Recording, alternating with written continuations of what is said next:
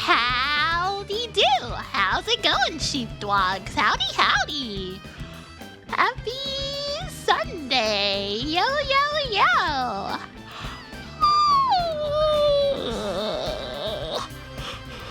Wow, it's the Kaiji poster! He's here every single day! But whatever. How are you guys doing? How's your Sunday? I hope it's going all right.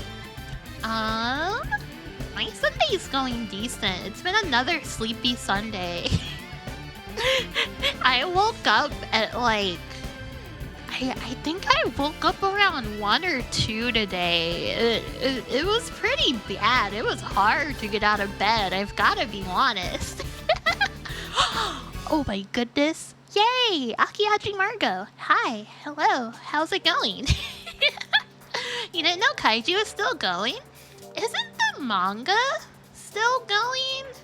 I think it is, but I'm not sure. I've been meaning to read the manga for like the longest time, but I haven't gotten around to it.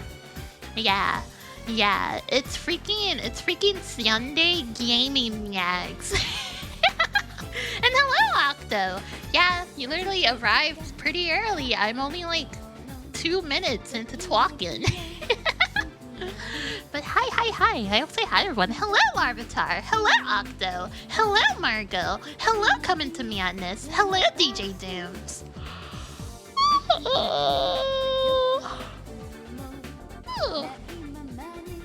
Hello, Dying is Funny. Hello, Galactic Amigo. Hello, Hoberg.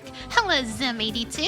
Hello, Paper Compass. Hello, Cafro. Hello, Decade. Hello, Lionel. Hello, Sparkly Hyena. Hello, Cecil. Hello, Lucas Scarlet. Hello, Studio Sue. Hello, Giga Mike Wattis. Hello. Hello, Crade. Google doesn't know what song that was. That was, what was it? It was a Gran Turismo song. I think it was Going to the Extremes or something like that. I know Extreme was in the title. Hello, Super Spicy Knife. Hello, Zethally. Hello, Uno Squid. Can we vote on whether or not we finish another magazine? I've got to be honest. I think that would be the easiest prediction in the entire world. I think everyone would just break even with that prediction. Hello, Treble. Hello, Tex. Hello, Extra Princess. Hello. Hello, Crook. Hello, Fakeberg. You guys think Q thinks about you when I'm not streaming? Yeah, absolutely. I'm always thinking about the sheepdogs. I have a sheepdog who watches over me while I sleep. It's epic. Having a freaking sheepdog plushie is so good. It's like the best feeling in the world. He's my freaking guard dog. Hello, Fluffy. Hello, Neo Zero. Hello, Moowear. Hello, Aikos. Hello. Hello. Hello, Shinsua. Hello. I think that's everyone. But hi, did I swipe for Christmas Biwa? Christmas Biwa isn't out yet, but I did get normal Biwa. She's epic. She's awesome. I love her. That girl thinks about nothing but like equations and math. Yeah, I got her. I'm pretty happy. I was very, very happy to get her. What magazines are we? Oh, you thought Christmas Biwa was her name?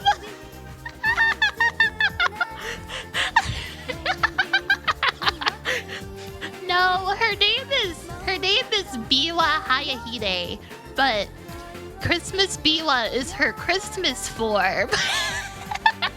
This is awesome. This is like when my mom tries to relate to me with my Pokemon and she's like, "Oh, I like that little Pikachu," and it's like Bulbasaur or something. Did I I opened my wallet,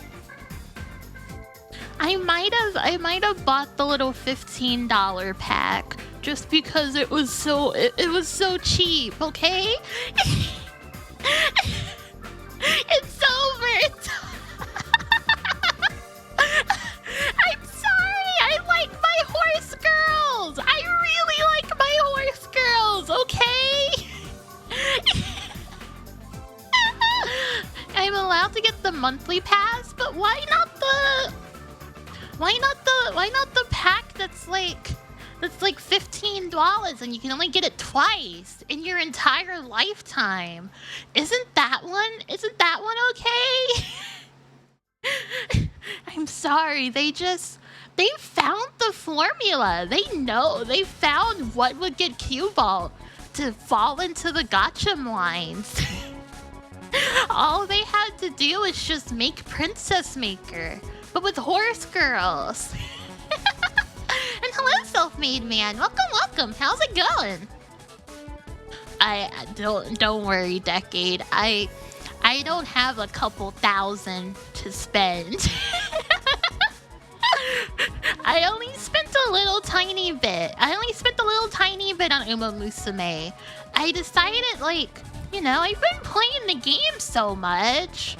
I wanna give them at least $15. That's what the game. The game can be worth $15. That's how it starts. Don't think of it that way. Oh no.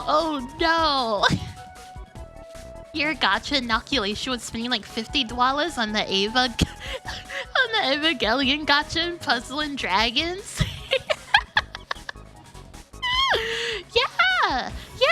I just want side games, the gotcha game giant, to have a little walking around money, If I quit a gotcha game cold turkey, I won't miss it. But I've built bonds with my horse girls. I've built relationships with my horse girls. They're like my daughters. They're like my little sisters. And hello, Nelson. Welcome. And hello, Alta. So-called live service game haters when the spreadsheet simulator has cute horse girls. Yeah. I'm sorry, it's true. When they put numbers in front of me, and there's cute horse girls who are like, oh, Nagi-sama, won't you put your beautiful credit card into the application, please, oh Nagi-sama. And hello, Danny. I love my Shododo. She's so epic. She's the greatest. And hello, grilled cheese sandwich. Yeah, it's your gaming mags. Yeah, Oni-sama. Don't forget the funny little numbers on the back, okay? But don't worry, chat room. Don't worry. The spending is not going to get out of hand. I just really wanted Biwa. I don't really want any of the other horses that much. I've gotta be honest. I took a look at the upcoming horses. I don't really care that much. Oh, I guess Dodo. I do want Dodo. What about Halloween Rice Shower? Okay, that's where they don't have me. I looked at all of the outfits, and I've gotta be honest, I don't care. I don't really care to get my girls in outfits. I'm okay with just having my girls just be normal.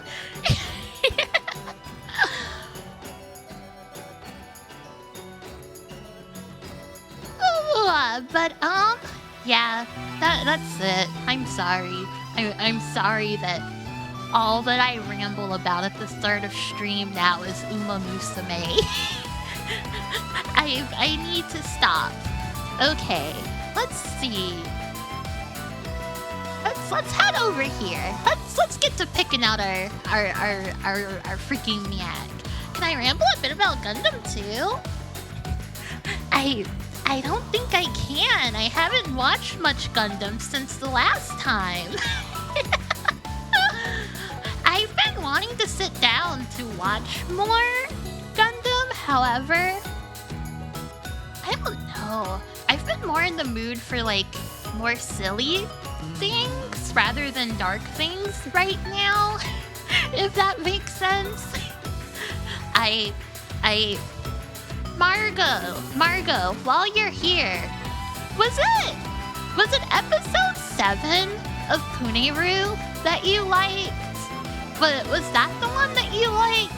Or was it a different episode? I was curious because I actually, while I was relaxing last night, I was like, okay, I'm gonna watch Puneru. I remember Margot liked Puneru, or she at least liked one of the episodes of Puneru. So I watched the first episode and then I watched episode 7 because I was like, oh yeah, didn't Margot say that she only watched episode 7? And episode 7 has crazy animation. It's kind of bonkers. It's really, really cute. It's really good. I had a good time watching it. Oh, I quite like my little moe blobs. I like when the girls are cute. And hello, Gravy. Welcome. How's it going?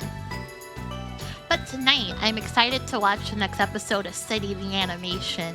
I'm so freaking hyped. I really liked episode 1 of City. That show's so crazy good. It's so freaking good. Okay, talking about dark things, but have I tried the RimWorld expansion? I have not. It's a paid expansion, right? I have not bought the new expansion. I have not seen anyone talking about it. Is it good? And hello, Andy. Welcome. Long time no see. I just streamed yesterday. I don't think it's been that long of a time. You haven't played it yet, but you've seen a lot of people love it? Ah, I see. Yeah. Hey, I'll probably check out the RimWorld expansion at some point once I get back into it. But I spent my... Oh, the background music is too loud. I'm sorry. I'll turn it down. This is the one downside of using Winamp. I get to use whatever music I want as long as I have MP3s. However, the audio will not be equalized. They will not stay. What skins do I got? I got the Digimon skin up there. It's right here. Look, it's Winamp. Is it too small? Can you guys like not see it? Everyone's just looking at the freaking anime girl on screen. No, it's fine. It's cool. You never noticed it until just now? Oh my goodness. That's crazy. I've had it since my birthday stream. And at first I had a Kino no Tabi skin, but then I was like, I think the Kino no Tabi skin blends in too well. So I swapped to the Digimon skin. And I don't know, I felt like that one stood out quite a bit, but maybe I don't know, maybe I'm just biased. I'm moving around. Oh, I guess it, but like, look, the text is like moving on my Winamp. You don't really look at the top right of the screen a lot? Yeah, I get it. I get that. I understand. I also tend to not really look at the top right of the screen when I'm playing games or watching streams or whatever. I'm always tunnel visioned. It blends a bit with the background? That's crazy. Okay, well, I guess I'll search for another skin. Wait, I wonder what other skins I have. Let me take a look-see. Let's see. Oh, this is my Kino no Tabby skin. Isn't she epic? Isn't she awesome? This is my Earthbound skin. Isn't this one awesome? Isn't this one freaking epic? I really like this one. I really like the king is the play button. Don't get one glide. It's too late. I'm being one guide. I'm showing off my Winamp skins now. Let's see. What's this one? Oh yeah, I have the sheep skin. I have... Does this one work? Oh yeah, I have Chocobo. I have so many freaking Winamp skins I downloaded. I'll go back to Kari. There we go. Is this Winamp? Yeah, this is Winamp. You were so basic, you just used the default Winamp skin? What's wrong with you? What do you mean you just used the default skin? I had anime girl skins up the wazoo.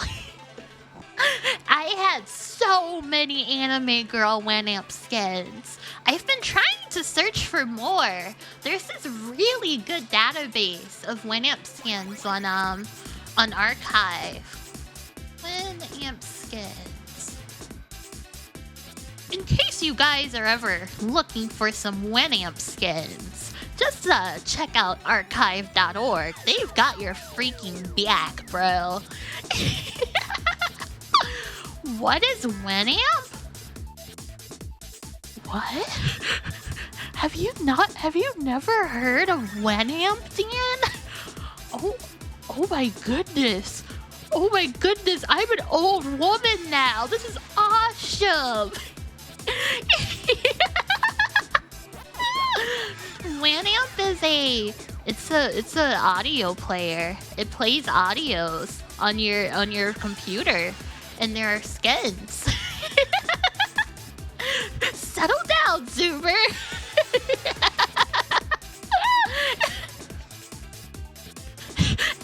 Avy Rose, sexy police. Yeah, oh, I guess I should say, if you click that link, there may be breasts visible. Just so you know, there may be breasts that are visible on that link. There are there are a few unsavory Winamp skins out there, okay? Stay safe out there, okay?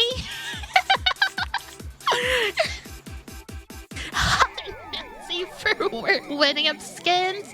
Yeah, some people like to see honkers while they're listening to their music.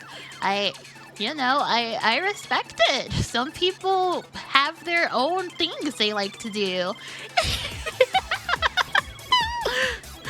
But anyways, I'm gonna hop over here.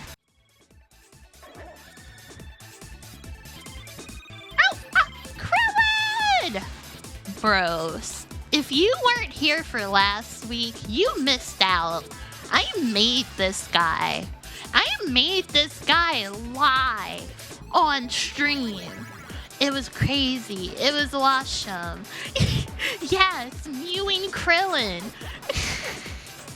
Okay, I'm gonna put Krillin right there. I'm still so proud of him. He's gotta be here forever. He's gotta stay on the fridge. It was crazy. It was like I basically did an art stream. Okay. Yep. Okay, here's our retro max light. We have all of these freaking mags we can go through. Let me think. I'm kind of tempted to do an EGM again because I feel like it's been so long since we've done an EGM. I kind of miss them. You know what I mean? I kind of miss those guys. EGM is like, they're kind of a gold star standard. Oh, you have something to share with me? Oh, what's up? And also, hello, Mango. Welcome, welcome. Yeah, we have so many mags we could look at. We have so dang many. It's awesome. Okay. What? Wait, did you guys actually run a prediction? What are you talking about, Cafro? No? Okay. I was like, how did I miss the prediction? Was I too deep in my Winamp skins? No, I feel like you shouldn't. I already spent like 20 minutes just talking about Winamp skins. I feel like the prediction would be way too lopsided. It's in the private Q-Bolt gambling channel. I see. Alright, I understand it. Video games and computer entertainment. Let me see. Oh, yeah, here it is, right here. Video games and computer entertainment. I don't think I've heard of this mag. Hold on. Let's see. Page 3. Oh! I see. They stopped in 93. I see. This looks British? But it's under the United States category, so I think it's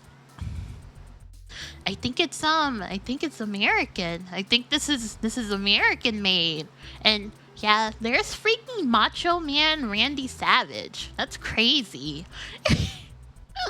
Also, I am going to... One second. I'm gonna... Chat room, would you hate me if I listen to more of the letz soundtrack? The letz OST just goes so hard. I just really want to keep listening to it during these streams. Okay, I'm gonna skip that song. I love this song. This song's so freaking good. When I'm done with it, can I try the Tails Weaver soundtrack? Okay, let me write it down. Tails Weaver OST. Cafro swears it's good. If it's not, he's getting demodded. Alright, it's noted. I've taken a note for it. Thank you. Okay, I want to read EGM.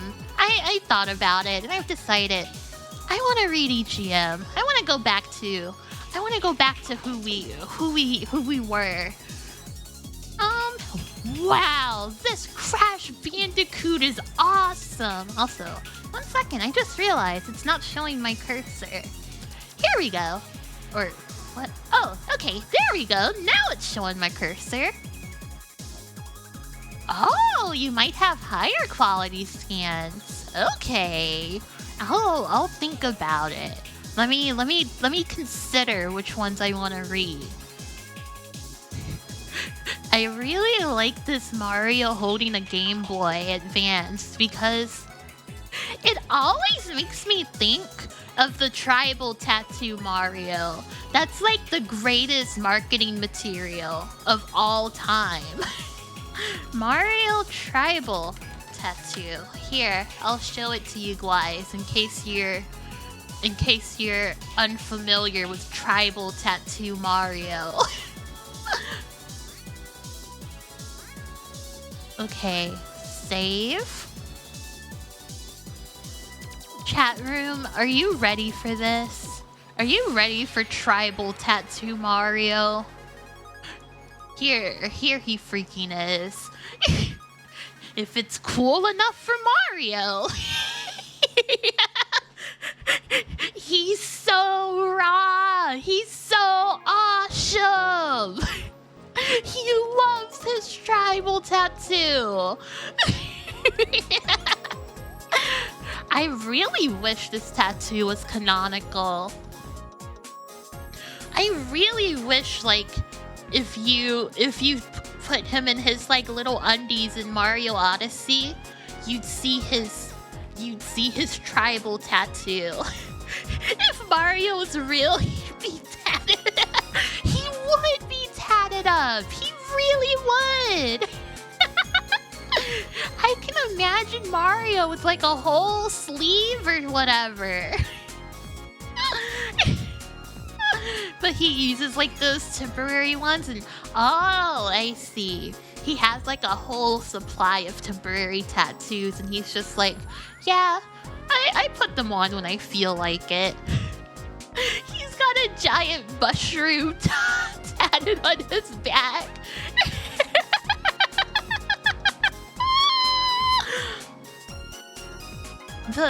The gangster rapping Mario? Oh, okay. I don't think I'm aware of this one. Can you please enlighten me on it, perhaps? Maybe he got it removed before Odyssey? Yeah, maybe he was like, oh, I don't think this is legal for me to have. I think I've got to swap to a different thing. For Mario Pinball Land? Oh, okay. Okay, let me take a look-see. This sounds familiar now that you say it's for Mario Pinball Land. Mario Pinball Land. Commercial. Oh, yeah! I do remember this. Yes. Okay. Here you go, chat room. We're gonna take a look-see.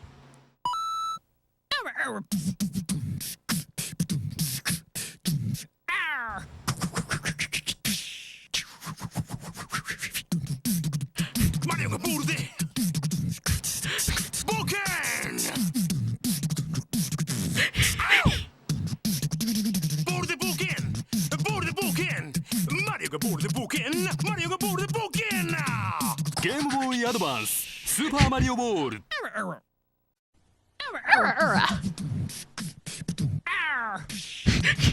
He does deserve that. I've got to be honest. Game Boy Advance Super Mario Ball. Wait, there's another one? Oh my goodness.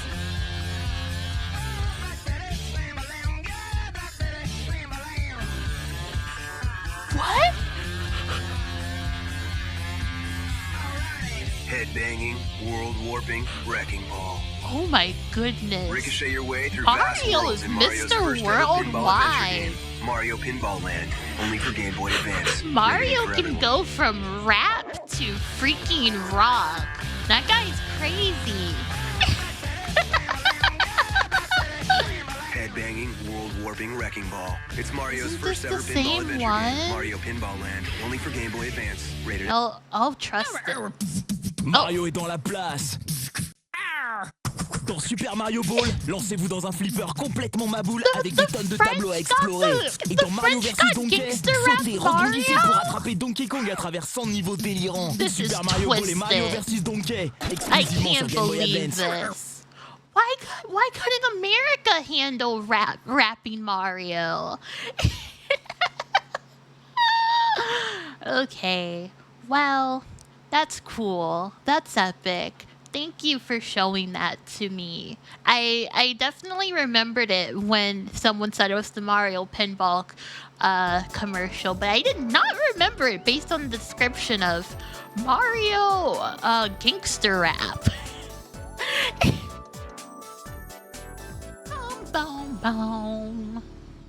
Okay. I kind of want to read something from PS2 era again. Maybe like late PS2 era. Maybe not this late though. Maybe like page 8 will serve our purposes. Any game in mind? Not in particular, I guess. I guess I could read something with dual hearts in it, but I also have already read basically all of the English reviews for dual hearts. Let's see. Oh my goodness, Phantasy Star Universe, the true sequel to Phantasy Star Online. The Godfather the game. Year of the Portables. Kind of curious about this. Let me look at this cover.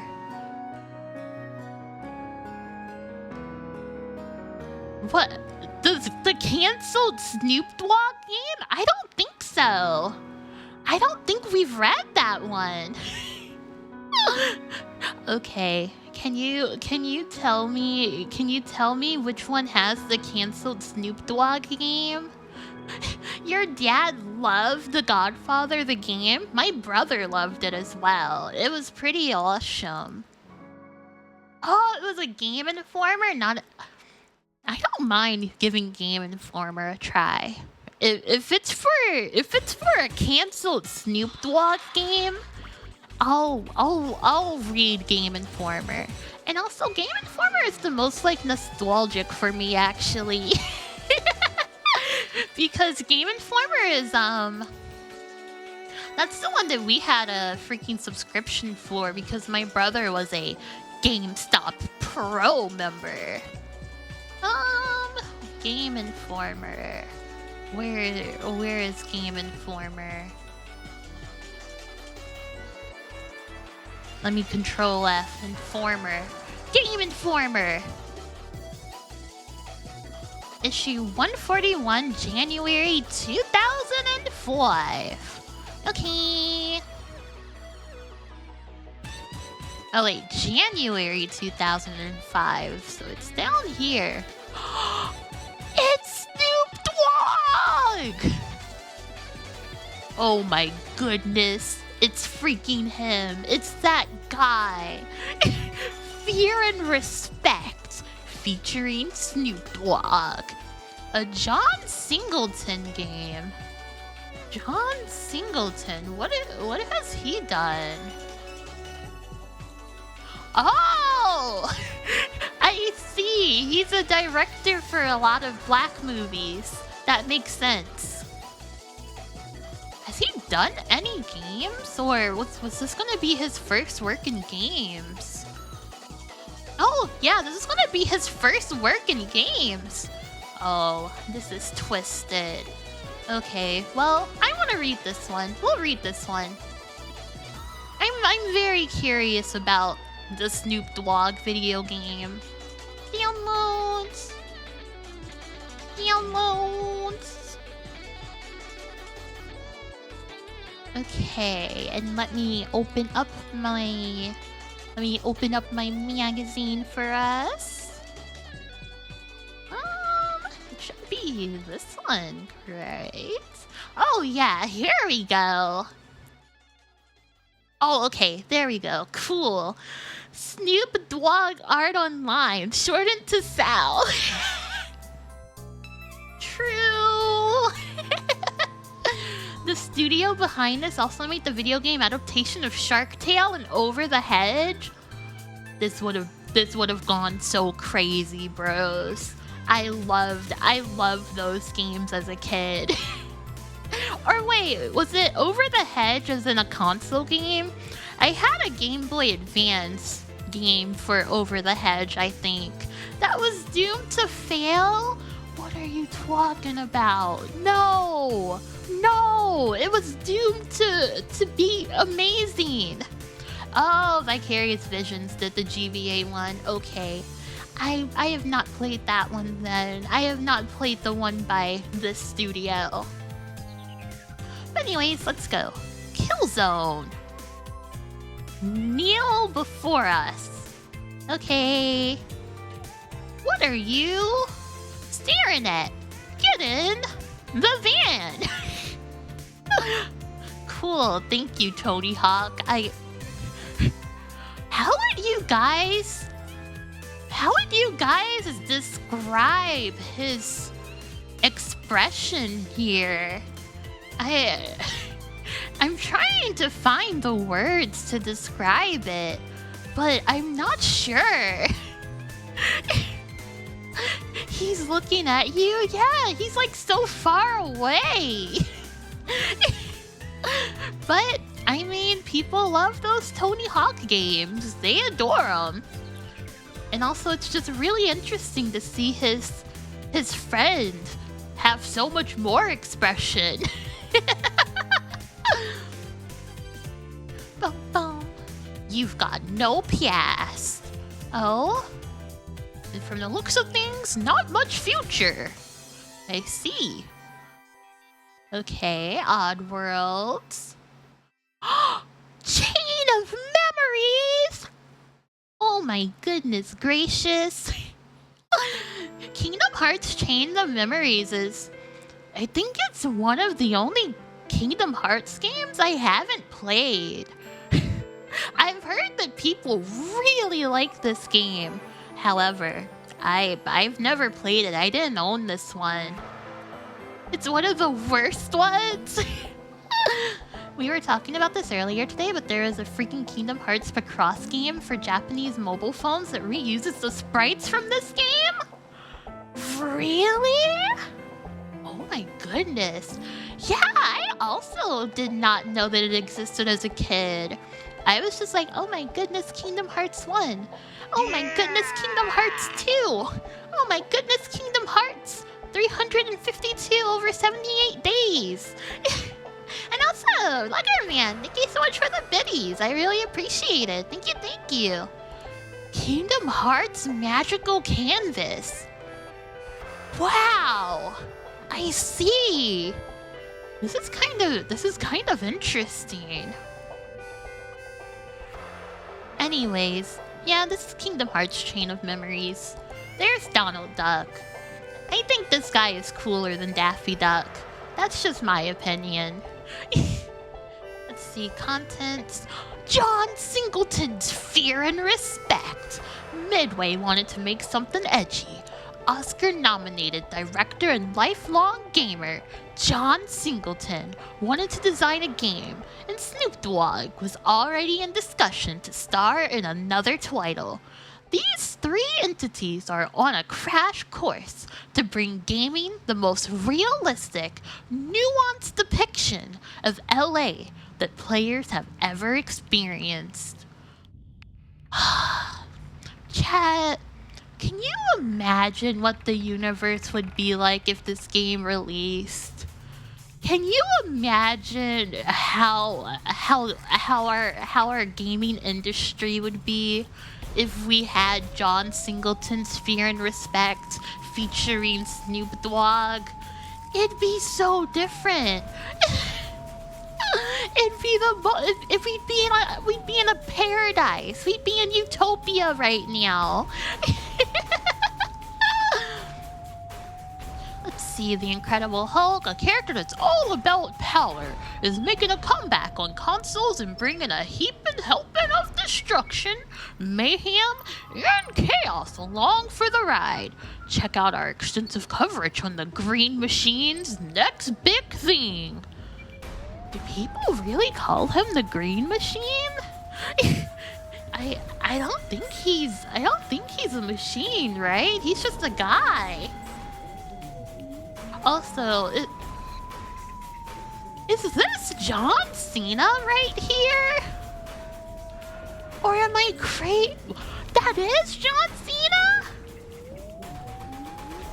Oh my goodness, wow. This is John Cena of like 20 years ago. Scary. The doctor of thugonomics? Is that what John Cena used to go by? The doctor of thugonomics? I did not know this part of his life. I've gotta be honest with you. I wanna see some old John Cena stuff. Okay, I'll pull it up. YouTube, come here. Let me see. Doctor of Thugonomics. Okay, I'm gonna watch this very first video that popped up. Hold on. This one. Okay, I'm gonna watch this very first video. We're gonna see what it is. We're gonna see what's happening.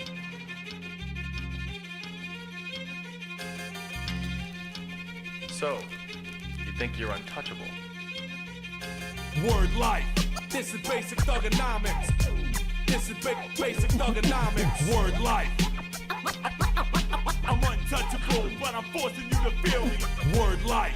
This is basic thugonomics. Word life. I'm untouchable, but I'm forcing you to feel me. Whether fighting or spitting, This is actually John Cena? in a defensive position, an ass-kicking anthem, heavyweight or bantam, holding camps for ransom. The microphone phantom, teams hit the floor. It's the new fight joint. Like a broken needle, kid, you missing a point. We dominate your conference with offense that's no nonsense. My theme song hits, get your reinforcements. We strike quick with hard kicks, ducking ice sticks, bare knuckle mitts through fight pits. Beat you right, Goodness, never survive. wrestling is violent, bros. Two-faced rappers walk These away guys with are four fighting. timers. The raw rhymer, turning legends to old timers. Oh my goodness, they're hurting each other. And we about to make you famous, taking over Earth and still kicking in Uranus. Word life. This is basic thugonomics. This is basic thugonomics. Word life. I'm untouchable, but I'm forcing you to feel me. Word life. This is basic thugonomics. Word life. I'm untouchable, but I'm forcing you ain't advancing up the process. Potential for medical concepts or objects are foreign, like block tests, fonts and text are complex, regardless of your finesse. I've always been very curious about the wrestling storylines. I've gotta be honest. I've always been very curious about it. Also, I'm gonna turn the volume down a little bit.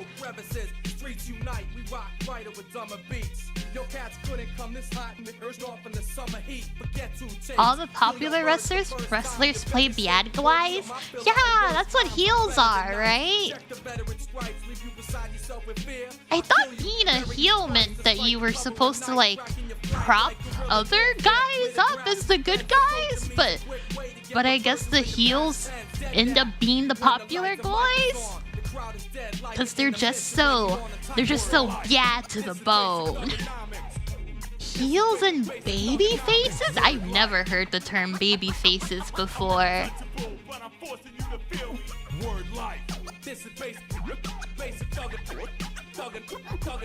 This lives rent free in your head? Okay, let me take a look see here.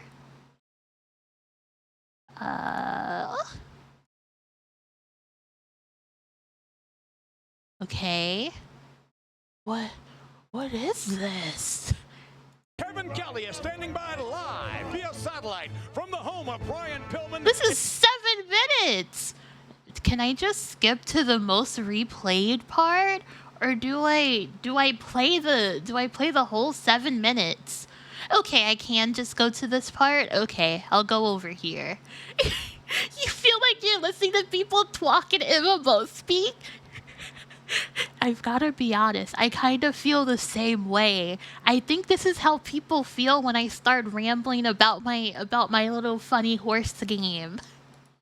Rage has blinded him to the fact that his best friend knows him better than anybody. Do you feel it? His strengths, his weaknesses, and certainly his fears. Notwithstanding your bravado, do you feel a hostage? You feel like you're a hostage in your own home tonight? Ha!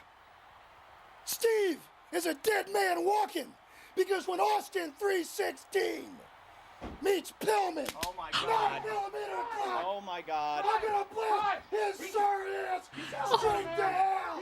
Steve Austin's out there now, man. What? Oh my goodness, he's got a gun! Ladies and gentlemen, we're back with more Ryan. We are live We're not Stone Cold Steve Austin. We had heard that Austin had arrived on the scene as we left you for break. Stone Cold Steve Austin's out there with Brian Pillman's friends, and Pillman's friends are trying to keep Austin away. Look at this. Are they just wrestling in real life?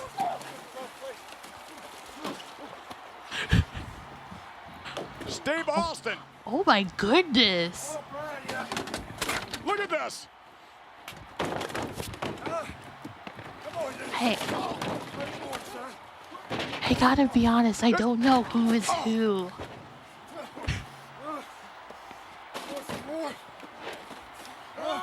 Oh! Ouch! Ouch! Ouch! Ouch! Ouch! I don't want to see that. I don't want to see that. That's scary. That's so scary. He's gonna like rip his head off.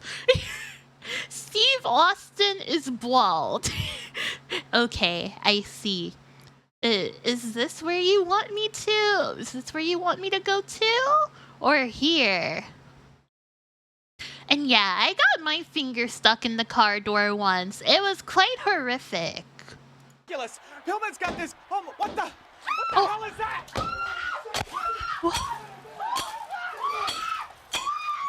Somebody call the police. What are they doing? Get out! Steve, don't go in there! Oh my goodness, it's Steve. Oh my goodness, he's pointing the gun at Steve Austin. Look, we are live. This is live. Power's been restored, Vince. Guys, everybody is here. It's like Kevin Kelly, there's chaos there. No, where Stone Cold Steve Austin is right now. Did anybody fire a shot? Is anyone hurt? It's a crazy scene here inside the home. Did anybody get shot? Brian is being restrained by his friends. And Brian Pillman being restrained by his friends. Nobody's been shot. Hey, this shirt is dry now. Any of the explosions. Do you know where Austin is? Vince, I'm sorry. What? Can They you got hear me? sued Do you for know this? where Austin is? Really? Steve Austin is. What was more damage? I gotta be honest. More damage? I thought this was all staged. I didn't know the network would be mad at them. I thought the network was in on it. Let him go! This son of a bitch got this coming! Let him go! I'm gonna kill Oh, him, it is? Let him go! Why did the network sue them then? Call the police! All right. Get him out of here! Grab him, Kevin! Oh, this was shown during prime time. Grab the gun! I see. They did not tell them they would do this. I see. There was only one time wrestling wasn't staged. What time was that, out of curiosity? I have seen the Shock Miesta. I do like the Shock Miesta. And hello, Gorian. Welcome. What? Wait, what? Larvae, no? Oh, okay. Oh, okay. Don't. Oh, okay. I'm gonna go back to my gaming magazine. Is that okay? Is it okay if I go back to my gaming magazine? When Vince McMahon fought Guad, that was real? Yeah, I can believe that. Okay.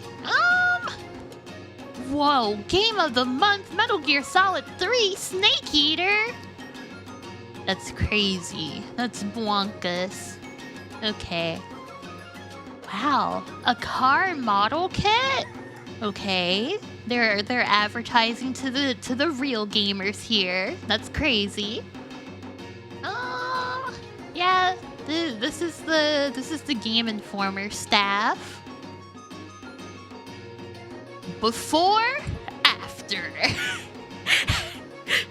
This is awesome. I really like that he grew up to have a beard and get a parrot. Sid Meier's Pirates. Was Sid Meier's Pirates, was that a good one? Is that one gamers like? There are like 5 landmines that could have been about. It's fun for a single playthrough. I see. What is this? Oh, candid photos from the seedy underbelly of the video game industry. Brace themselves for Minnesota winter. GI's Jeremy Joss shows off his Minnesota Magazine Publishers Association Gold Medal Award for Best Feature Story. Okay. Someone from Capcom hangs with Game Informer's Adam. Oh, cool. Bum, bum, bum. Koei's Jarek Sikat powwows with Ubisoft's Jocelyn Portacio. Vampire Vixen Blood Rain? What? Wait. Oh my goodness, it's Blood Rain! For real! That's crazy. Stopped by MTV's Headbangers Ball, along with Magical founder Morris Sutton and new company CEO Carl Yankowski. Yeah, that's Jane Blood Rain. She's real. Matt keeps it real with the famed director John Singleton, Boys in the Hood, and by keeping it real, we mean acting like a tool. Hey, he looks cool. He looks awesome. We need to watch the Yui Bowl Blood Rain movie. Do we need to? Is it kind of boring like all of Yui Bao's movies are? Marcus Beer, Sony Online's Tamara Sanderson, and Digital Extremes' Meredith Braun put aside the frenzied competition of the video game world and share a tender moment. Oh my goodness, awesome. Yui Bowl postal movie, however, I imagine that's even worse. EverQuest 2! Oh my goodness, I've always wanted to give EverQuest a try. I've always been very curious about it. Okay, here's our reader letters. This is fun. This is where the fun is. EverQuest 2 not as good as 1? Really? Isn't EverQuest 2 like still up? And yeah, I love that EverQuest 2 invented Slash Pizza. Getting Pizza Hut delivered while you're playing your MMO. It's genius. It's the smartest thing in the freaking world. Oh, they're both still up. I see. Oh my goodness, that's awesome. Alright, let's see. Primal. We were just talking about Tribal Tattoo Mario. This is awesome. One of my favorite video games is Primal for PS2, and I have decided to adorn myself with the same tattoo as the game's heroine, Jen. Now, a friend of mine insists that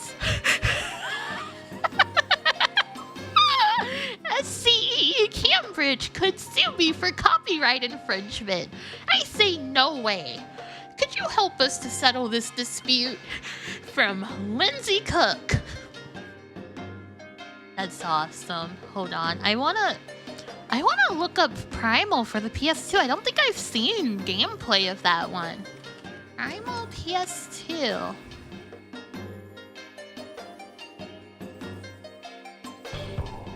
Oops. Gotta turn off the Latel OST first. Okay, let's go to the most replayed.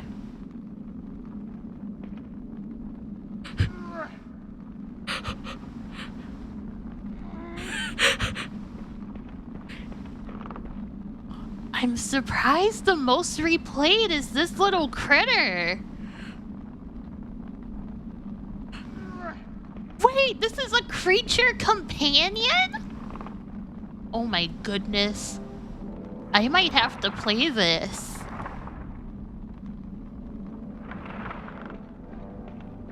Where's the beautiful woman? All it takes for me is a creature. Yeah, maybe. I like creatures. What can I say?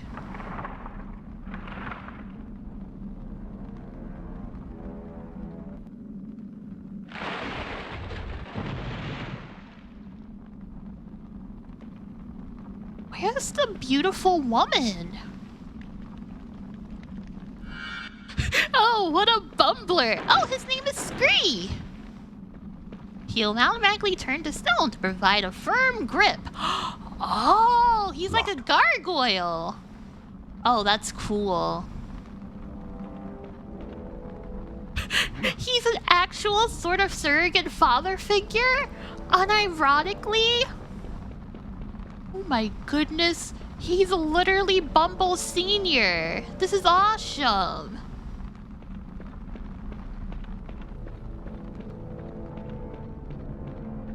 Okay, I want to see the beautiful woman.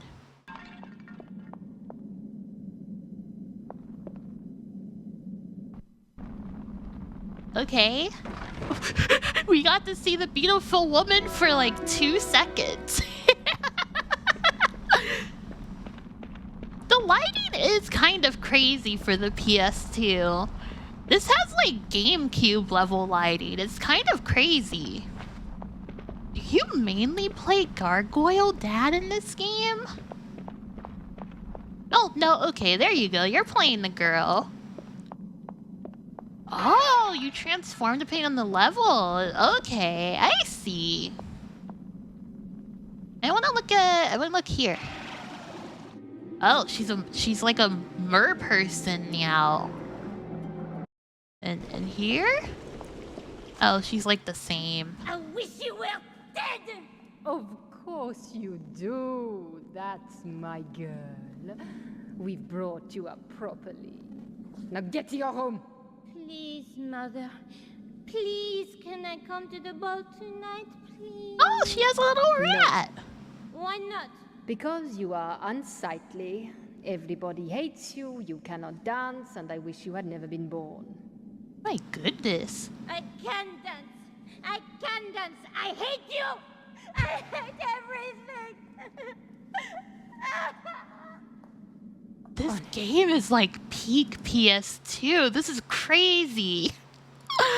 Okay, back to the letter. Since you're contemplating transforming yourself into a walking advertisement for its product, Sony probably won't be too upset. Just don't get all entrepreneurial and start a small business in which you charge people admission to gaze at the admittedly cool symbol emblazoned onto your back. Then, you might have some trouble, especially if you also set up an obligatory gift shop selling "I saw Lindsay's copyright infringement" and "Cram it, Sony" t-shirts. Otherwise, you should be okay. That was a good frame to stop it on. Yeah, I agree. 1 second. Let me turn down the music a little bit. I also kind of wish I could be like, "Hey lady, do you still have your Primal PS2 tattoo?" Okay, talking purdy. I've been a subscriber to Game Informer for quite a while now, and as a reader, I've disagreed with some reviews and agreed with others. To disagree with your opinion is one thing, but I rarely take issue with the words you use to express that opinion. However, in your Rome Total War review, I saw a classic example of what I would like to call pretentious word use, and that would be the usage of verisimilitude. I've studied Latin, which is where the word comes from, and I have a robust vocabulary, so I can perfectly understand what you were trying to say.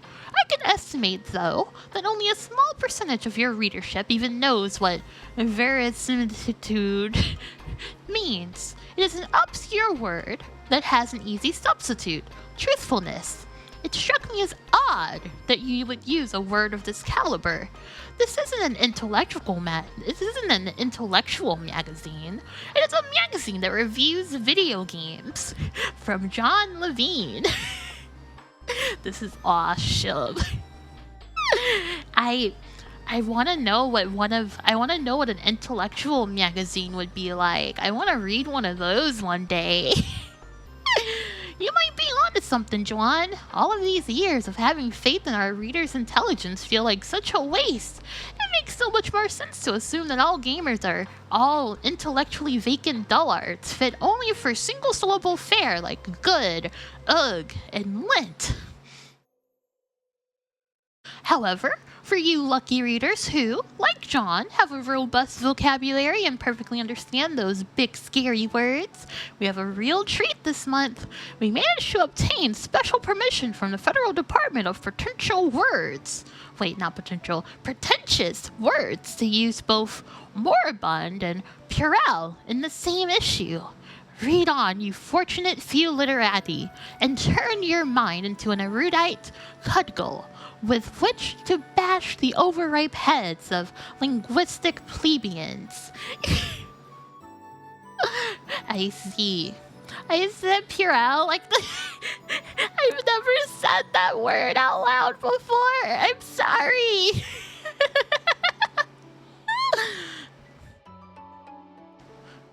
But yeah, it's very interesting that he's like, it means truthful, but actually, it's something that's believable. Yeah. Sounds like John needs to take another course of Latin or something. Puerile? Puerile? Oh, I see. In your November issue of Game Informer number 139, you mentioned something about Nintendo losing a court case to Philips over the Legend of Zelda franchise. Please explain this and be serious. What? Really? When it comes to Zelda, we're always serious, except for that odd boy in green tights crack. In all honesty, the story behind the CDI titles featuring Nintendo icons isn't as simple. Oh yeah, that is how the CDI games got made. That's right. Isn't as simple as a single court case. Nintendo and Philips had been working together to create compact disc-driven hardware that would be compatible with the SNES, a partnership that later drove Nintendo's former ally, Sony, to release a little machine we now call the PlayStation. While their collaboration was underway, Nintendo granted Philips permission to use Mario and Link in a limited number of titles. However, when Nintendo abandoned the SNES Disk Space project and its partnership, Philips still retained the legal right to make those games. Of course, it lacked Nintendo's development prowess, and as a result, Hotel Mario, Link Faces of Evil, Zelda, The Wand of Gameleon, and Zelda's Adventure will forever be remembered as stains on Mario and Link's respective overalls and uncannily fashionable hosiery. I don't know. I think they're cool little things. I think they're awesome. People are always talking about those CDI games. You're not sure if that's verified? Nintendo seemed to have been okay with Philips making Zelda games? Yeah, I'm not really sure. Yeah, the animation's crazy. It's so good. It's so iconic.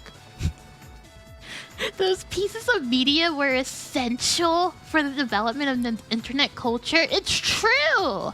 Can you imagine?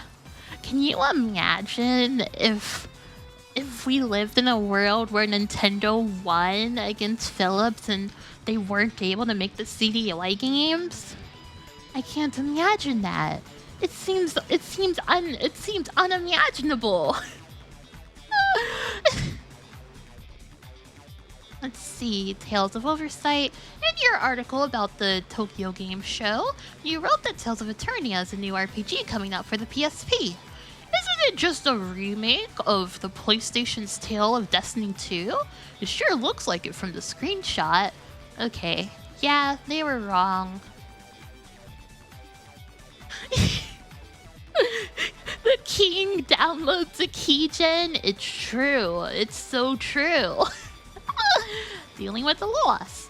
As a hardcore fan of the Tony Hawk series, I had planned on obliterating Thug 2, by completing absolutely every goal on every difficulty setting, plus finding all of the gaps. It took hours upon hours of constant playing, but eventually I got everything done, except a few little things. I decided to take a break, but when I went to save my game, the PS2 froze on the overriding screen. Oh, this is so scary. I sat there for about 20 minutes, but eventually I gave up and shut off the system. I came back later, anticipating that I would attain my goal and earn my bragging rights. But when I tried to load my game, I only see the word damaged by the save file. All my hard work, down the toilet. Only a gamer knows true anger, hatred, and regret. Literally biggest nightmare. Literally scariest thing to happen. This is basically a creepy pasta. In a world without the CDI Zelda, the CDI library would have become even more obscure. Yeah, that's true. I feel like the Philips CDI is like more well known than the 3DO, literally just because of the CDI games. You had a third-party PlayStation memory card and this happened to a lot of your JRPG saves? I think if that happened to me, I would just stop being a gamer. There's an alternate universe where if I lost my let's see, what game would have been the worst to lose? Probably Nocturne. If I lost my Shin Megami Tensei Nocturne save file, I would have just gotten rid of my PS2. I would have just never played any games ever again. I would have been normal. I would have been out in the freaking store. You're the woman who lost all your Nocturne data 3 times in a row. I was kind of thinking about when you mentioned that, Margot. I don't know how you continued playing video games. You're so strong. You're like the strongest woman alive. But yeah, that's a 60-hour game. That would be like 60 hours. I just never ever get back. Next letter. I recently came home from a hard day at work, looking forward to sitting on my couch and playing some games, when I realized that someone broke into my house and stole my PS2, controllers, and memory cards. Oh my goodness. The funny thing is, the thief took it all across the street and sold it at a pawn shop. I went there first to ask if anyone had traded in my things. I called the police and filed a report, asking if I could get my gear returned to me. I was told that the detectives might need it for evidence, so it could be a while before I get anything back. I would go buy it all again, but without my memory cards, what's the point?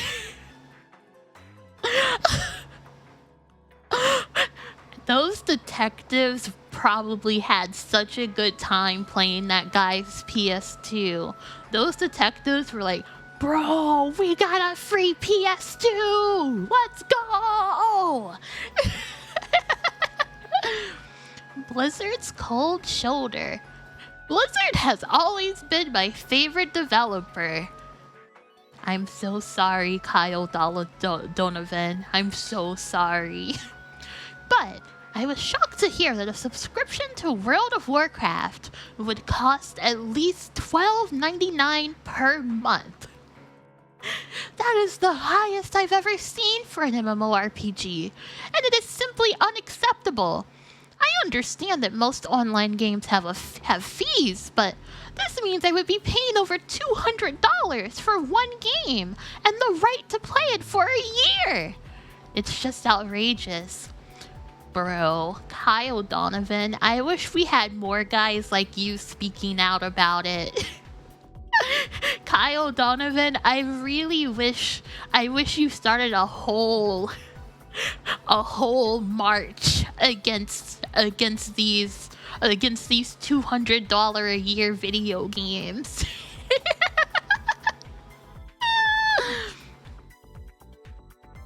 Welcome to the online gaming business strategy. Before you go crying foul play, let's do a little research. EverQuest, Final Fantasy XI, and Star Wars Galaxies, 3 of the most popular MMORPGs, are all currently in the $13 to $15 per month range. Really? Wow, I did not know FF11 was like in that range too. For some reason in my head, I was thinking that like FF11 was like $10 a month. Yeah, in 2004, $12.99, that's a down payment on a house. That's true. This is a Randy Pitchfork sounding answer. This kind of answer is the reason why we have games like we do these days. Yeah, I know FF11 still has its main server up and its private servers. I want to check out EverQuest at some point, and also I've got to say, I feel so jealous that these guys can just list like 4 different MMOs to play. I'm trying to think right now, and I think literally the only MMO that people talk about these days is just FF14. Are there any other ones? I don't think so. I know WoW is still up, but I never really see people talk about WoW. And like, if I ever see WoW, it's normally in the context of, man, I hate WoW. FF14's so much cooler. Oh yeah, and the Guild Wars, both 1 and 2. I'm kind of surprised Guild Wars 1 and 2 are both up. You remember looking at a copy of FF11 at Walmart for like $20 and realizing, wait, how do I even pay the sub? Yeah, that's true. That's kind of how they get you. They put the base game on sale, and then they're like, hey, you still gotta pay for me monthly. You think people are still fundamentally ashamed of being WoW players?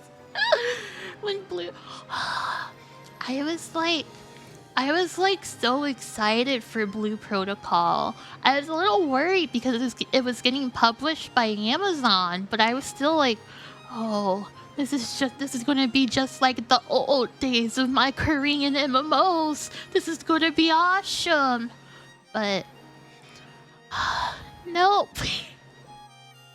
It wasn't. It didn't happen, unfortunately.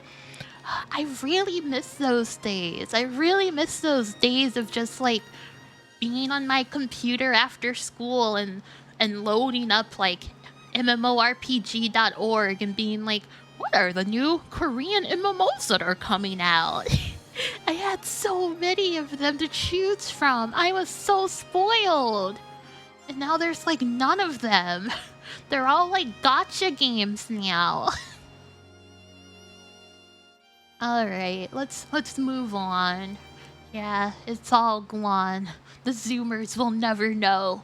They'll never know about Holy Beast Online, or Angels Online, or Monster Farm Online, or all of those guys. We have to go back, but I am a gacha. It's only Uma Musume, okay? It doesn't count. That's a real video game, alright? It's literally just Princess Maker on my phone, okay? It's different. Cope? Shut up! It's a bit of a cope. I'm sorry. Yeah, I like that one. I like that one gacha game, and that's kind of it. Let's see. Getting cozy with CJ. I just wanted to say that you guys were right on we're right on in declaring Grand Theft Auto San Andreas is one of your favorite games. I recently picked it up, and it is absolutely unbelievable. It has more content than I could ever ask for. I declare it the video game of the century. Oh my goodness, let's freaking go. I think that I'm going to have to cancel my subscription to Game Informer.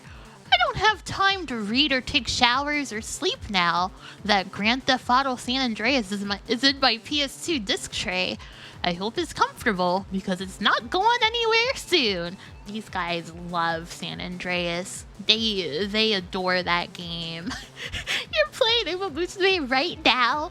Yeah, that's kind of how it goes, Margot. You get beat up the first few times, but once you get it, you're gonna be winning those races, okay? And also, hello, 40 Blunts. Welcome. How's it going?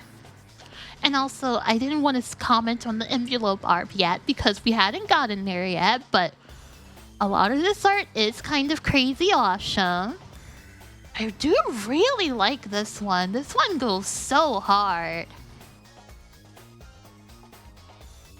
Let's see. Oh, Kingdom Hearts! Oh my goodness. This one's so cute. I really like Sora's smile here. Okay, let's see. The correlation. I am a proud subscriber to your magazine, and it is the best sleazy, with all due respect, one out there. Why sleazy, you ask? Lately, you seem to just be printing articles and ads about naked video game girls. What happened to all of those random elements you used to include? Please stop with the naked hooey and bring back the unexpected laughs.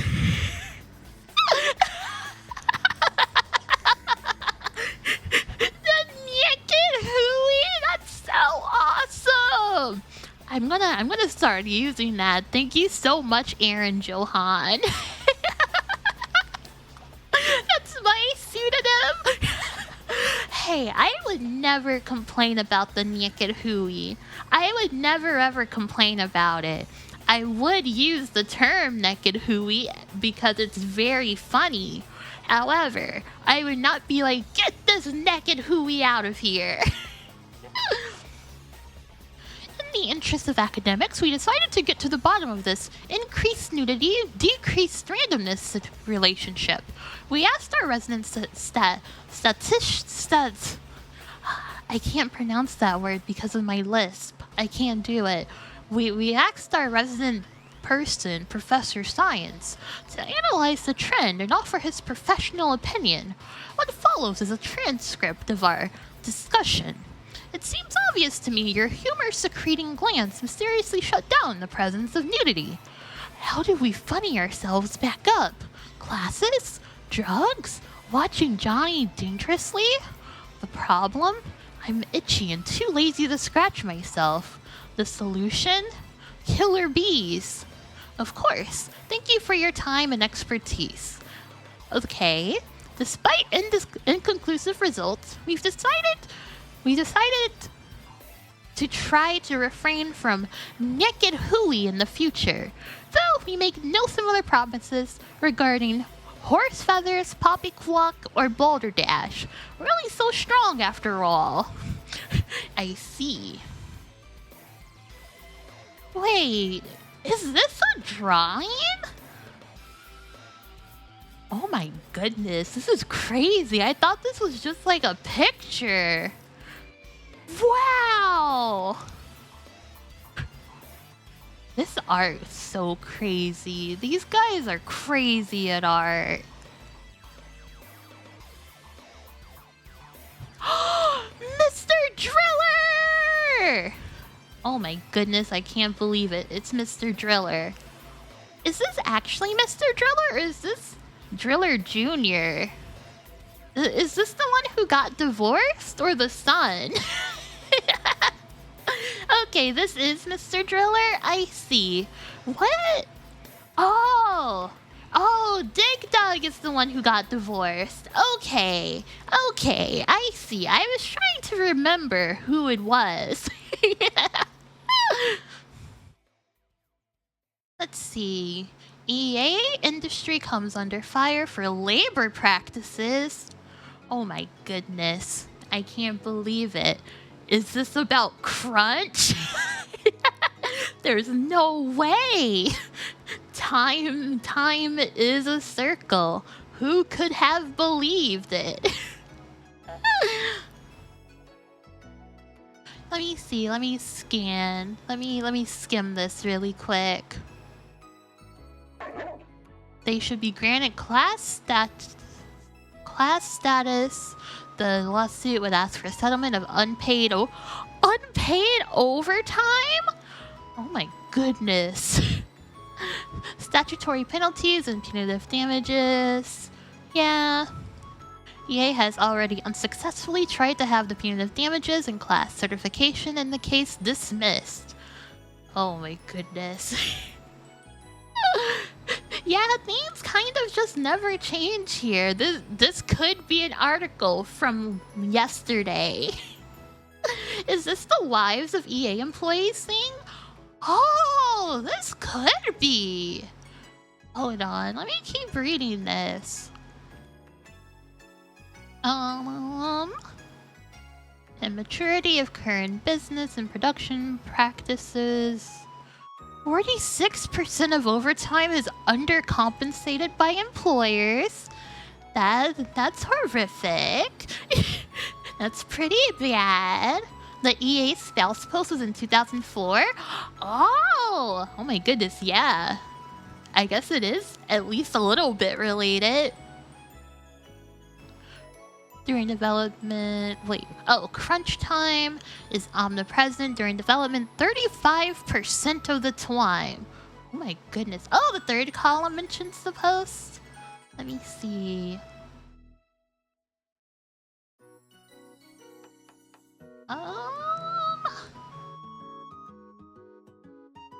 A crunch time schedule of 10 a.m. until past midnight. 6 days a week for 3 months from alpha to final wasn't out of the ordinary. Wow, I did not know it was that extreme. Extended to 7 days a week towards the end of development. According to one... Oh yeah, this is the Wives of EA post. According to one blog from an anonymous spouse of an EA employee at livejournal.com, comp time may be a thing of the past from the publisher. EA recently announced that, although in the past they have offered essentially a type of comp time, in the form of a few weeks off at the end of a project, they no longer wish to do this, and employees shouldn't expect it. Oh my goodness! Furthermore, this blog claims that there is concern among EA developers that the company will reassign them to other teams as crunch times once their projects are finished, thus keeping them in a perpetual crunch. Wow. Yeah, working in the game industry sounds a little scary. I've got to be honest, at least when you're under one of these big companies like this. EA's response was that they would attempt to minimize this, but would make no guarantees. What? You guys are just gonna be like, well, I guess we'll try to make it so you guys aren't in perpetual crunch, but like, you know, we can't guarantee it. We need our video games out. Yeah, how are they gonna get all of their Madden games out in time if you guys aren't under perpetual crunch? Crunch times are inevitable, but it doesn't have to be hell. In its survey paper, the IGDA even singled out companies like BioWare and Firaxis as among those who successfully balance the work and well-being of their employees. Unfortunately, making games, especially given the market's insistence on both quality and timeliness, is always going to be the hard work that it is, requiring the dedication of a cadre of focused people. not helping the situation, ironically, is the masochistic culture of some workaholics in the industry that see putting in outrageous numbers of hours as a test to weed out those who truly want to make video games. Ah, I see. They just want to prey on people who are passionate about video games. Cool. Our anonymous development source pointed out that the desire to work in the industry is used against employees at EA, which uses this fact as leverage. Yeah, that sucks with the industry like video games, because like a lot of people like dream of making video games, you know? Yeah, working in a fun industry, that's your payment, bro. You're working in your dream industry. Now I just need you to work like 1,000 hours a month, okay? You can do that, right? If you don't like it, quit. We'll find someone else. There's the odd exception here and there for the really good engineers and artists, and they'll be more accommodating for them. But for most of us, they don't admit there's a problem and consider the hours the price you pay to work in the industry. But as the blogs have said, we get to make games for a living, and that's what keeps most people here. You get to shoot your Nerf guns in the office and sleep under your desk. It's like camaraderie, bros. It's just like your video games. Mech Assault 2! Lone Wolf! Oh, this game looks awesome. Is this an Xbox exclusive?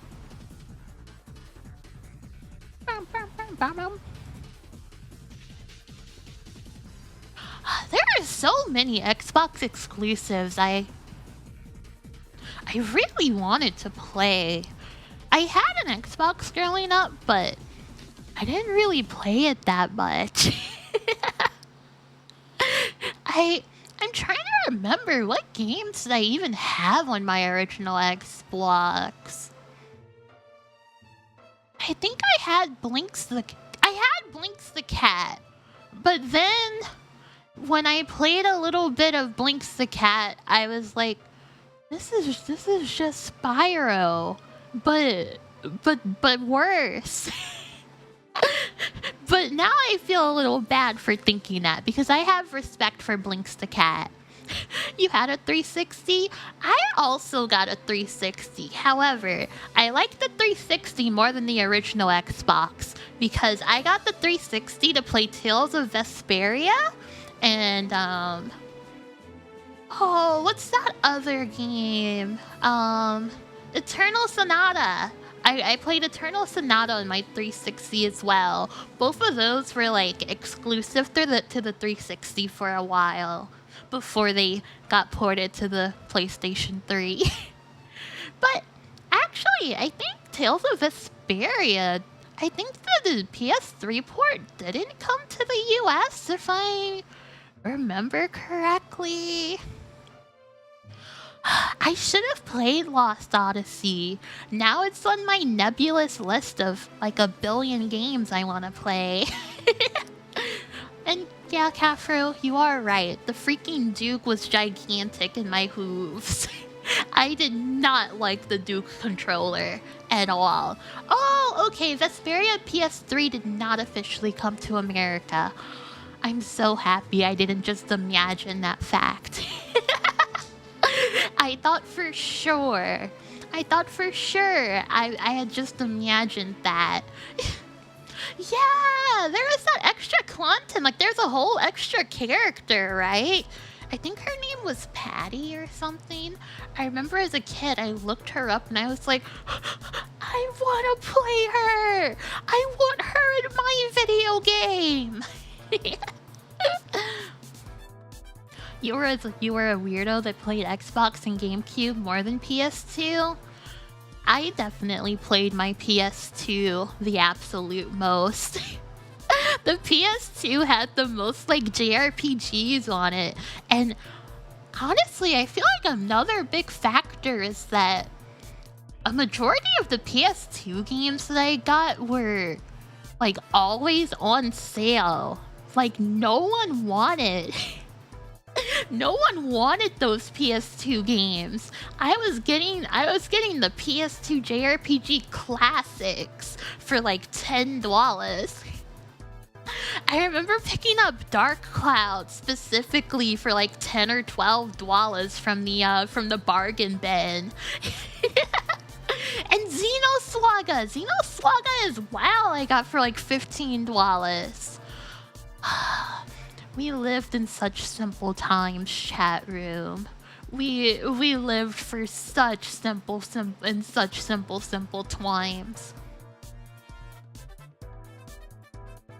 Okay, let's see. PSP launch accessories. Wow.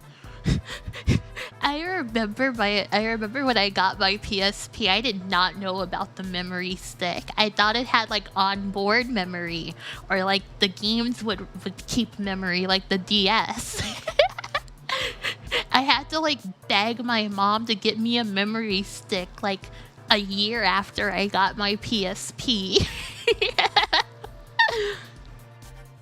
But I mean, that was kind of the case for my PS1 as well. I had grown quite accustomed to simply starting my games over whenever I played them.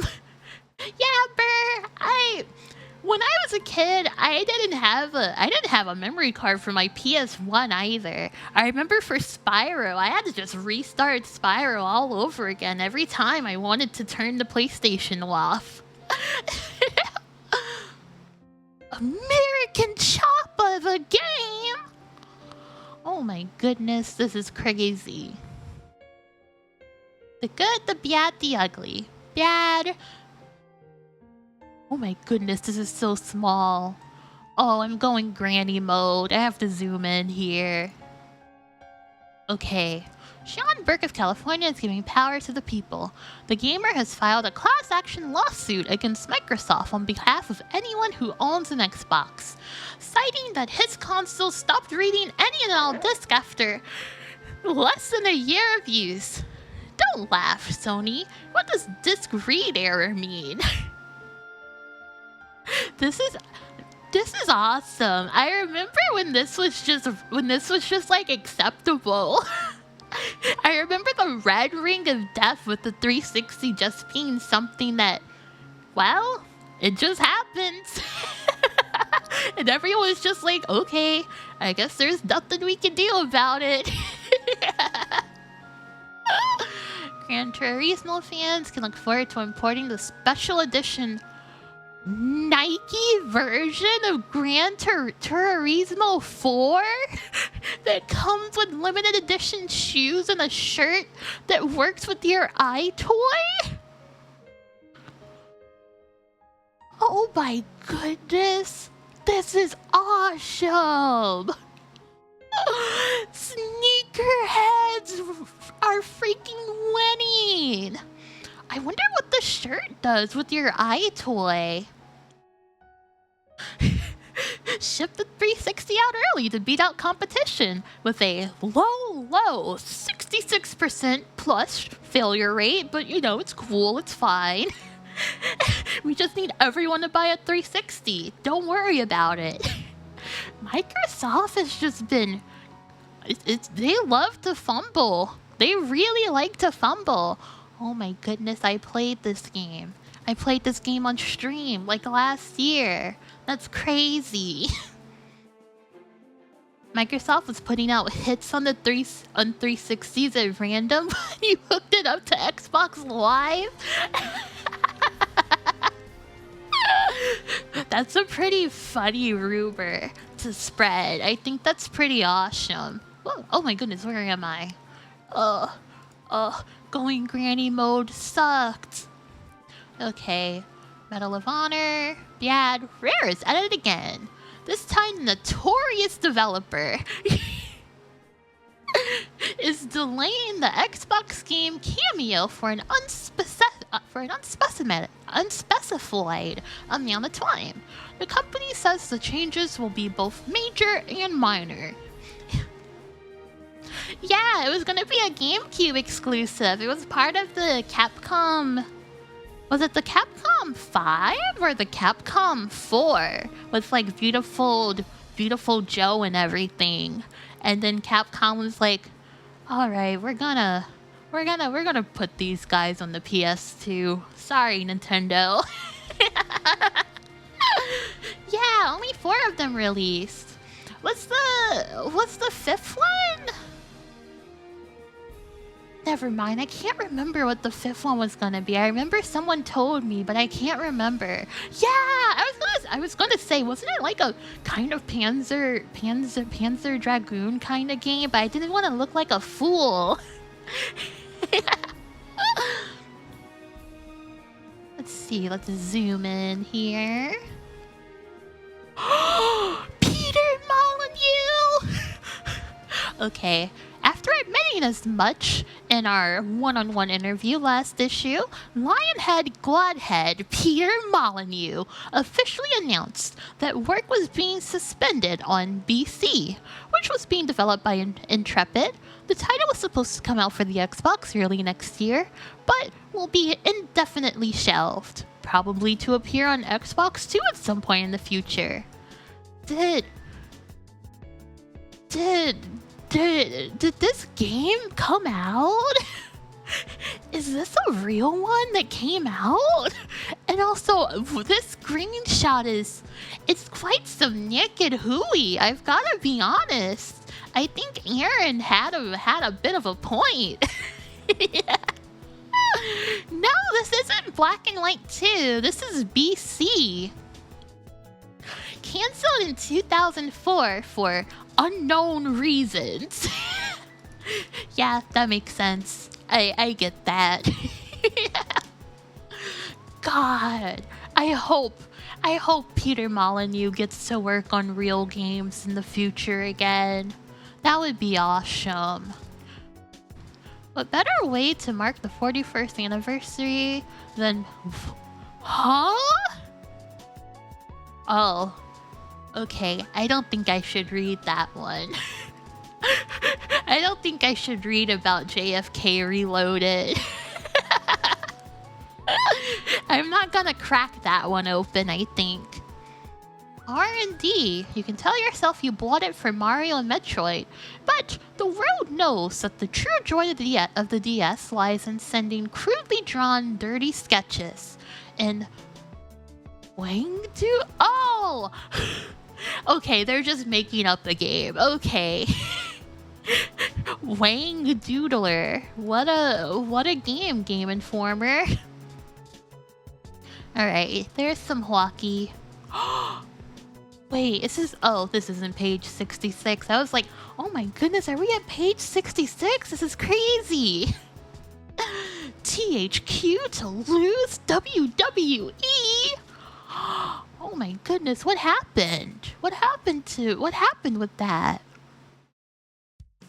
Oh, alleged charges of bribery in the negotiations for the WWE video game license. Suit claims that Jax bribed a former WWE executive who was in cahoots with the company in order to secure the contract. Specifically naming Jack's CFO Joel Bennett, Chairman and CEO Jack Friedman, and the President and co-founder Stephen Berman. Oh, those are a lot of higher-ups. This article sounds like a WWE storyline. That would be an awesome way to try to sell games. Starting a WWE storyline, but in the gaming industry. That would be crazy. That would be awesome. But the dissolution of the video game license contract. The publisher is not being directly targeted for wrongdoing. The company is involved solely because WWE is seeking to terminate all Jack's contracts, which therefore includes the the one THQ secured to make video games. I see.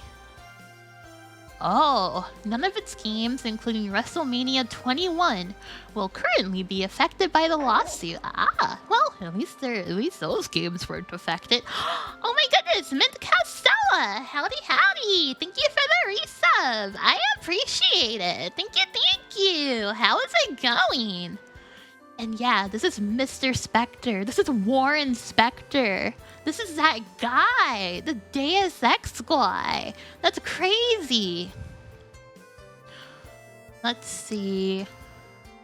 An expert from an official idol statement reads as follows. Warren has chosen to pursue personal interests outside the company, but he will continue to work for Eidos as an IP consultant.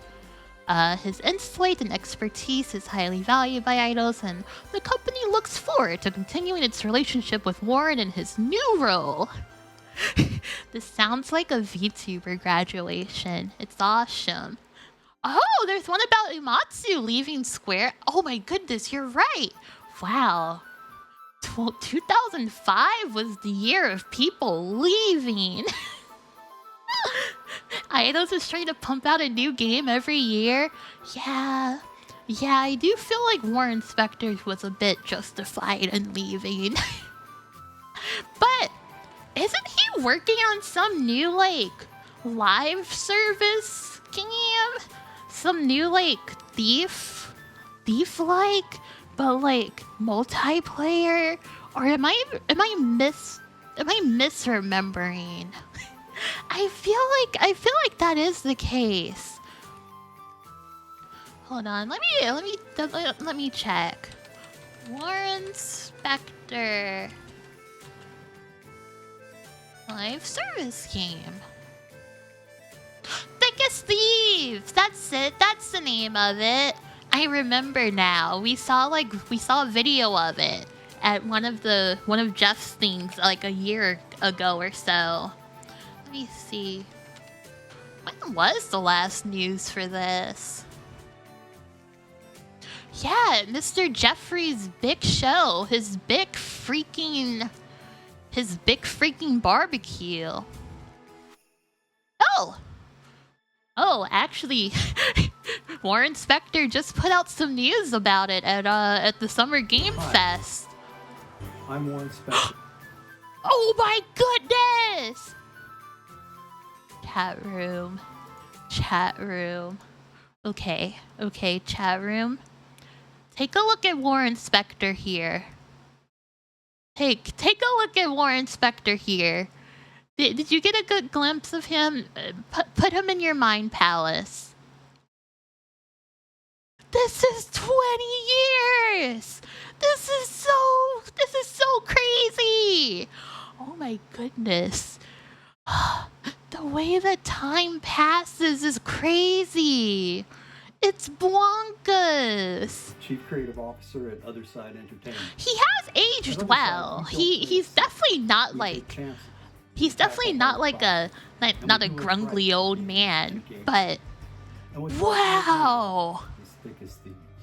It's a multiplayer stealth action game.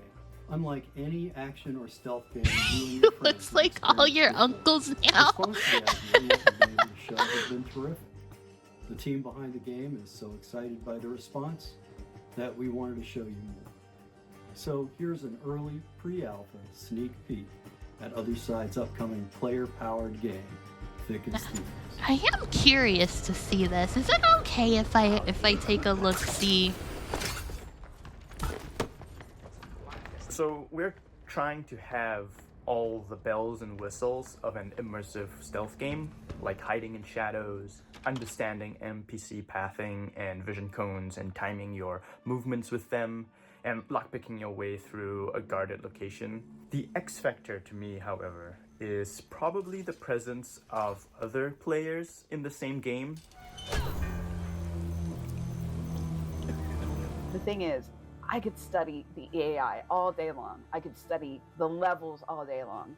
But the other thing is, I don't know what another player is going to do. Are they going to actually pickpocket me? Making, situations that are just so fun. Something that won't happen in another match ever again. I think that's the thing that I'm looking most forward to seeing players do. I really wonder like a real master of stealth how long people will play this, though. Because I'm not just outsmarting NPC AI, which can be satisfying, but it's an actual human being that I'm getting the best of. So one of our core design pillars in Thick as Thieves is to Because play I with your know, ears. wasn't And to me that means a lot. Isn't this kind of what Deathloop was kind of going for? Where you are on the map. But I feel like the Deathloop player base is just kind of dead now. Oh, I'm in this quiet environment, and then I can hear outside. It's very loud. So I'm thinking to myself, wow, okay, if it's raining and there's a thunderstorm, maybe that can mask some of my sounds so I can kind of go in undetected. Yeah, that is true. Deathloop at least had its like single player campaign. Oh, it's more like Dark Souls and it's multiplayer. I see. Every thief for themselves, right? You know, thieves going at it 1v1v1. And one thing that I really like to do is kind of stay back in the shadows and watch everyone go at it. What? People are falling into my You could invade people and watch the dogs? What are you talking about?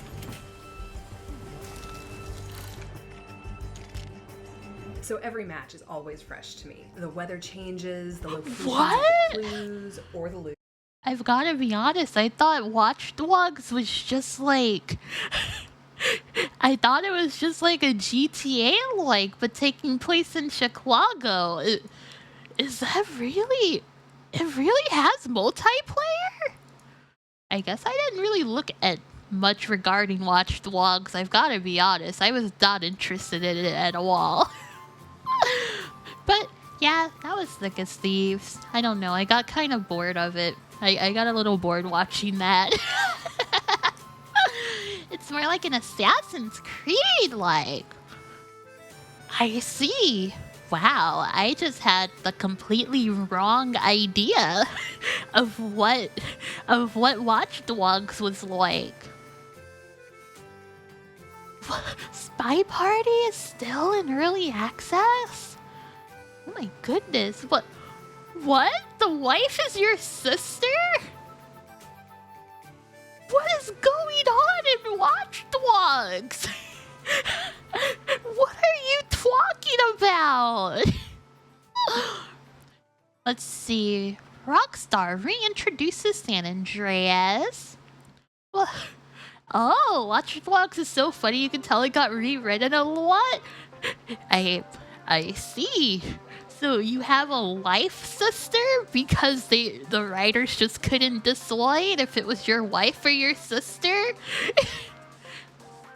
Also, level 5 to PSP? True Fantasy Life Online cancelled? This is twisted. This is twisted. What? Did level 5 have a game that came out on the PSP? I know Dark Cloud 3 does not exist. And also, good night, Katetsu. See ya. The conversations between the player character and his sister are so coded like them being divorced after the death of their daughter. Even though context... Oh my gosh. Oh my goodness gracious. Oh, the Gundam Age games were by them? I see. I remember there being a lot of JRPGs I really liked on the PSP. I kind of wish there was like a Dark Cloud P on the PSP. Age is... Yeah, level 5 Gundam, yeah. Hold on, I want to look.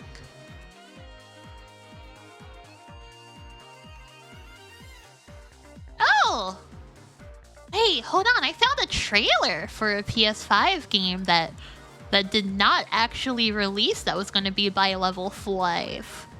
1 second, I want to take a look-see at it. I want to take a little look-see at it. Let's see... This one!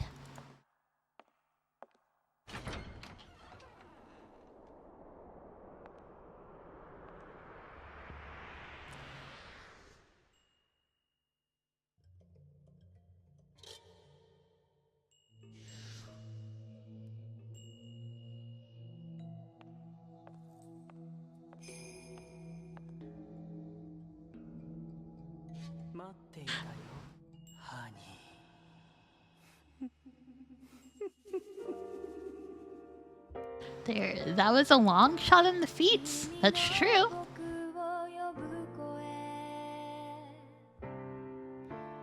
Ah, this does look cool.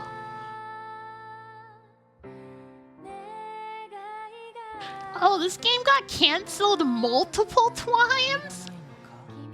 Oh, I see.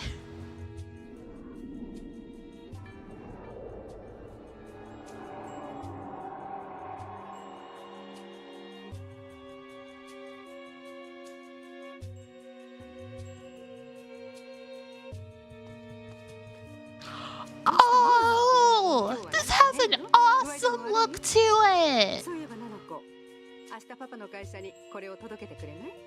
Oh my goodness.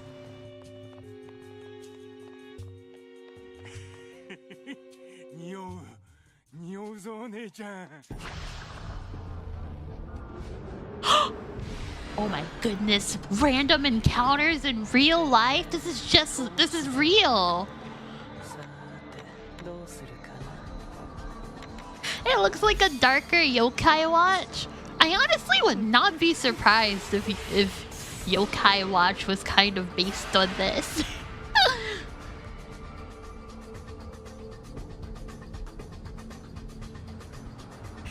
Why did they focus for so long on his feet when he doesn't have feet in his ghost form? They like him.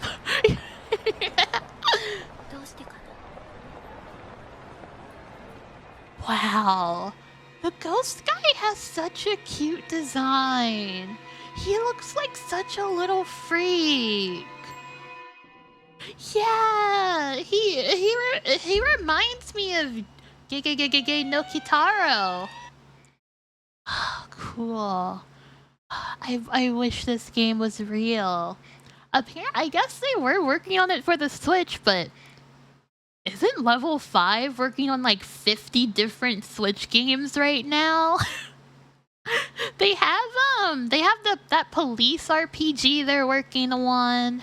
They have what else are they working on? I know their Layton game. They're working on the new Professor Layton.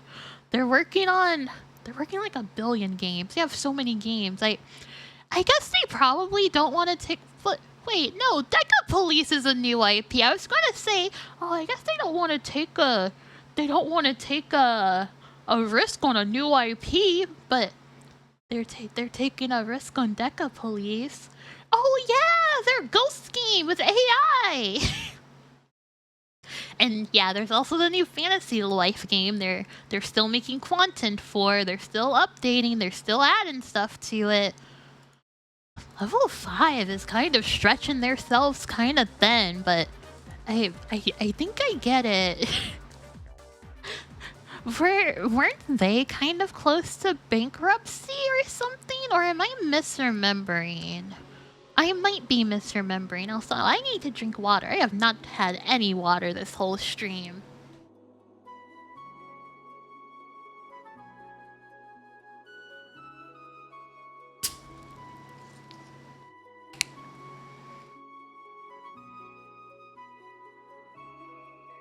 Okay, I've had water. Sparkling water, specifically. Yeah, it's kind of funny that this is what's happening now that Inafune's gone. They're just like, oh, that guy is finally gone. We can release our games. We can get the games out. Flavored sparkling water? It is flavored sparkling water. It is lemonade flavored. It's quite yummy. What? Really? The founder CEO is the guy who directed Overblood? That guy is Lushum. That guy rules. What is this game down here?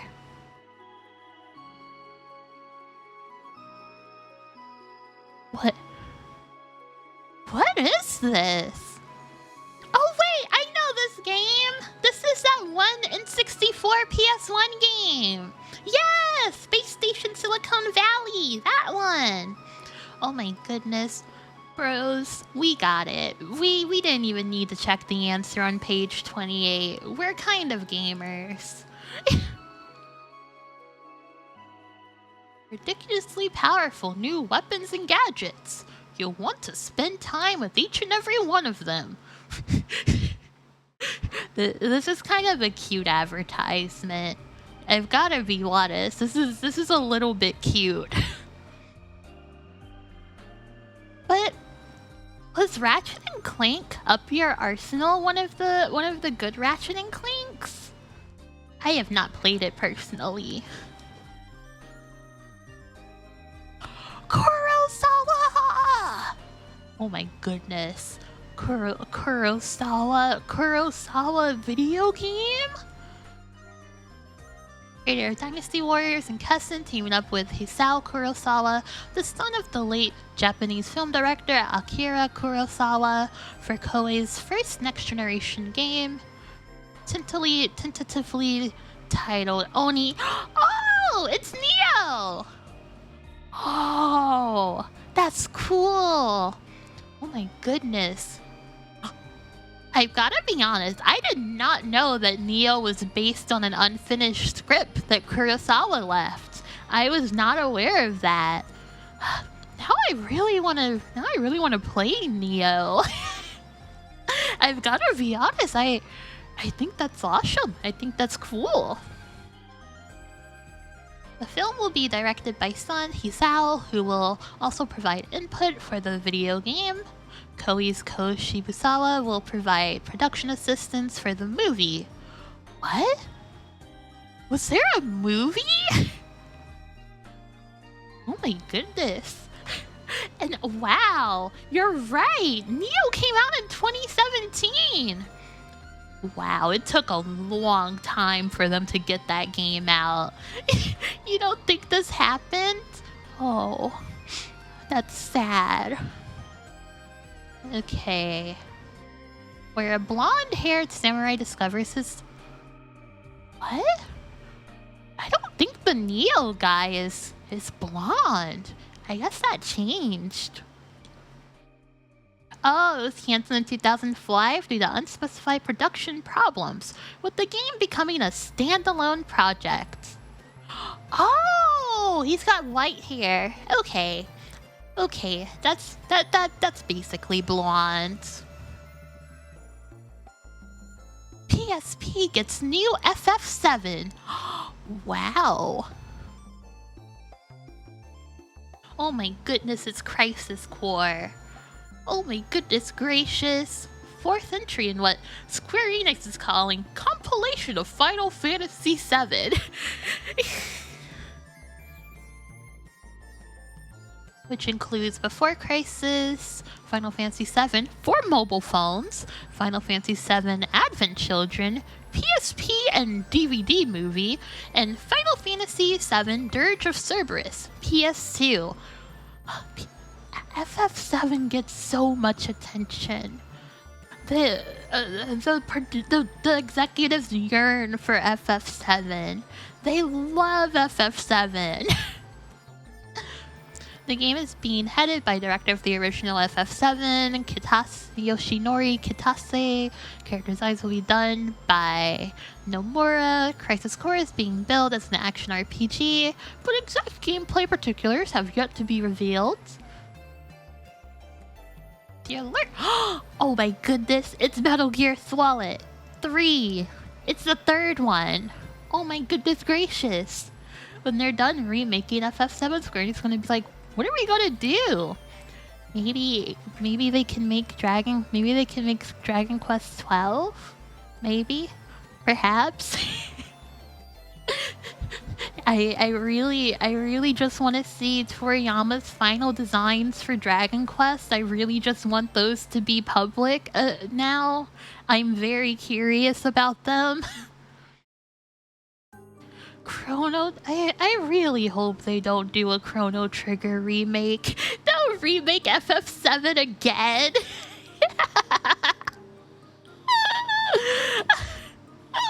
Am I horrified by how weird the characters look in Delta?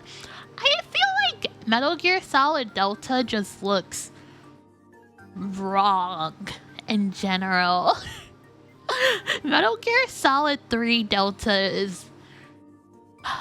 they lost so much of the like so many of the artistic choices just got kind of lost in that video game.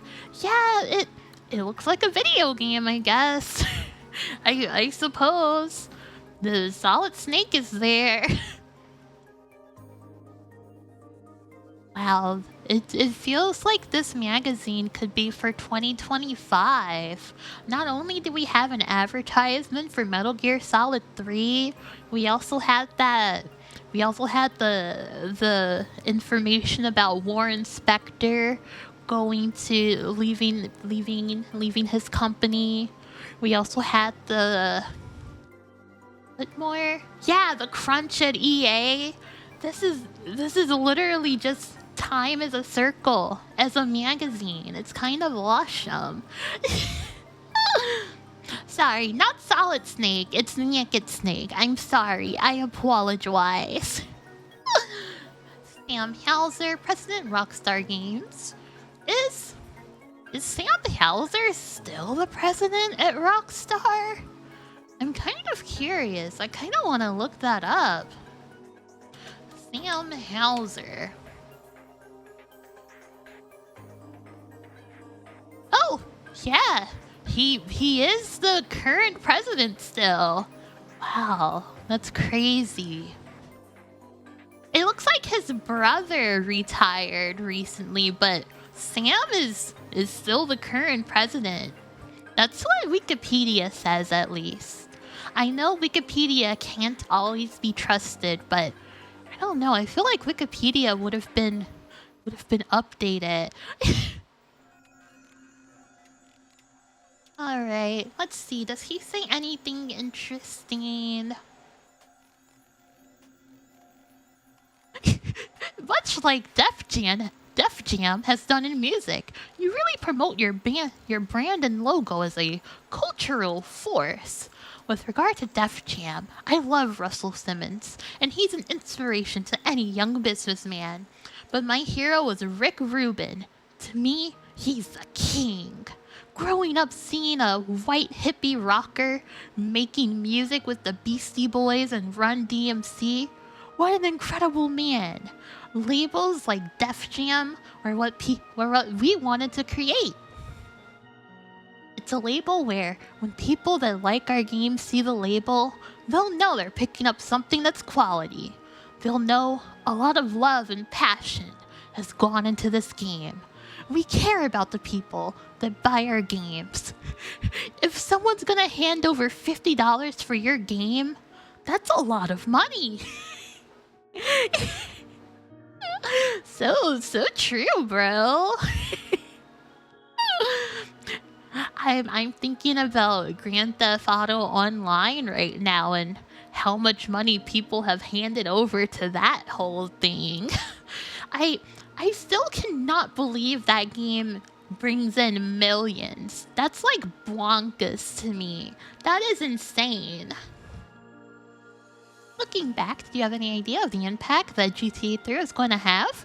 Was this unexpected, or did you really believe that this was going to be an important game?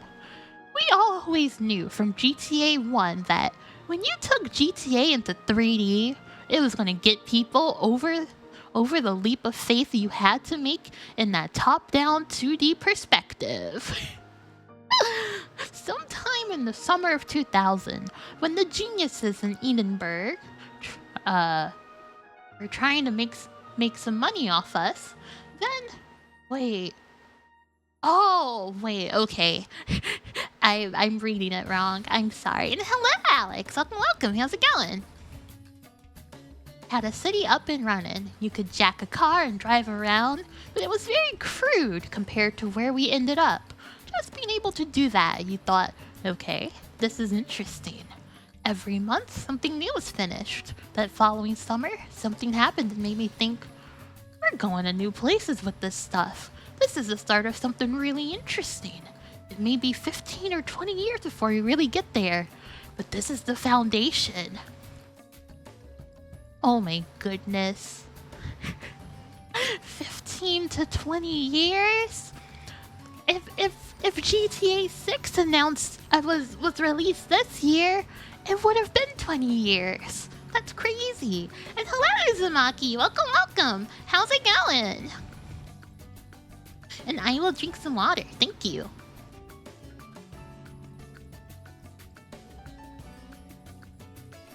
GTA has always been controversial.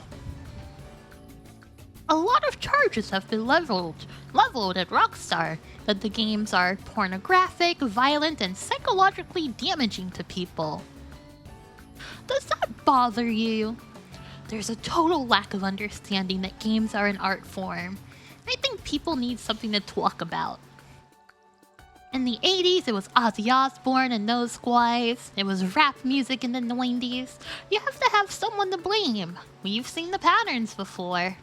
The other issue we have is that we're pretty sure the people that come at us really aggressively have never played the games.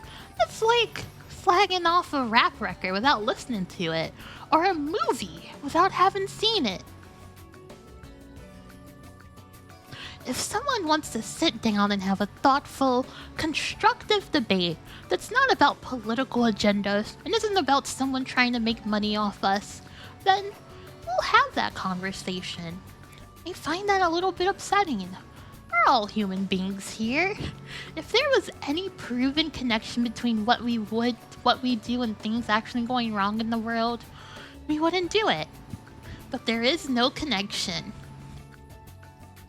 This guy is crazy with building the brand. This guy is so crazy with it. I can't lie. This guy knows how to make it sound good.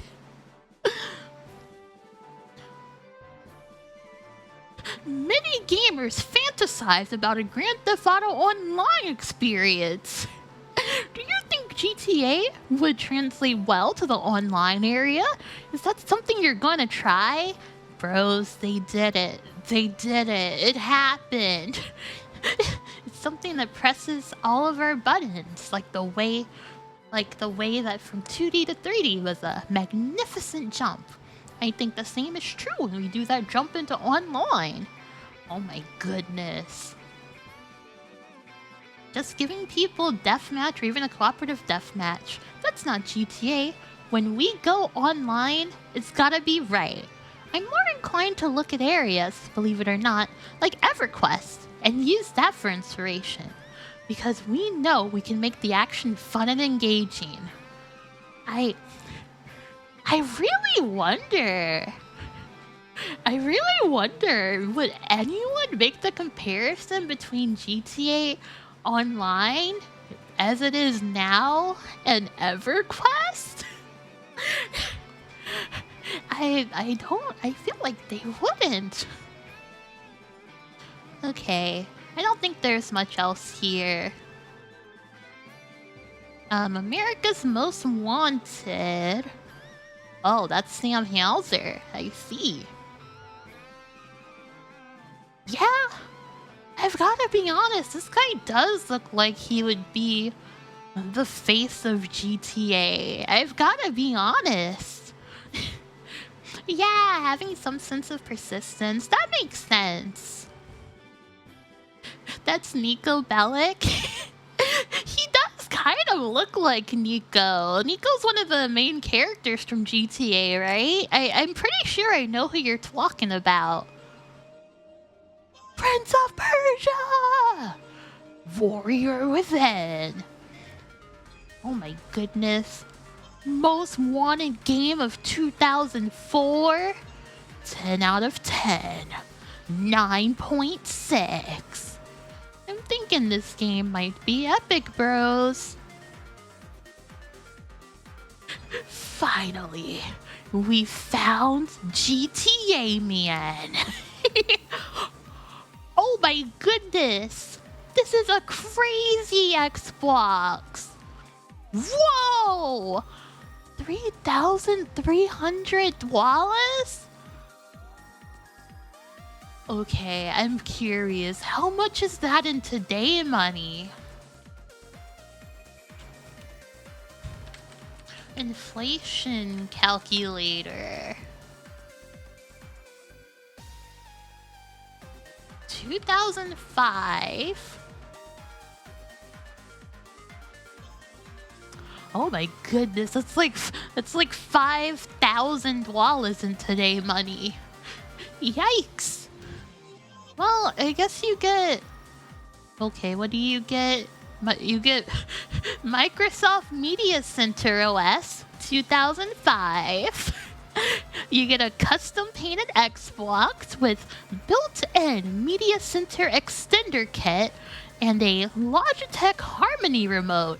Essentially, this will take care of gaming, both console and PC, normal home PC duties, and efficient media management through the operating system.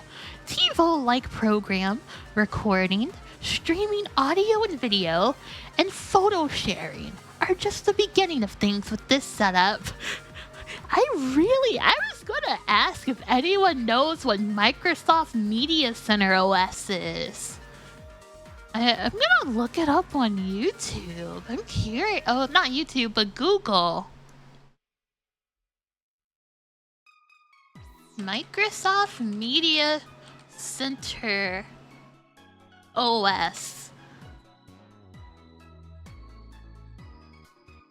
What?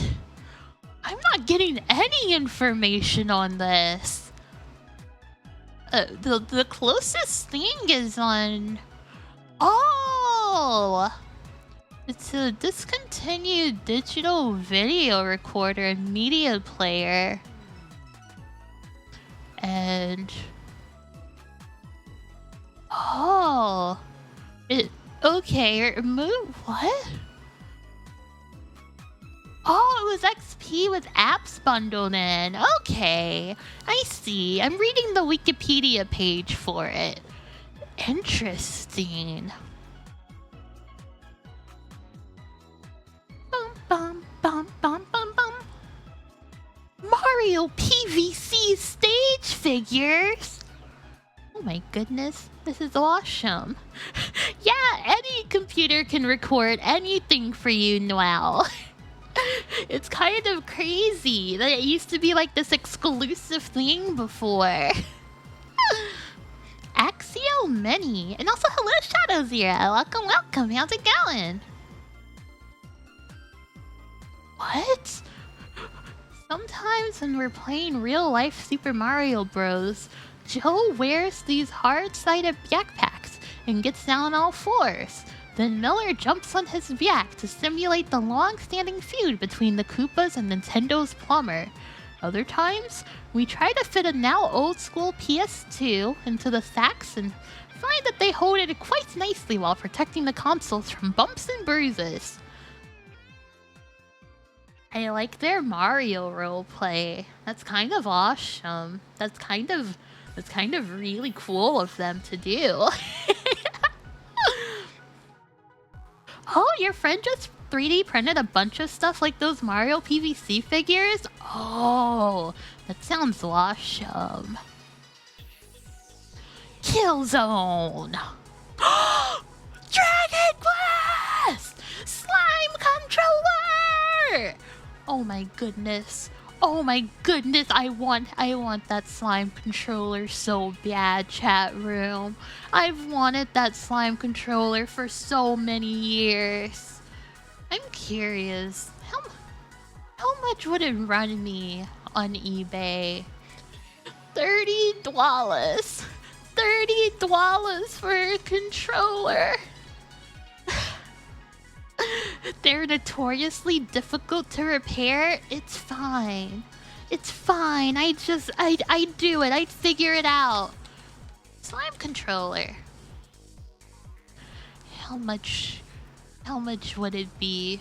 This one's specifically for the... Is this one for the PS1? Or, no, the PS2. PS2.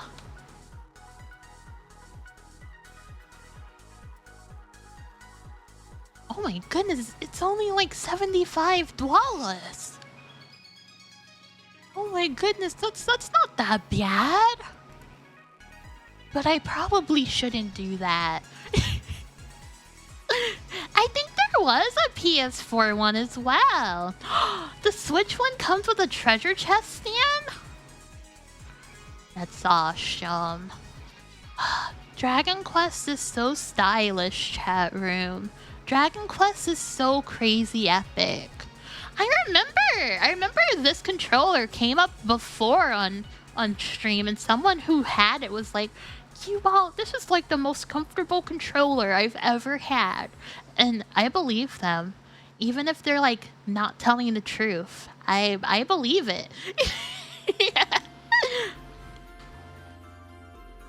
You think I deserve one? I also think I deserve one, but maybe in the future. Oh, he was saying it wasn't comfortable? I see. X Station Micro Edition. Oh my goodness. Wow. What? We want to make games. Our largely incoherent responses boil down to an overused Nike slogan, but now we have something a little more educational to recommend. The X Game Station is designed as a hands-on learning course covering hardware development and programming, Atari 2600 style. The games you'll be making won't rule the hill in the graphics department, but solid gameplay knows no pixel boundaries. Oh, that's so cool! Speed, adrenaline, intensity, virtual paintball. Crazy.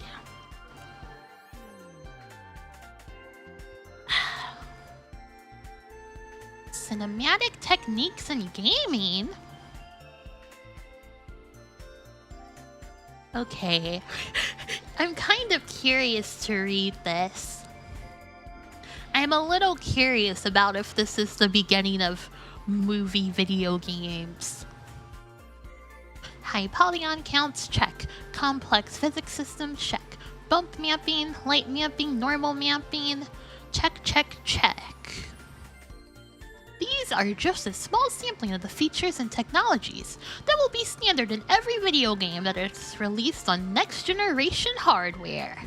It's cool that we have reached the point where the once vast limitations of hardware technology have been Wait! This is Fortnite, man! Oh my goodness, this is Fortnite Man. Oh my, okay, I have to read what Fortnite Man thinks about cinematic techniques in video games. I have to know.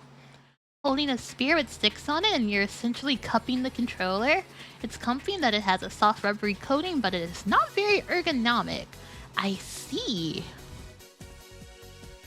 Okay, I'm reading more now. Let me see. Cool that we have reached have been minimized to the point where they no longer plague the creative process of realizing the vision of a game. Now that the developers have the tools needed, they can begin to focus more on the storytelling and narrative techniques necessary to create compelling emotional experiences, similar to what is done in film. I feel there are three primary areas.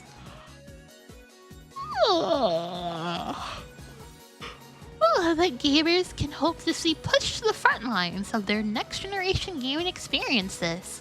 Stronger emotional characters, an expansion of one-off gameplay, and a heavier focus on editing. An expansion of one-off gameplay. What does that? Hold on.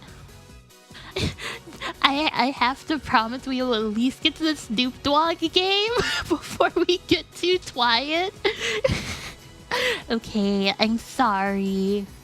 Oh, set pieces. Okay. I guess that makes sense. Yeah, like the turret sections and stuff. Games that make us cry. We need to learn what Peter Jackson has learned. People are drawn to stories that have an emotional core centered on characters and their relationships. Look at what he did with the Lord of the Rings films. Jackson had all the elements and bullet points needed to have a big Hollywood action blockbuster popcorn movie. Oh, but the films he made were just packed full of non-action movie elements. They were full of emotion and long character close-ups. Sometimes with tears, blood, and sweat steaming down their faces. Or with a slow, knowing smile of love and friendship. Set pieces is a common game design term for like when Lara Croft has to run away from a big rock that falls and there's a quick time event. Yeah, that makes sense. I get what you mean. The core themes were centered on strong characters and the emotional relationships they share together. This is what has made great stories from the beginning of time. I love that this guy, when he had to think of something that had good characters in it, he immediately thought of the Lord of the Rings movies. Not to say that those don't have good characters, but it just kind of feels like that's the only thing that he could think of that has good characters. I feel like there's a lot of games by 2005 that have good characters. But let's see. Not the huge action set piece, not the incredible setting or environment, but the emotional journey of the hero. What Jackson did was so unconventional? Was that unconventional? Boss baby vibes.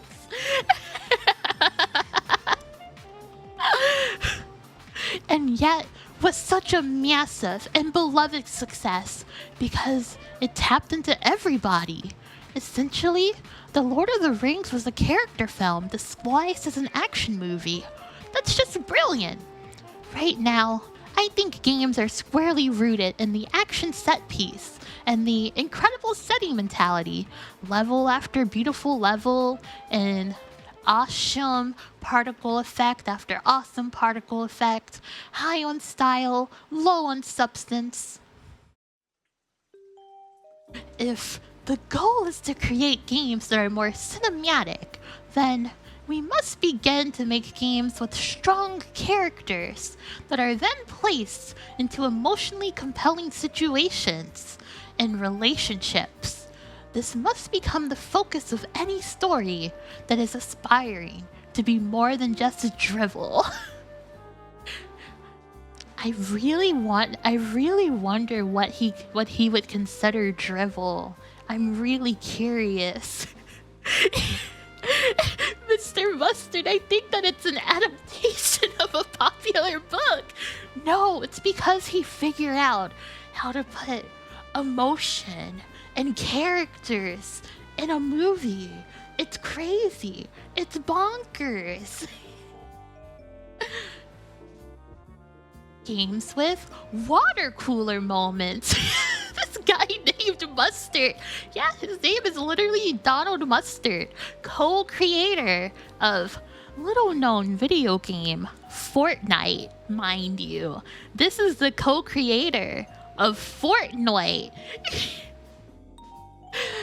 Okay, I think it's great that we are seeing a lot of cross-genre blending in games. We see games where elements of shooters, RPGs, platformers, and racing games are combined to great effect. This is a good place to be. Games that provide a solid but varied palette of gameplay as their base. But they could be so much more. I'm definitely not the guy who wants to rely solely on cutscenes to tell a story. With interactive media, there are so many unique devices that can be used to further the emotional immersion and impact of narrative. He is right here. He is correct here. I do agree with him.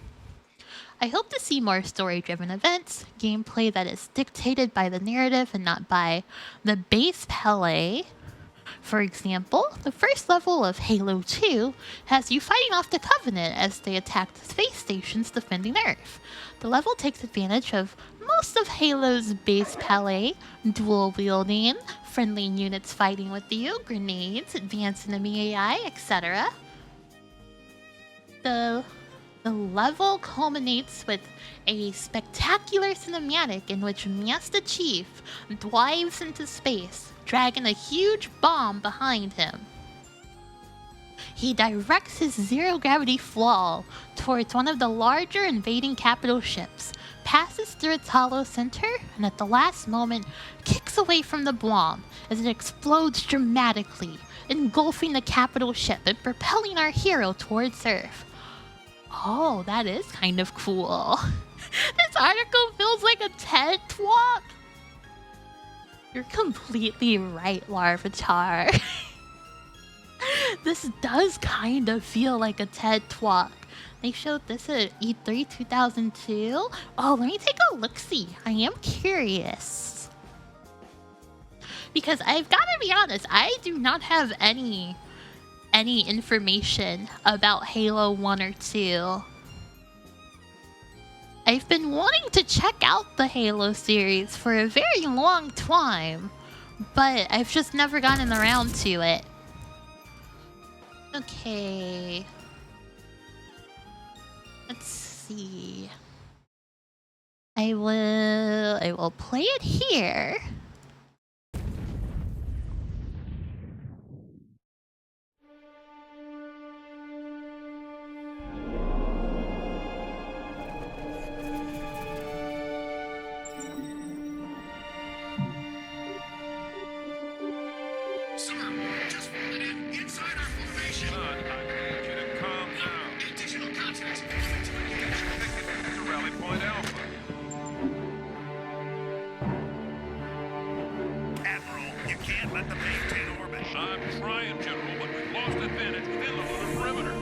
Wait, Halo was originally gonna be on the Mac? That's crazy.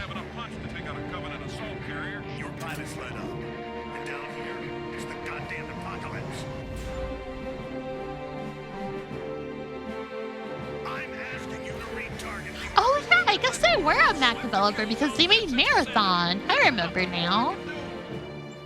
I just didn't think Halo was gonna be a Mac game because it's just...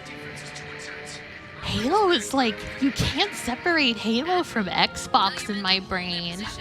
Reinforcements are on the spoke. The entire fleet is engaged, Cortana. With respect, what the hell sort of reinforcement have you got?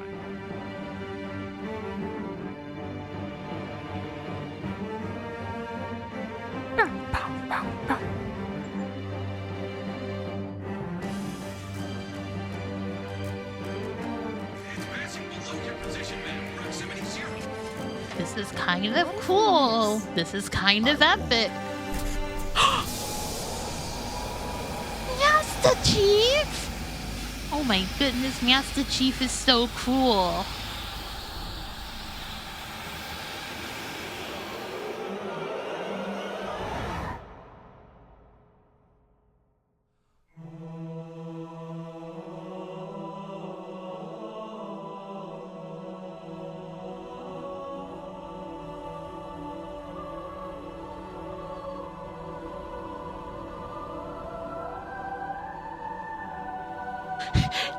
I should play Halo. Sometime in the future, I'll play Halo.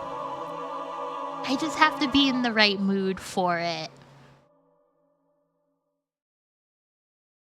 Okay, that was kind of cool. That was a kind of cool introduction to Halo 2. I've got to be more like midway.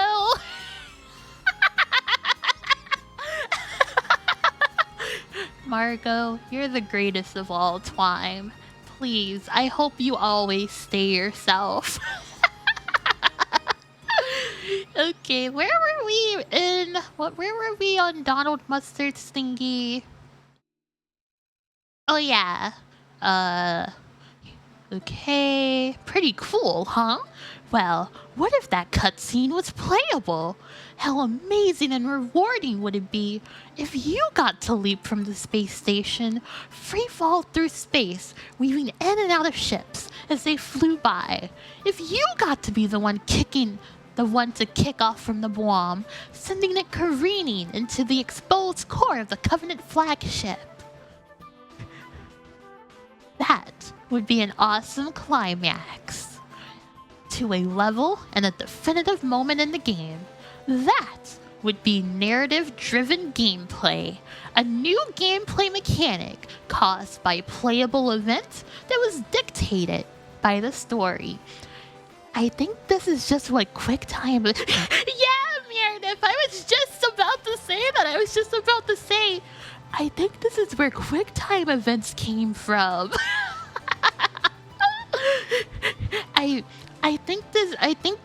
Bros, if Donald Mustard played Azura's Wrath, he'd lose it. He'd go crazy. He'd be like, oh my goodness, I'm playing the cutscenes. This is bonkers. Okay, let's see. Developers need to do all they can to put the gamer in the driver's seat. Let them play through the big moments and the establishing shots. Let them experience firsthand as much as possible. This will be a huge step, taking the moments typically relegated to a highly produced cinematic and making them playable. Games that are concise. There is a reason movies are edited. No filmmaker is ever going to shoot a movie to the exact frame they need for a shot. You must shoot much more than you will ever use. You have to capture enough footage so that you can then shape the story and find the scenes so that the pacing, timing, and flow can be manipulated into something cohesive and whole. This process happens in games too. A lot of time and money is spent developing assets, writing and recording dialogue, building levels and engineering content. The danger in this is that, as designers, we don't want to waste time developing something that's not going to ship in the final product. If you're going to spend the time and money to record the dialogue and animate the cutscene, then you're going to keep it. We must fight this urge to bloat the games with levels just for levels' sake. He's kinda right. Dialogue for dialogue's sake, and features for features' sake. We must be willing to cut our favorite level, scene, or feature if it helps the game as a whole. I am convinced that the games that will become the definitive titles of the next generation will come from developers who can master the art of editing. These are some of the key concepts we focused on when designing the Advent trilogy, as we believe they are essential to crafting a compelling narrative gameplay experience. We are so lucky to be alive right now. In the coming months and years, we will get to experience stories and narrative entertainment in a way that nobody in history has ever experienced before. I believe that video games are the epitome of storytelling.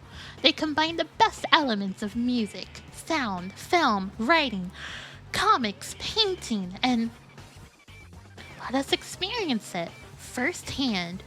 Some people think that video games are nipping at the heels of Hollywood. I think they are poised to revolutionize entertainment as we know it. I agree with him in some points. I've got to be honest. I do. I think Mr. Mustard does have a few good ideas. Recent Mustard tweet. This is all just Blanca's slow clap awesome to me. Battle bus chased by Star Destroyers with the Death Star looming. Huh? Is that really a tweet from Mr. Mustard? Hold on, I'm curious. Donald's Mustard. Twitter.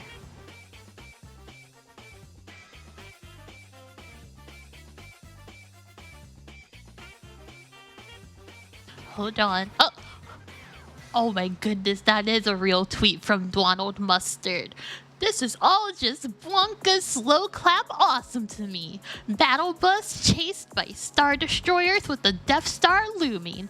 Amazing work, Fortnite team. This is the link. Here it is if you're curious at all. This is the tweet. Yeah, no, he definitely could not have known how oversaturated games trying to emulate movies would become.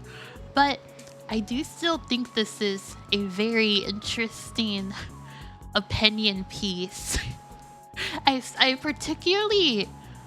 just really like this bit where he's like, the Lord of the Rings was so crazy for focusing on characters. That's bonkers. That guy was so unconventional.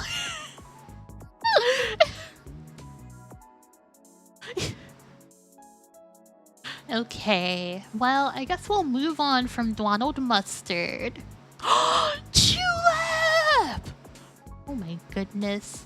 Tulip is coming out on January 3rd, chat room. And also Gur is here for some reason. Hold on, I want to read everything here. I want to see what's coming out this January. Oh my goodness, Digital Devil Slugga and Tulip released on the same day? Oh my goodness, that's awesome. Wow. Okay, what else?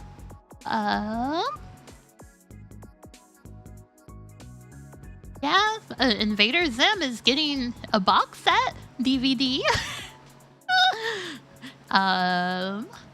Minish Cap, RE4. Oh my goodness. Virtual Quest. Oh my goodness. Wow, January 11th is kinda stacked. I've gotta be honest. Playboy the Mansion is releasing for PC on January 17th? Bros, mark your freaking calendars, okay? January 3rd is gonna be Margot Day to you from now on. The Matrix Online. Let's see. Yeah, Yakov Smemnov turned 54. That's everyone's favorite comedian, bros. I haven't heard of this guy before. I gotta be honest. Alien vs Predator, Close Combat. I've definitely heard one of his jokes. I would love Branson, Missouri. What is Branson, Missouri? I am curious. He does bits about how things are very different in Russia. Oh! Okay, I know this reference now. Yeah, I know this now. I know this meme. I've heard this meme before. I did not know that originated from this guy. I've got to be honest. What? Oh, this is the touching is not good Nintendo DS ad. For a second, I thought this was like a PSA. Or so we're told. Please do not touch yourself, your nose, wet paint, that's it. Grandma's best china. You name it, you can't touch it. We think that's wrong. Why shouldn't you touch what you want? What if you could touch the games you play? What if you could make something jump or shoot or run? Just by touching it. Let's face it, touching the game means controlling the game. And when we say control, we mean precise control. One right touch, and you're master of the universe. One wrong touch, and you're toast. Forget everything you've been told and repeat after us. Touching is good. Touching is good. This is such an awesome DS ad. This is raw. John Singleton's fear and respect. Let's go! Snoop Dogg game! Chat room, we're here. We made it. Let's get to reading. There is a gun in your hand. It's pointed at his temple. Snoop Dogg Persona 3? He's kneeling on the floor, pleading for mercy. You look at the ugly gray carpet on the floor below you. It's the cheap kind, hard and uncomfortable. The kind they put in hospital waiting rooms and apartment buildings like this one. If you pull the trigger, you will put his brains on that carpet. Oh, you're not pointing at yourself, you're pointing at someone else. Okay, I see. It occurs to you that you don't even know what brains look like. Do they look like they do in horror movies? One flinch of your right index finger, and you will find out. His mother is screaming, "Don't kill my baby! Don't kill my baby!" You tell her to shut up. She sits down on the couch and starts quietly sobbing. The TV is on. 106 in Park is on. 50 Cent took 9 bullets and lived. If you pull the trigger, this guy won't survive one. It's hot. You're starting to sweat. A single drop slides down your forehead, stinging your eyes. He's getting angry. Shoot me if you're gonna shoot me. You tell him to shut up. Shut up. Let me think. Turn off that good dang television. Let me think. Just seems like it stopped. Just crying in the heat. You need to make a decision. Cap this guy now, or get the heck out of here. It wasn't supposed to go down like this. Just run him down and snatch his chain. Easy. But he was faster than you thought. And here you are, sitting in this hot apartment, staring down at his head and the carpet. Kill him, and it's 3 strikes. Nothing but an overworked public defender between you and your life in San Quentin. Let him go, and he'll be back. He'll be back with a gun and his crew. Every time you see a car with tents rolling slowly down the block, you're gonna wonder, are they coming for me? There's no going back from this moment. You just changed your life for good. Now, it's time to make a choice. You close your eyes, and... oh my goodness, what does Snoop Dogg do? What would Snoop Dogg do? Midway and Boys in the Hood director John Singleton bring the harsh realities of life in South Central LA to PlayStation 2 and Xbox. Chat, this game would have gone crazy. This game would have been so good. Video games are largely a violent form of art. Students protest and scold the industry, but year by year, the games we play keep getting bloodier. Even the cuddly platform Stars Pack heat now.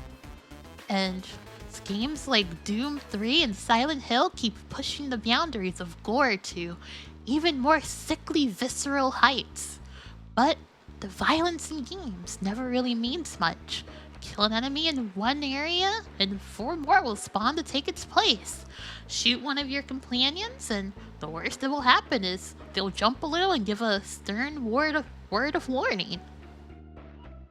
However, in the real world, violence has consequences that are both swift and severe. Every day, in some part of the US, a situation like the one we just described takes place. Even in the post-Grand Theft Auto 3 world of games, where publishers are jumping over each other in an attempt to prove they have the edgy content the gamers are demanding in increasing numbers. Most of the games that attempt to shock us with violence have very little to do with the real world. Midway's Fear and Respect, slated to be released in fall of 2005, is attempting to deal with some now familiar themes in a new way by trying to paint a realistic picture of urban violence in South Central Los Angeles and the gang-related lifestyle that breeds it. The game hopes to illustrate not only the violence that too often occurs in LA, but the reasons for and the effects of that violence. To do that, they've entered into a partnership with one of the most respected filmmakers in the world, John Singleton. Based solely on appearances, some will tag Fear and Respect as just another GTA knockoff. However, it's worth noting that Singleton was the first to bring Hollywood a true and nuanced view of the world of South Central Los Angeles. Over a decade before Carl Johnson stepped onto the streets of Los Santos, Singleton's unforgettable Boys in the Hood told a tale of inner-city tragedy and redemption, introducing us to such incredible characters as Doughboy, Ice Cube, Furious Styles, Lawrence Fishburne, and Trey Cuba Gooding Jr. Keep in mind that this was back in '91, when the then bludgeoning gangsta rap genre was still largely absent from the radio and MTV airplay. I really wish this game was real. I'm really curious how Mr. Singleton would direct a video game. I'm so curious. It's kind of weird they cite those games when Manhunt came out in 2003. Wait, this isn't a post-Manhunt world, and they're like, oh, Doom 3 and Silent Hill are so gory, bros. Wow, I see. Before the Rodney King riots turned the world's eye to the tumult on the streets of LA. Simply put, if Singleton hadn't given a voice to the stories of a culture that had been overlooked by society, you wouldn't be playing San Andreas today. As we sat down with Singleton for an interview, an exclusive restaurant in San Diego near Midway's offices, two things became immediately clear. First off, it's obvious that his years in Hollywood have not changed his unaffected, down-to-earth demeanor. Wearing cargo pants, Timberland boots! Bros, he's got those Timbs, let's go! And a tie-dyed t-shirt bearing the likeness of reggae legend Peter Tosh, Singleton is laid back and eager to talk. The second thing that we realize is the fact that he is a gamer. As hardcore as they come. Right off the bat, he begins asking us questions about games. What have we been playing lately? What do we play on Xbox Live? At the moment, Singleton has joined two of his recent purchases, X-Men, Legends, and Star Wars Battlefront. Oh, awesome. When we casually mention that Halo 2 is coming out the next morning, Singleton starts excitedly talking with the Midway PR people at our meeting. Soon, there are plans being made to hit a game store before their morning meeting the next day so Singleton can pick up Bungie's latest masterpiece. That's so cool! Singleton's a real gamer! When we ask him about his history of gaming, it's clear that his roots run deep. I've been a gamer all my life, you know? I grew up playing all the early games of the 80s, reminiscence. We're talking about periods of my life. Back in the day, it was Super Mario, you know what I mean? Before that, it was the old Atari 2600 games. He played Atari 2600 games? Oh my goodness. I've been going from console to console throughout the history of gaming because I think I'm from the first generation that actually grew up with home gaming.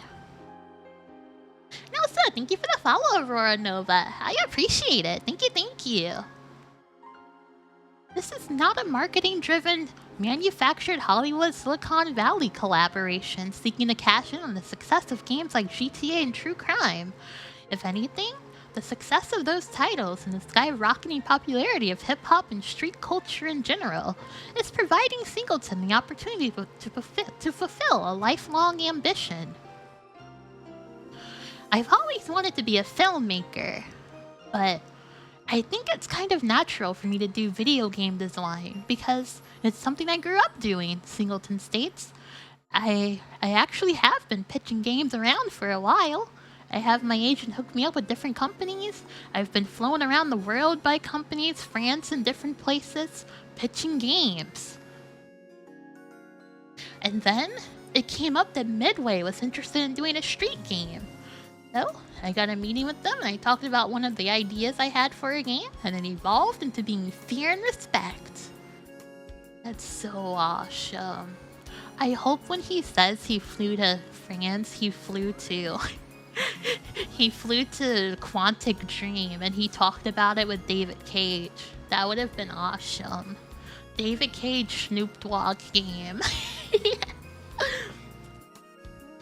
Although the game industry has traditionally been slow to adapt to the changing times and has often been... Oh no, it's gone! Oh well, whatever. It'll be on the next page.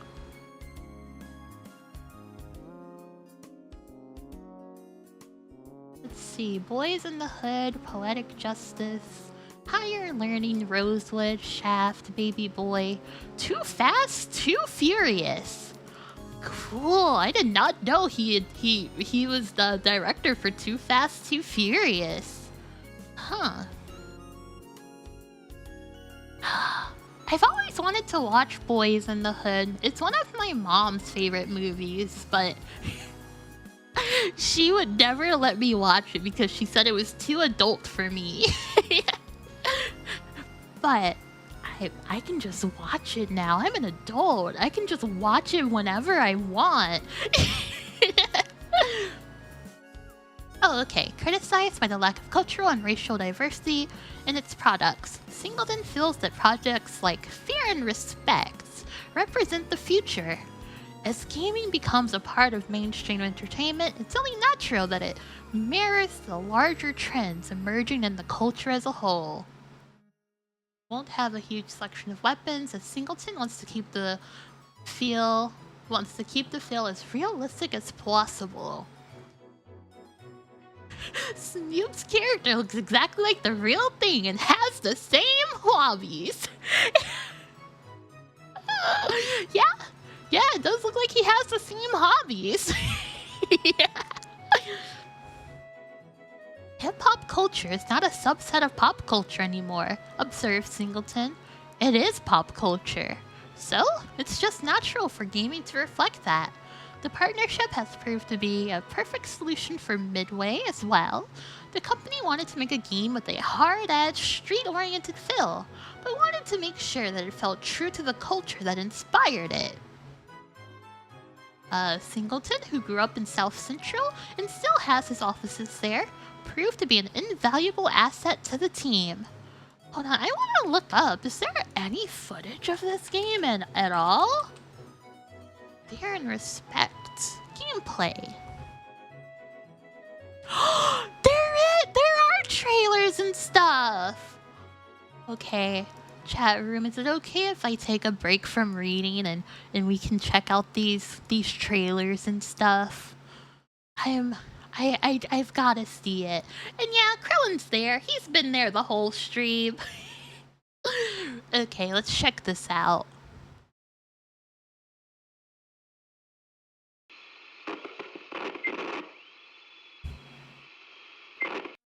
Damn, can't you listen to something new in this mother once in a while? Say, homeboy, straight up. You wanted to hear something else? You should have drove.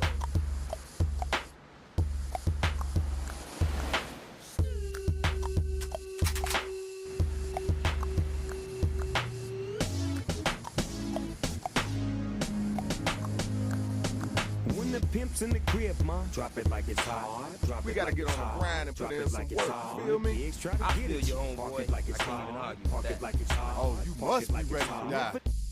Who the hell is that? Hey, did you see this shit? Yeah, hit the gas.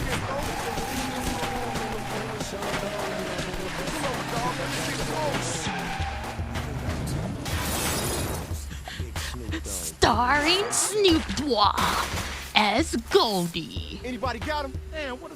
Hey, I see that mother right there. Yo, there he is. Get that... I wonder if the dialogue in the game is going to be censored, or if they just censored it for IGN. Yeah, the censoring is it's quite interesting, and Hey, yeah. I see that mother right there. Yo, there he is. Get that. Hey, I've gotta be honest. It kind of looks like it could be good. Is this the same? Is this the same? No, boy. Oh yeah, that is the same video. Oh, is that all we get? Is that the only one that we get? No! Yeah, I don't think there's anything else, chat room. I don't think there's anything else. So, yeah, the world was not ready for fear and respect, unfortunately. Sucks. It would have been so crazy. It would have been so epic. Oh well. Still, I'm glad we at least got to see a trailer. I was very curious to see it. Yeah, that's true. The game was literally going to come out in fall of 2005. They had to have some build ready. I'm sure in like 20 years someone will drop it. Someone will drop the dev build like it's hot. Got it. Get it? Do you get it?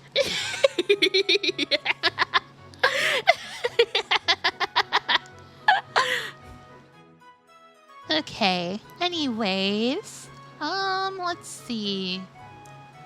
Scott Lane is thrilled to be working with Singleton. If you walk down Crenshaw with John, he's a hero. People are stopping to get their picture taken with him, to say hello, to shake his hand, to thank him. Lane also feels that Singleton's presence will help blunt criticism of the game from all quarters, be it the residents of South Central or media watchdogs. John is making it real, he continues. That's what made him so attractive to us. On top of the great movies he's done, it's going to be credible and real.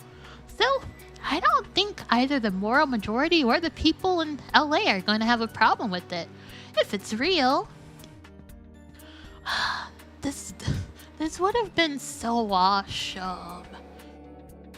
I'm sorry, I'm just like daydreaming about how good this game would have been. It would have been so crazy. It would have been like Kendrick Lamar's To Pimp a Butterfly, but as a video game. That would have been crazy epic. Okay, let's see. Yeah, I do kind of wonder if Midway was capable of pulling it off, but I don't know. I think Midway could maybe do it. Hold on, let me see. What else has Midway done? Midway Games.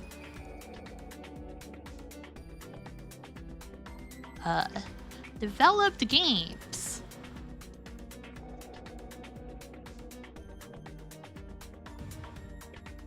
Okay, they made oh man. Oh goodness gracious. I don't know if they could have done it. they made that Ed and Eddie game. I've heard that's decent. Yeah, they did Mortal Kombat. They made The Suffering. I'm sure that's a good game. They made Dr. Muto. I've heard people talk about that one.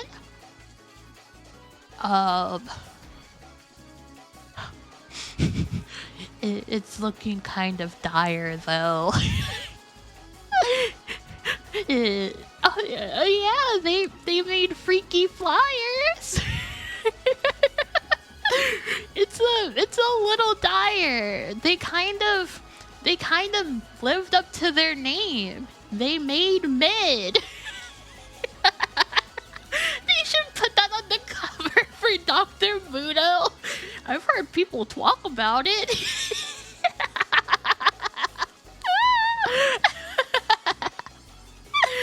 Hold on, I need to remind myself, what does Dr. Muto look like? Hold on.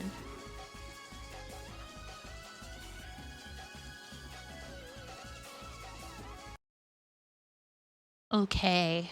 Let's keep in mind, these are the devs who were going to make Snoop Dogg Fear and Respect, directed by John Singleton.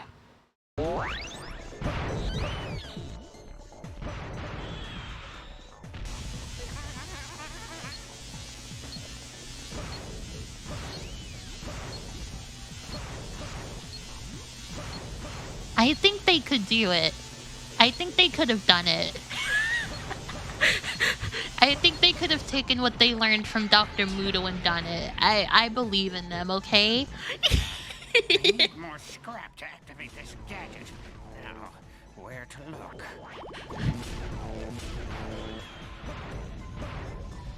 His enemies are quaps? Oh my... This is awesome. They really could have made that Snoop Dogg game.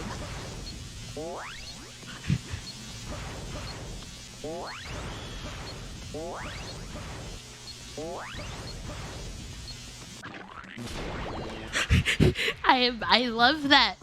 I love that slime sound effect. I love that one so much.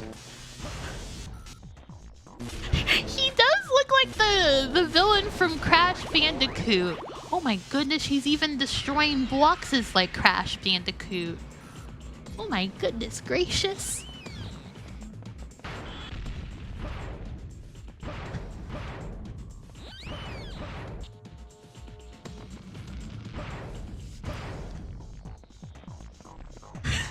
This game was praised for being a gritty, honest depiction of life as a mad scientist. Yeah, I heard they got a real mad scientist from Mad Scientistville to work on this game. It's kind of crazy. Since they came from Bali, you feel like it's not so much in this era? Yeah, I do know that I do know that their arcade games are pretty big. Hold on. I want to look at more of their games that came out around this time. And also, thank you for the follow, Captain Dark 22. I appreciate it. Thank you, thank you. Let's see. They made so many sports games.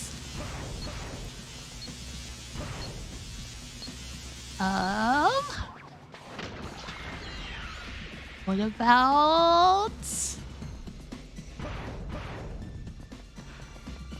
No, not that one. They only published that one. Oh my goodness. Oh, okay. Here's one they developed. Area 51. It's for the PS2, right? Yeah, for the PS2. Okay. I'm gonna take a look-see at this one.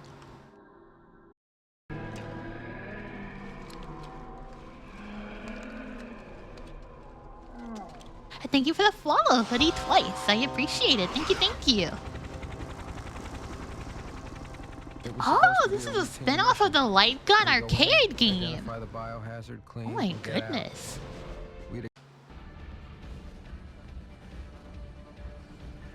Oh, I guess they took the Light Gun game and made it a third-person shooter. Or, not third-person, first-person.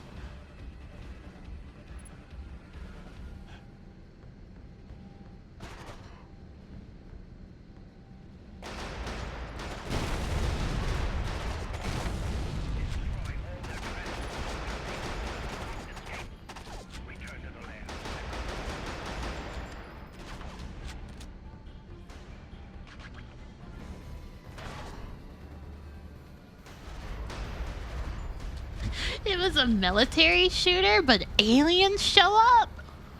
Oh my goodness, that's crazy.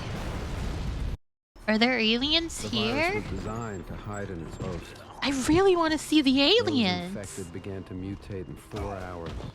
But what they lost in humanity, they gained in strength. The command staff thought they'd responded fast enough. They're wearing Master Chief outfits. But the virus was contained. The government had no choice but to respond with extreme measures. When we finally arrived, it was almost with a sense of relief to start the mission. Where are the aliens?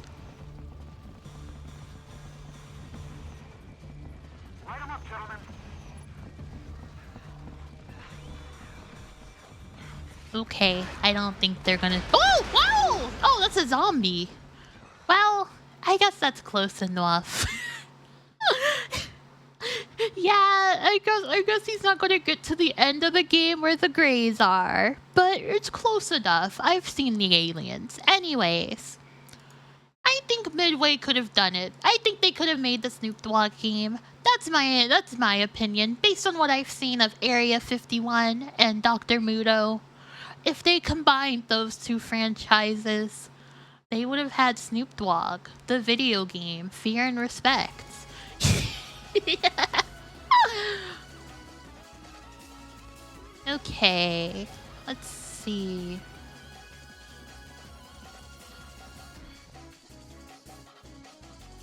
I don't think it will happen in cinema, but to be able to have a story that takes multiple paths. Oh my goodness, it would take multiple paths? There would be multiple paths? Oh my goodness, you can stealth? That's crazy. Using cars as cover. Much like the console Max Payne titles. 15 minutes of rendered cutscenes. The other 30 will be done with the game engine. Oh, there's only 45 minutes of cutscenes, like, in total in this game? My goodness, I bet this game is just, like, done. I bet someone just has this on their freaking hard drive, and it's just basically complete. This is so twisted. They did the mustard method. Don't call it the mustard method. They will act differently depending on Al and Goldie's fear and respect level. Oh my goodness, that's the name. Oh, cool! Oh, these storyboard arts look awesome. Storyboard concept arts. Cool. Bow, bow, bow, bow. Oh, they're running. This guy has too much fear and respect. His fear and respect meter is off the freaking charts, bros.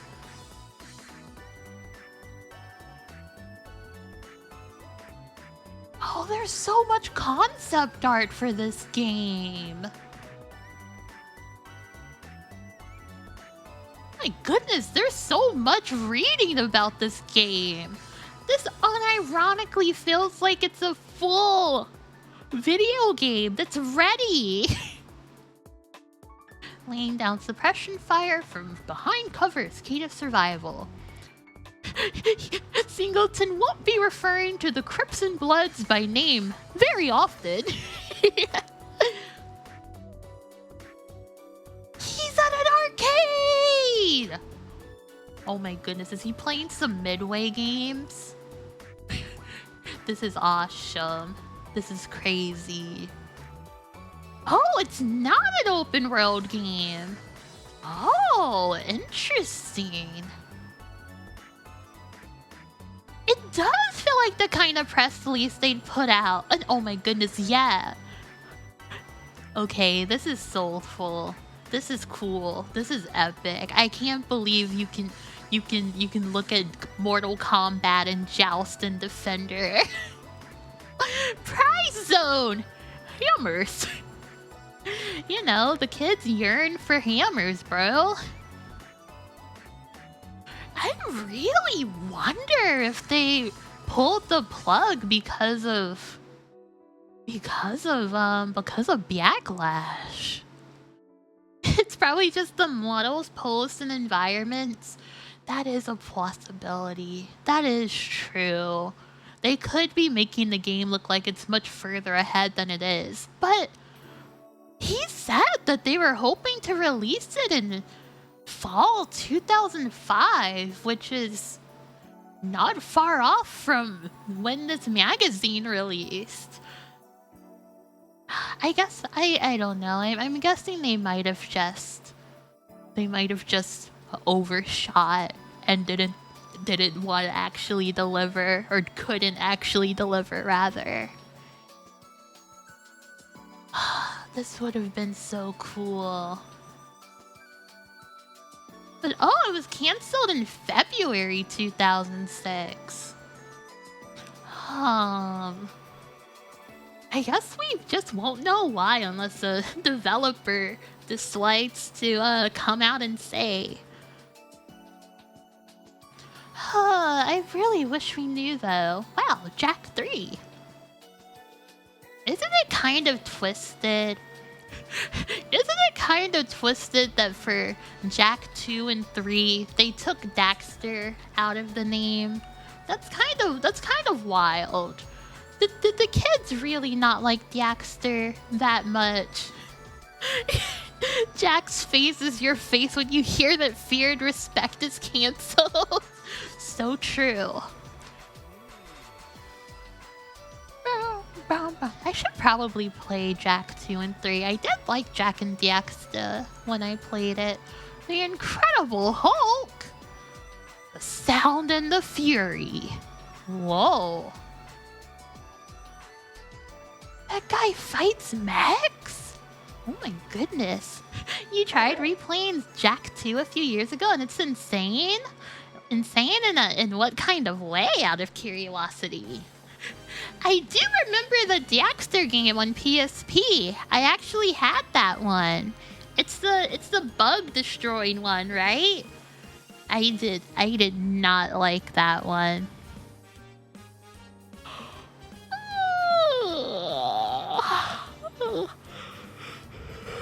1 second, chat room.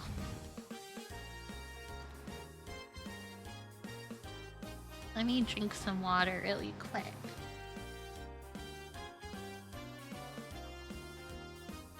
It's a surprisingly demanding game. I see. Oh my goodness. Hulk is freaking going. The Abomination?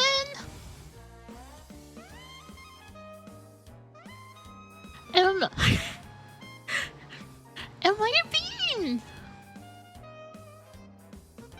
I crazy for thinking that the Abomination just looks like the child of the Hulk and the Thing? Like, he just looks like he would be their kid.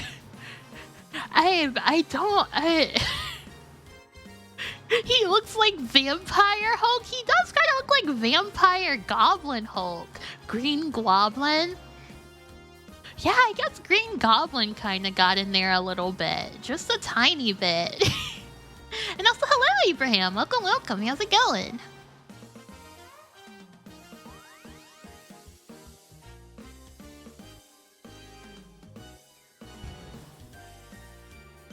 Fully rendered cinematic sequences. That's crazy. Oh my goodness, this is another full feature. Oh, Resident Evil 4! Leon Kennedy, you're so epic. Oh, we did not watch Snoop Dogg unveils Fear and Respect. Can you link that, Crook? I am curious to see that. I like that they're also advertising Resident Evil Apocalypse, the movie. Very epic, very awesome. Oh, Leon, you look so epic. Leon looks so freaking epic. I love his jacket so much. Okay. Let me see this video.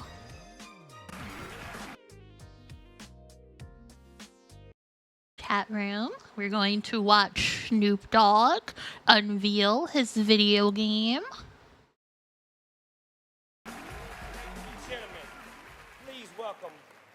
one of the most important filmmakers of our time.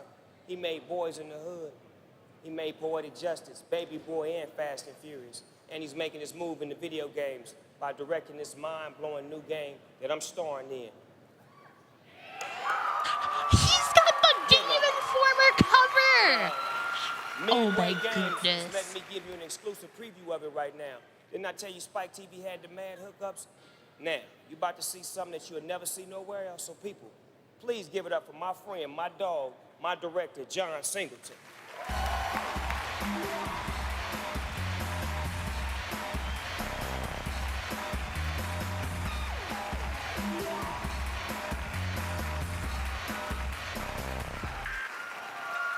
Hey, what's up? Tonight I'm here to talk to you about a new video game I wrote and directed. It's a cutting-edge third-person action game that realistically... I wish they would release the script at least. Snoop, D-O-G. So now, for the first time anywhere, let's take a look at our brand new game, Fear and Respect. Damn, can't you listen to something new in this motherfucker once in a while? Say, homeboy, straight up. Oh, I think this is the Sam trailer. Oh yeah, this is. I do kind of want to see if they show the audience reaction to it. When the pimp's in the crib, ma, drop it like it's hot. Drop We gotta get on the grind and put in some work, you feel me? I feel you, homeboy. I can't even argue with that. Oh, you must be ready to die. Who the hell is that? Hey, bitch ass, did you see this shit? Hit the gas, It is higher quality than IGN's. Big Snoop Dogg, yeah, he's so sharp. Anybody got him? Damn, what a... Hey, I see that mother right there. Yo, there he is. Get that... Oh, this has war gameplay. Wow. Yeah, that's that... Cool. Well, we got to see them introduce it. I wish they would at least release John Singleton's script. I'm so curious. I'm so curious about it. Singleton and Snoop Dogg have been bouncing the idea around for a while, and it was Midway who approached Singleton? Oh. So, like, I've got to know what happened there. I don't want to just speculate. I want to know. Oh my goodness, we're back to wrestling. It's John Cena chat room.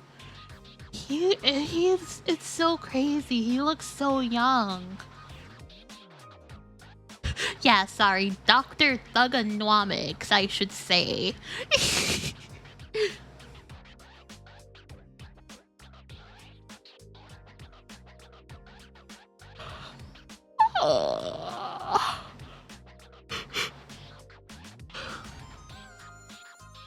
Yeah, it's wrestling. These guys are wrestling.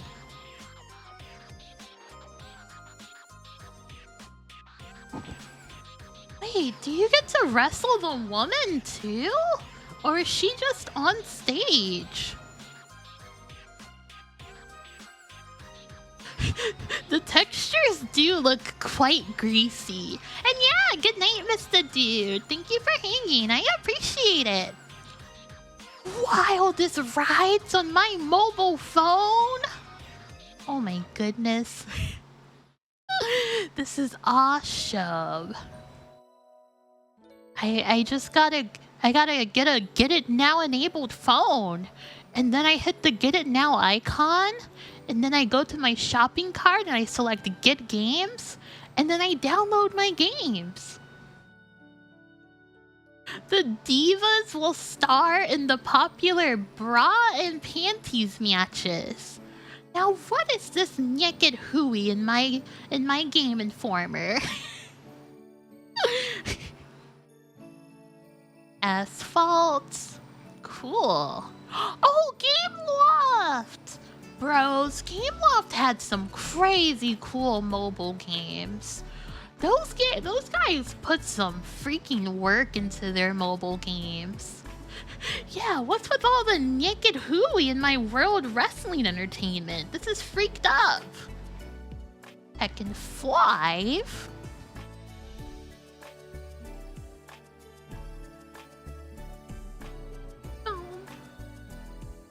Am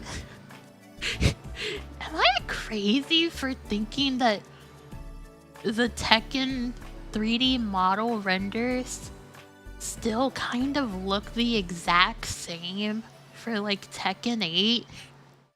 Like, I feel like when I look at the Tekken 8 renders, I'm just looking at the same guys from Tekken 5. Like, this is just what they look like. They just hadn't figured out. Think you know what's up? Oh, okay, it's NFL Street. Cool. Stubbs the zombie and Rebel Without a Pulse. People like Stubbs the zombie, don't they? I haven't interacted with Stubbs the zombie. I've gotta be honest, I don't know anything about this guy. Yeah, he's an Xbox exclusive guy, so he's not on my radar. Oh my goodness, he can detach his hand? That's kind of crazy. Man, Thriller is a good video. Devil May Cry 3, Dante's Awakening. I've gotta play the Devil May Cry games at some point. Oh, it's on PC as well, I see. I was not aware. I thought it was still an Xbox exclusive. And hello, Spyro TK. Welcome, welcome. How's it going?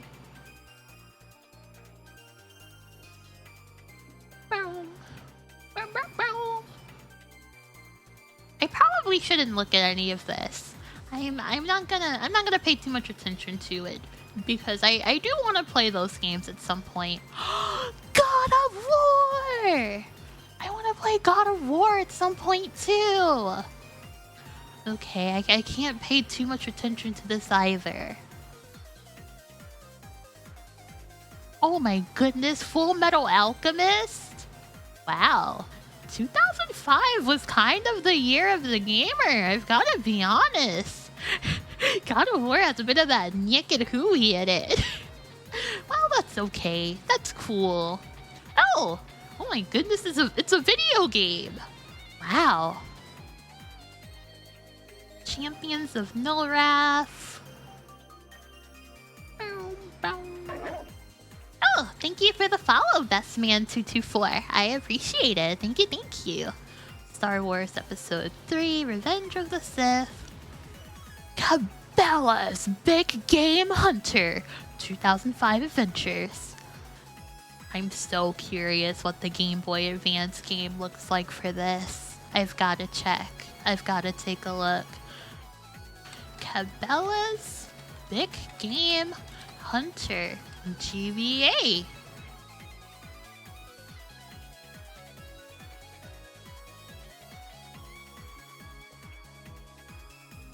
Okay. Alright, chat room. Let's take a freaking peek. Let's take a look-see. Also, wait 1 second. Let me pause my Hotel music.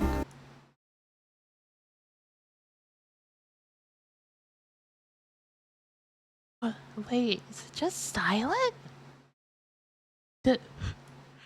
Does it not have any music? Whoa! Whoa! Yeah, it's just silent. Yeah, I guess that's how it is in the wild.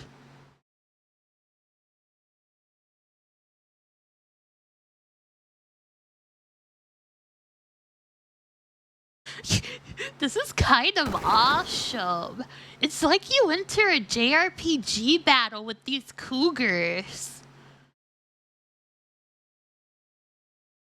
But sometimes they can just run away like metal slimes.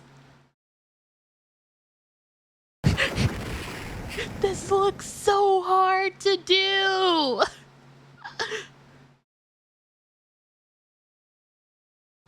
It reminds you of the hunting in Oregon Trail? I see.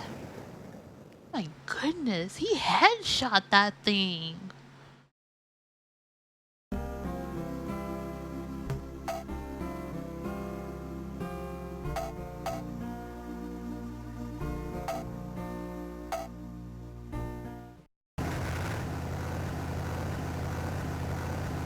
Oh my goodness, you drive your little truck? Wow.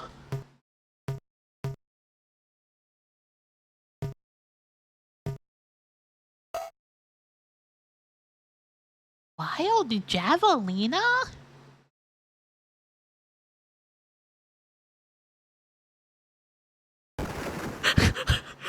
Oh my goodness. Okay, well, I've satiated my curiosity. I want to see the PS2 game now.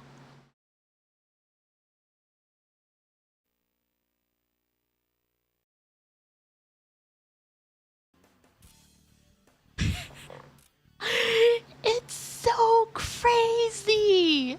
They look completely different! I love this era of video games so much! The console game and the handheld game were just completely different beasts.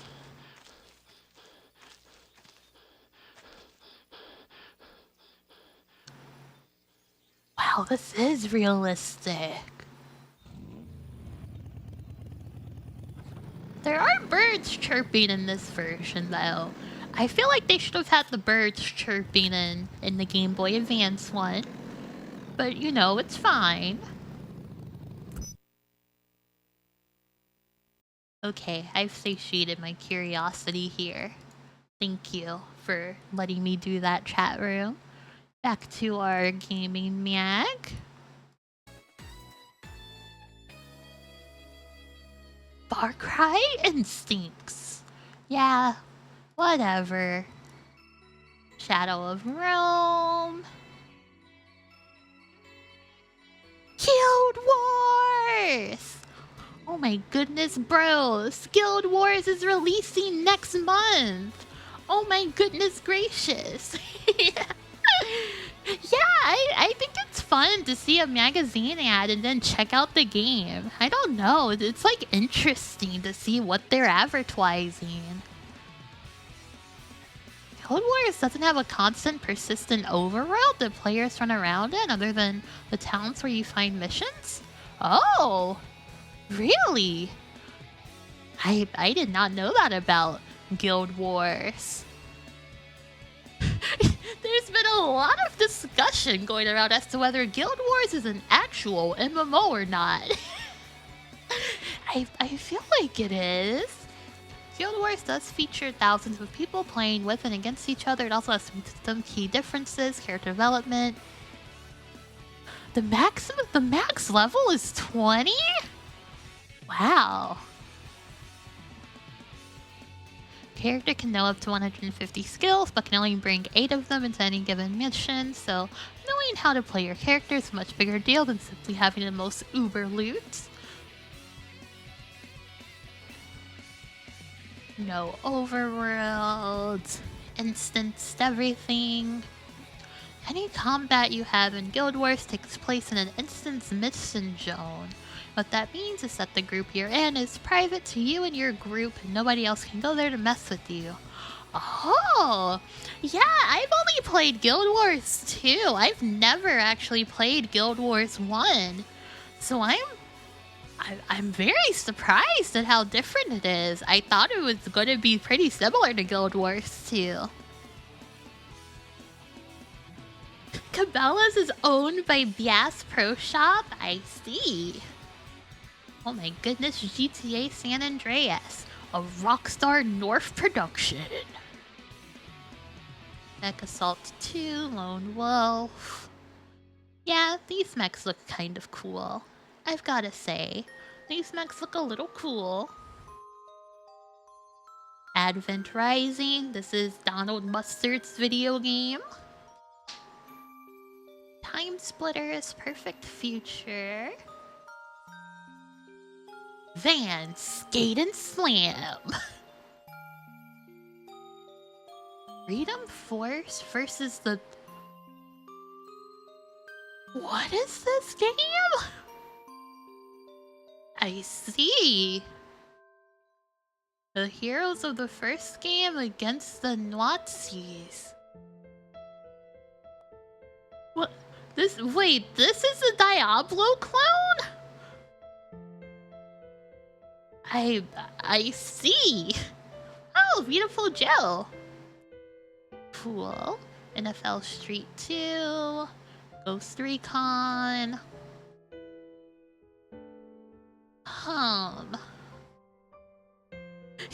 I think...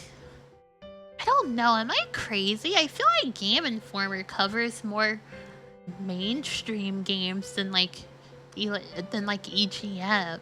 But maybe I'm just being silly. And also, thank you for the follow, Refurb. I appreciate it. Thank you. Though I will say I have not heard of this one. I do not know about The Getaway Black Monday. Yeah, there's like a lack of certain kinds of games. Like, normally when I'm reading a magazine, there's a lot of games I'm like, oh, I want to see what this looks like in gameplay. But I don't know. I haven't really felt that impulse for a lot of these Game Informer games. Like, Doom 3? I don't need to look up Doom 3. I know what that looks like. Men of Valor? I know what that looks like. Metal Gear Solid 3? Yeah, I know what that one looks like.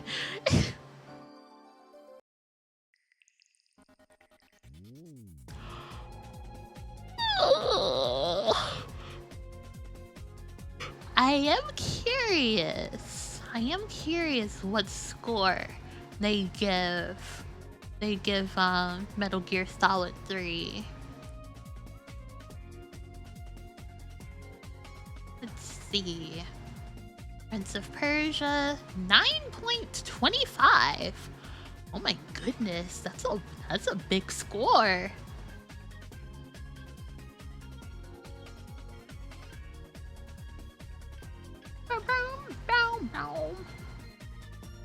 Oh, Honda, I see. GoldenEye, Rogue Agent. Call of Duty, Finest Hour. Oh, now here we go. The Incredibles. 6.5.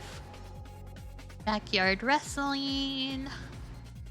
Lemony Snickets. I remember I always wanted to read those books growing up, but my mom did not want me to do that. She thought that they were a little not good for kids. Yeah, Fight Club. Fight Club got a 5.5. My Virtua class also a 5.5.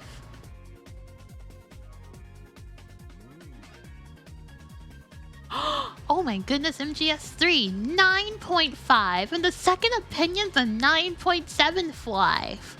They love Metal Gear Solid 3. They adore that video game. What? Which one? Which one can you play Abe Lincoln in? And hello, Dumas Andy. Welcome. Thank you for the follow. I appreciate it. What? You can play Abe Lincoln in Fight Club? I see. Interesting.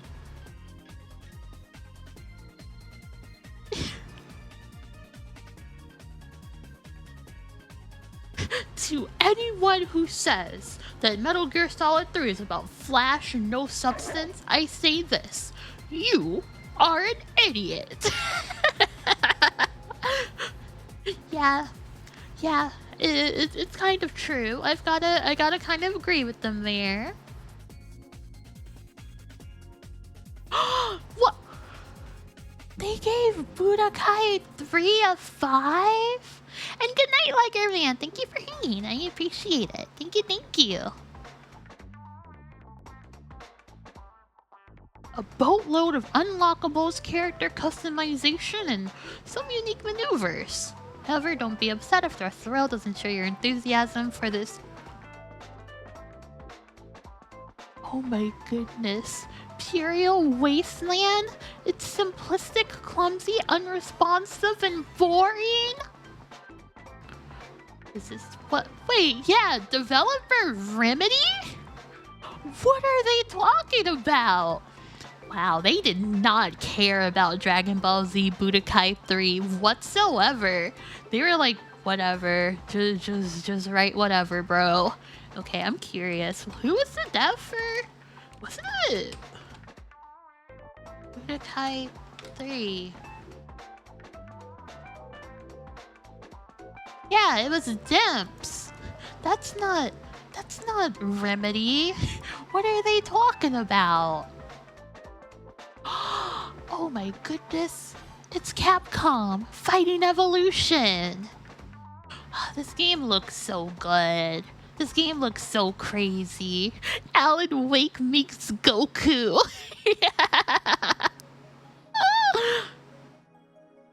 Do you tell me? What's up? Oh, this one sucks? Oh. I see. But it looks nice in these screenshots here. This is what people thought Street Fighter was dead.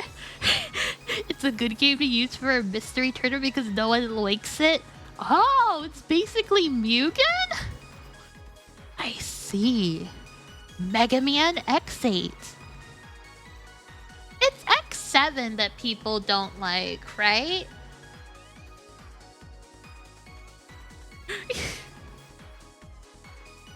They created N-Grid for it, so it's impossible to say if it's bad or not. I see. Street Fighter 2 characters have no chance against Darkstalker's characters? Oh. Oh, none of it meshes. Oh. Yeah, that makes sense. I get it. I understand.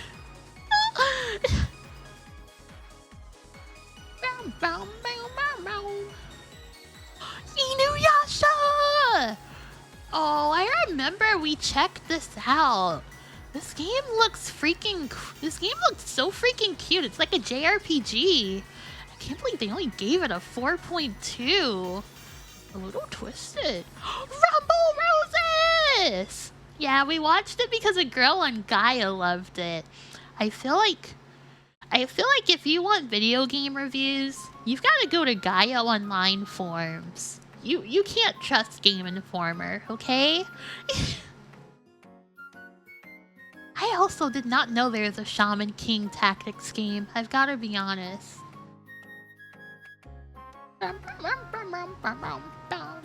Metroid Prime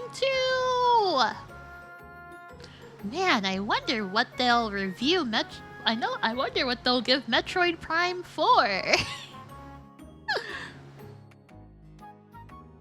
Yeah, from what I remember what we saw of the Inuyasha game, it looks like a lot of yapping, but it does look kind of cute. It did look kind of fun. Oh, whoops, wrong one. There we go. Mario Power Tennis. You take the game with you. What? Oh, these are mobile games. Okay.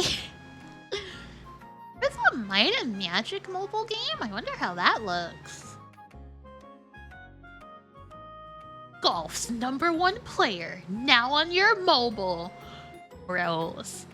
They are advertising the heck out of mobile games in this issue. 2005 is the year. Whoa! Oh my goodness, it's Leisure Suit Larry. It's the naked Hui that Aaron was talking about. Oh no!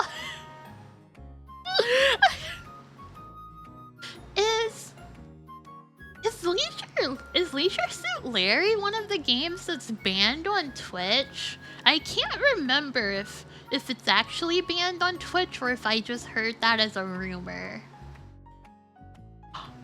Wait, there's a Blinks too? Oh my goodness. Oh, that one in particular is, except the PS2 version? I see. Cool. Oh, wait, okay. It's not on their list? I see. I don't know. I don't think I'm quite interested in playing in playing what was the name of that game?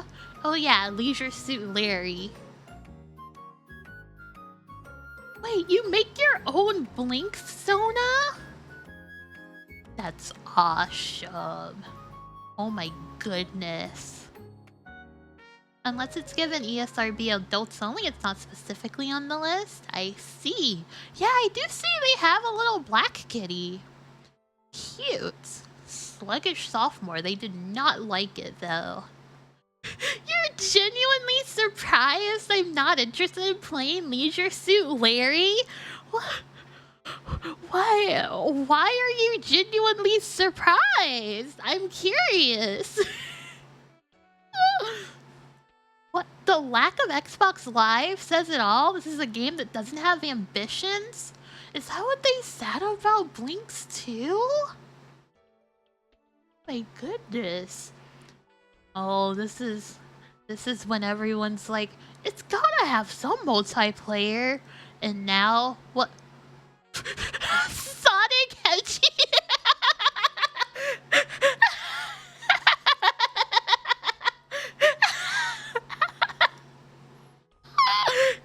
I hit the wrong button on my mouse. Why is this still in my browser? I just really like Sonic Hedgie. I'm sorry, okay? I just think Sonic Hedgie is kind of awesome. I have a dedicated Sonic Hedgie button. Well, sometimes I just gotta see Sonic Hedgie, okay? Sometimes I just really need to see Sonic Hedgie. Also, I don't remember how far into this magazine we were. Oh my goodness, I got so reset. This is all Sonic Hedgie's fault. I played Bikini Karate Babes multiple times on stream. Is Leisure Suit Larry really that much of a step up? Leisure Suit Larry, the main character Larry just... he looks a little too scummy for me. I don't know how to say it. He just doesn't look like the kind of guy that I would like. He doesn't look like the kind of point and click guy I'd want to like associate with. He looks like a little sleazeball. At least in Bikini Karate Babes, it's just the girls, you know? There's no Larry there to mess with them. And also, thank you for the follow along, name McPerson. I appreciate it. Thank you. What? Leisure Suit Larry passes the Bechdel test? My goodness, that's crazy. I didn't expect that. I guess I can't judge a book by the cover. Oh, you mean Bikini Karate Babes? Yeah, that does pass the Bechdel test. That's true. City? Oh yeah, this is the MMO City of Heroes. Oh my goodness. Wow. PvP's scary. Yeah, PvP's kinda twisted. Admires Pirates. 8.5.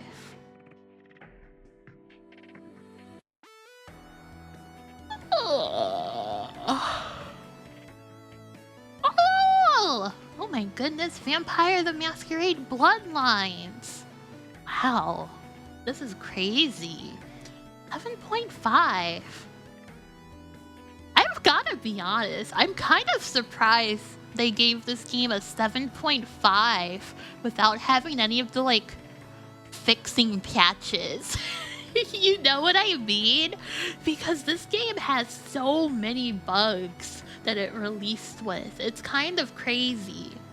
But it is a good game. I do like Vampire the Masquerade Bloodlines. The Haunted Abandoned Hotel is a brilliant level. True. It's a pretty fun level. And also, thank you for the follow on Red Mage. I appreciate it. Thank you. Escape from the Ordinary. Riddick is a must-see, must-play, must-buy Xbox classic. What? Oh, I've seen this guy. Is Riddick a good game? Is Riddick a good movie? I'm quite curious. I've seen this guy before. Oh, it's a good game. I see. People love this one. Interesting. What? Wait, this is Vin Diesel? Oh my goodness. I didn't even know that. That's crazy. Medal of Honor, yeah. I know what that game looks like.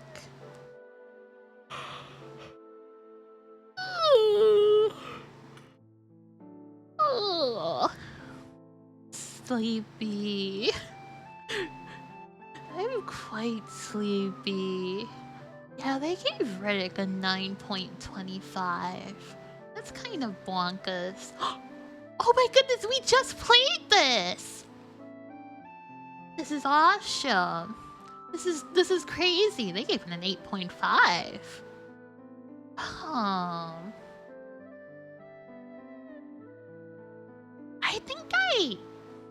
I think I'd probably give it a 9 from what I played of it. It was really awesome. It was really cool. I quite liked it. Genuine treat, and even its short length doesn't hold me back from granting it my solid seal of approval. Yay! They got it! They got the seal of approval from Miller! Spider-Man 2. I should keep playing it, but maybe use the actual screen all the time. But isn't it cool when I play through OBS? Isn't it awesome? Isn't it epic? Don't you just feel so much joy in your heart when you see your streamer play her video game through OBS? No?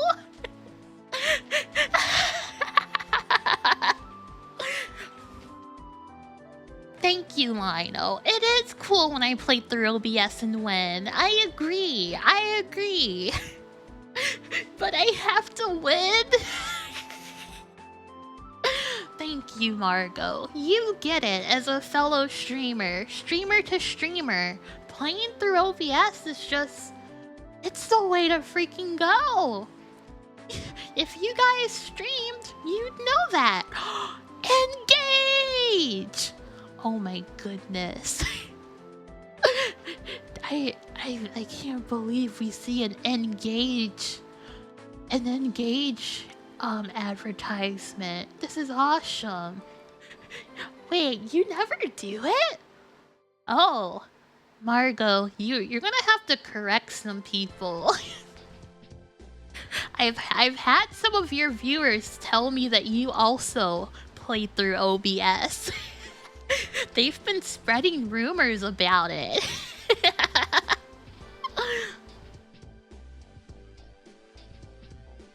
It's Mr. Pants. That sounds like an awesome name. And also, hello, Vampire of 09. Welcome. And this is Game Informer issue 141. Man, what the? There was a Banjo pilot game for real? I had no clue that existed. Wait, originally titled Diddy Kong Pilot? That's awesome. I can't believe that. Oh, okay. They split with Nintendo and they were like, what are we gonna do with our Diddy Pilot game? I guess we'll put Banjo in it.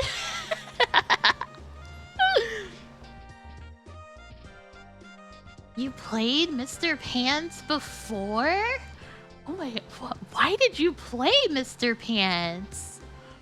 Also, I wanna take a look-see at Mr. Pants. Mr. Pants. Game. No! Game.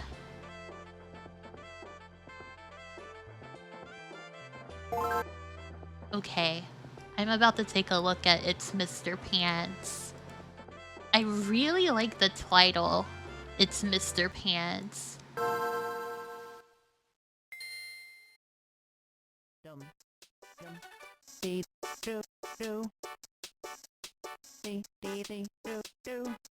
Alright. Alright, the music's kinda going hard. Medium.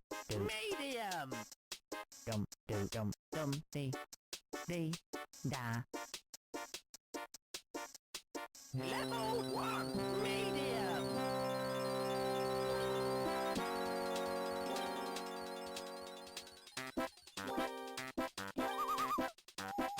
Oh!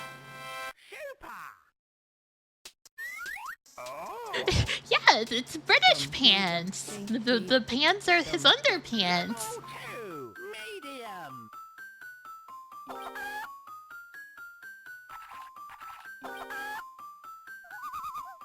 Oh, do you just have to get them in rectangles?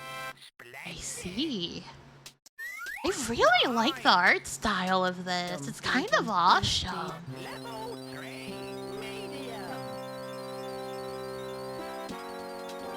It's a spaceship.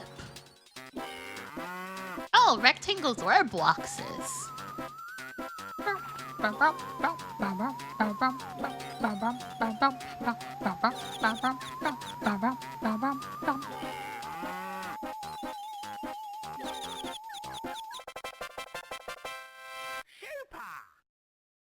This is kind of awesome.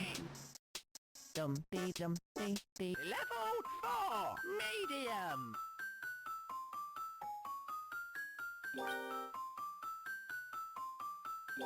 What, do you just have to make everything blue? Oh, there is gonna be some red you've gotta use. Oh my goodness. Oh my goodness.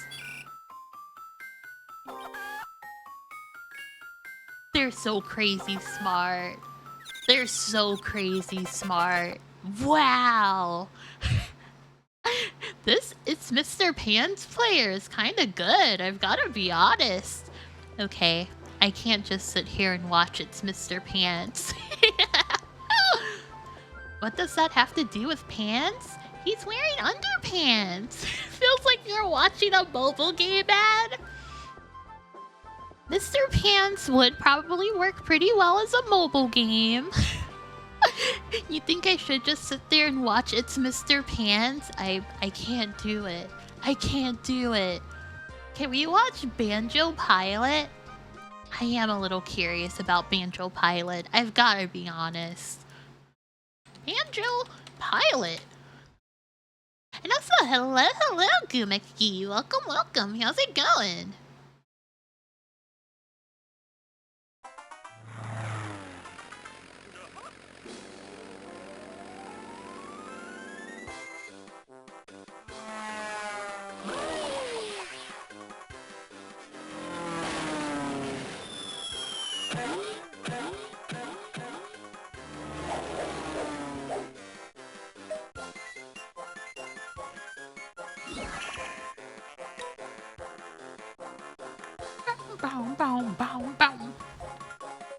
They do have that banjo music. I've gotta be honest.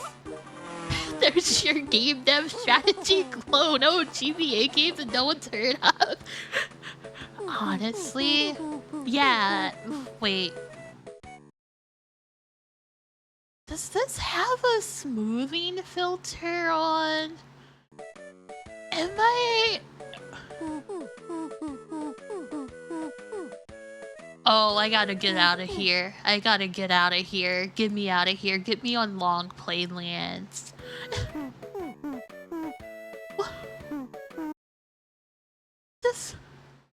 Does everyone just play Banjo Pilot with Super Eagle? Hold on, I gotta see that guy. Oh, wait, no, I think that's just how the game is.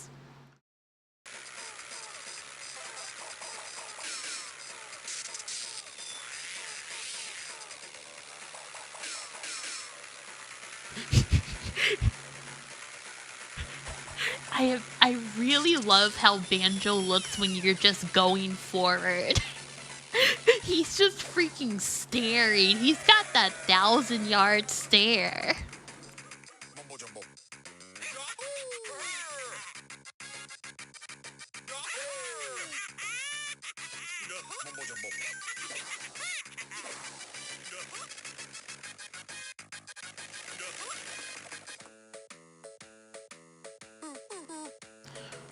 Yeah, I guess they just have the smoothing filter on the text for some reason. Interesting.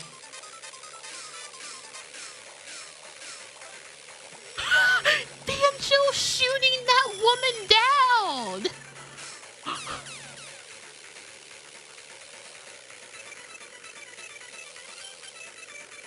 Is this Ace Combat? Yeah, this is Ace Combat, but with Banjo Kazooie.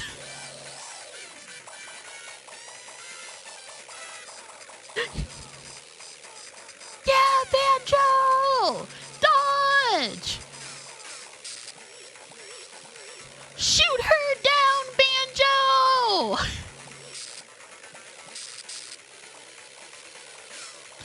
That's Humba Wumba?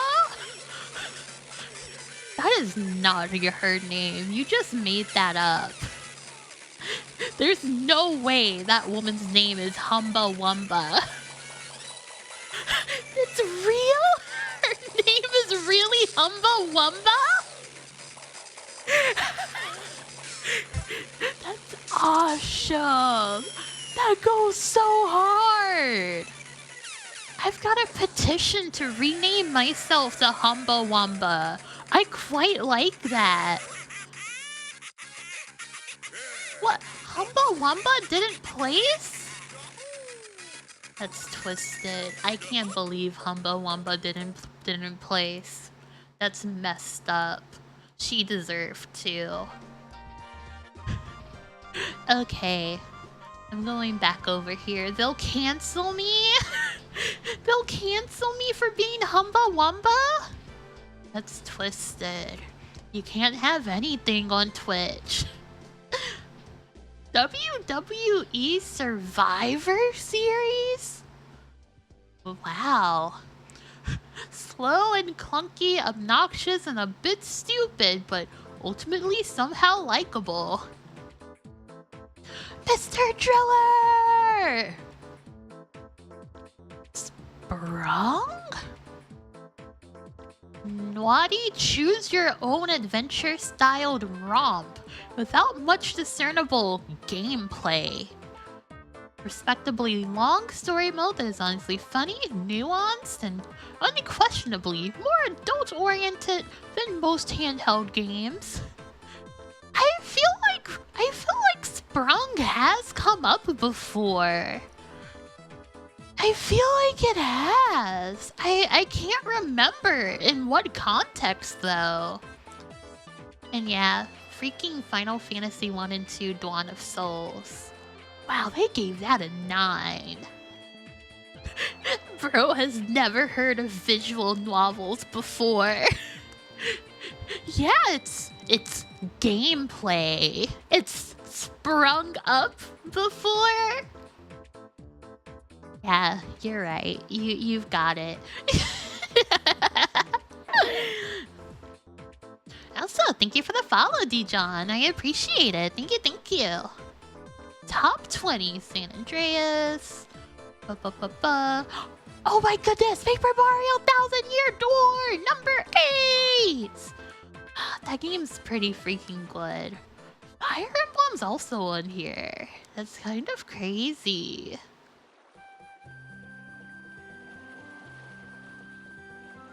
The Pokemon. Fable. I want to play Fable. I should play Fable. I've got to enter Peter Molyneux's world. And hello, Dijon. Welcome. How's it going? Oh my goodness, I didn't even notice that there's prices. No, I actually have not played Fable before.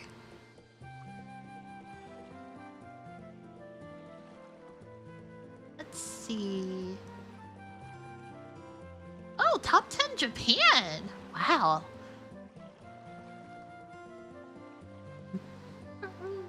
Tales of Symphonia.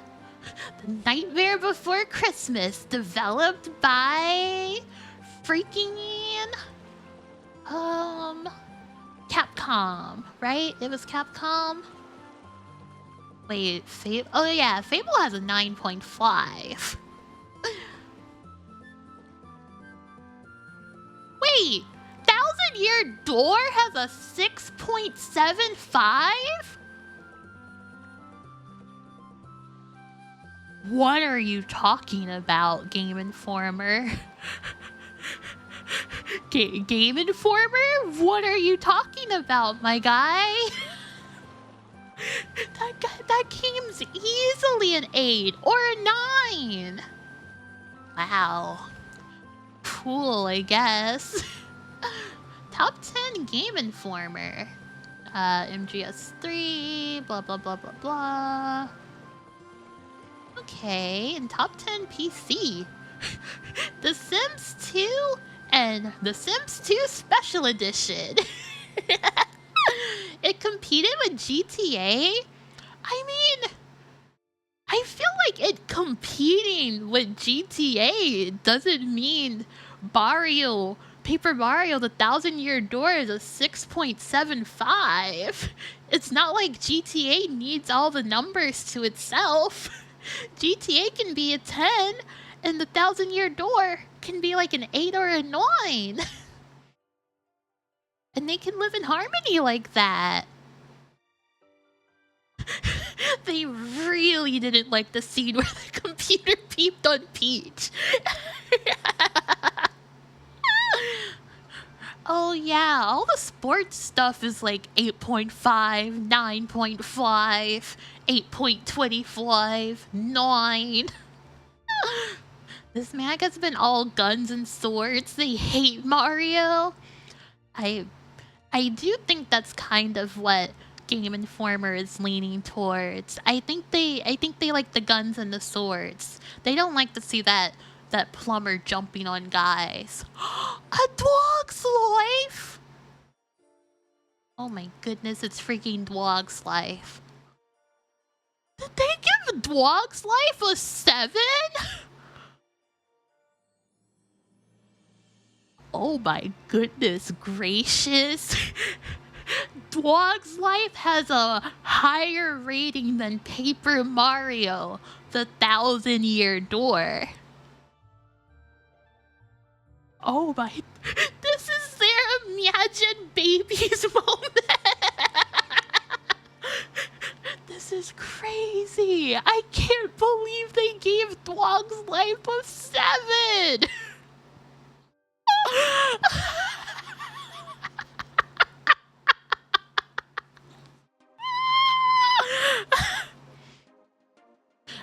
Never mind, I take it back. These guys go crazy. Game Informer, they know what's up. They gave Final Fantasy XI a 7.75? Wow. Hold on, I'm quite curious to see all of these ratings now.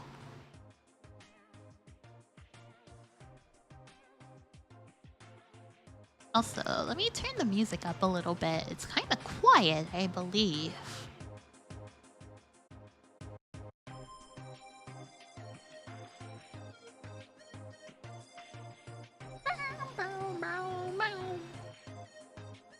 Monster Hunter got a 5.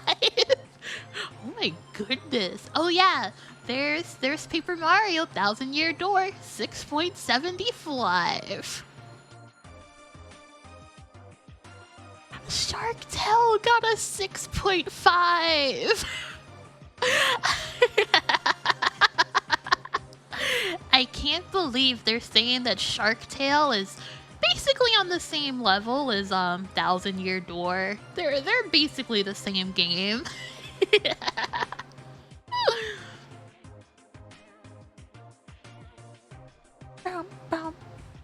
They only gave Siren a 6.25. Can we read the review for Paper Mario? I'm pretty curious about it. I've gotta be honest. Shrek 2! Shrek 2 confirmed better than Paper Mario Thousand Year Door.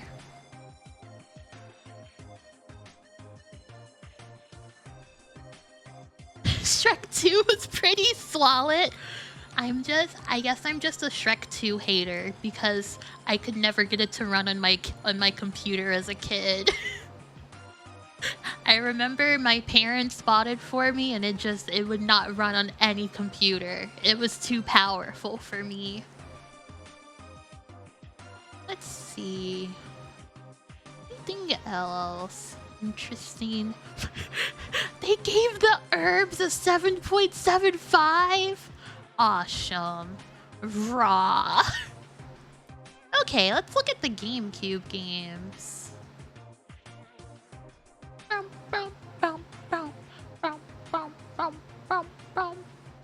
Oh, Harvest Moon, A Wonderful Life. Let's freaking go.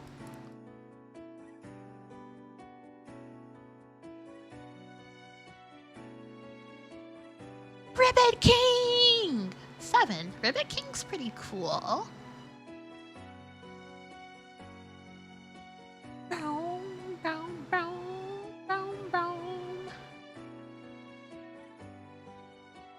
It's kind of... I do think Ribbit King should be above a 7, but I'll take it. They gave Thousand Year Door a 6.75.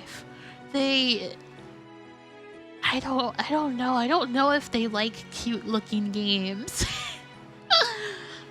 Oh, you found the Thousand Year Door review? Okay, I'll take a look-see at it.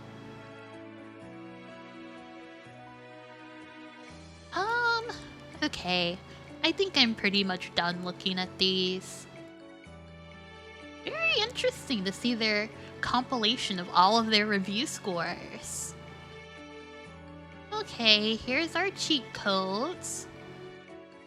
I want to play The Bard's Tale. I've heard that game's good. I feel like a lot of my stream is just, wow, I want to play this game. I've heard that's good. Seaman! This game is awesome. Why are they talking about Seaman? Oh, I see. Stars seem most adventurous when they won't be making a visual appearance. That's cool.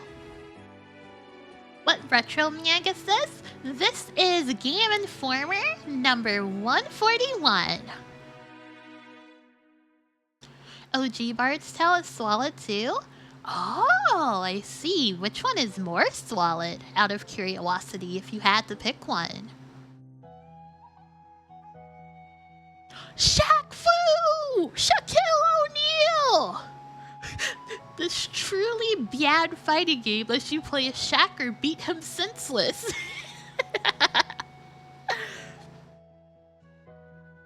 Mike Tyson! What? Did Mike Tyson actually voice himself in Punch-Out? That's cool. That's epic. I honestly was not sure if that was him or not. There's no voices? But don't they just do... Doesn't he do the... Ooh! Whoa! Oh! Oh! Like when he gets hit? Or am I like imagining that in my head? He voiced the entire sound map himself. What amazing NES sound chip am I inventing? I'm sorry, I cooked up the best NES sound chip that I could. He voiced it at my house personally. Oh, that explains why there was a tall guy behind my TV making noises every time I got a hit on him in the video game. Yeah, Mario does go meow meow meow when he says TKO.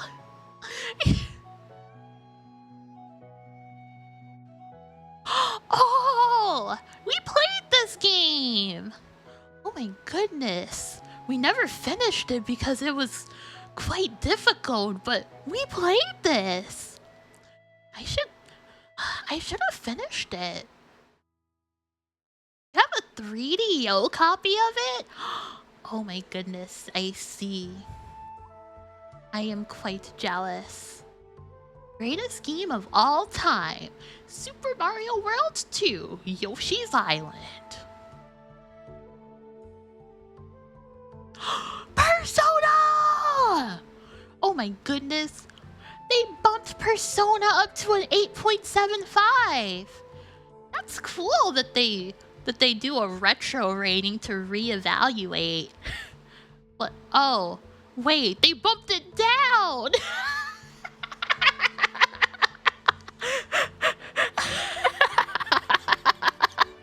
Whoops. I was just really hoping they bumped it up. I'm sorry.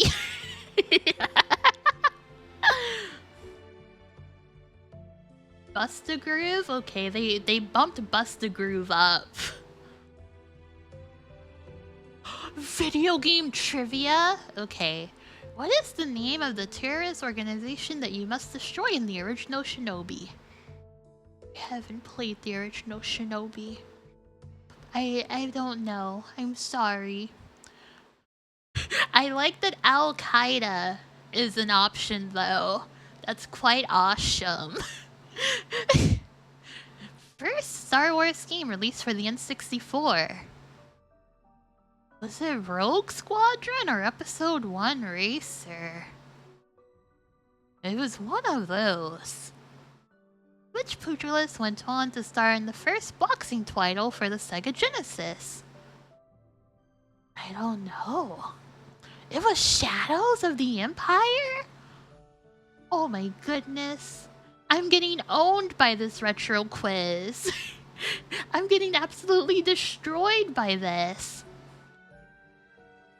What is an option now? In number 1. For some reason, C is there. Rash, Pimple, and Zits are the... Oh my goodness, they're the Battletoads! I know that one! I know that one! I know it! How many players are supported for multiplayer in Saturn's Bomberman? Was it? Yeah, it was 16! Oh my goodness. Which of the following games did not feature voice work by the world's best actor, Bruce Campbell? Pitfall 3D. That's my guess. Reissuing the adventures of everyone's favorite plumber has been going on for a while now. How many games appeared on the Super Mario All-Stars collection? Like 4? 4 of them maybe? X-Men Legends is the hottest mutant title out right now, but Xavier students have starred in several other quality games. Which X-Men was not playable in X-Men Mutant Apocalypse for the Super Nintendo?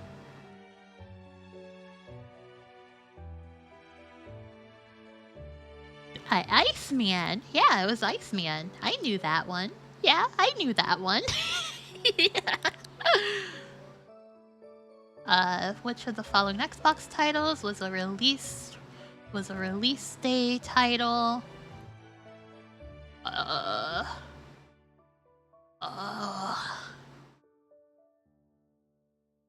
Tony Hawk.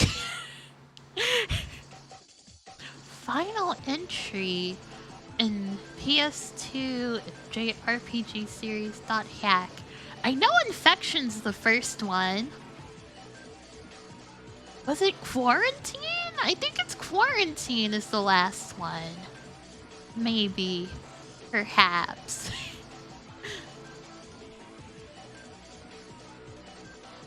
Okay. I got a freaking 10. No, what do you mean look at my trivia score rank? I got a 10! It's forget the job. Play games 24/7, 360.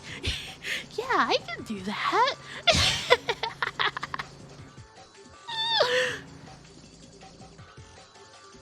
Find Find out what it takes to beat your opponent in the dark of night. Oh, this is an army ad. Snore!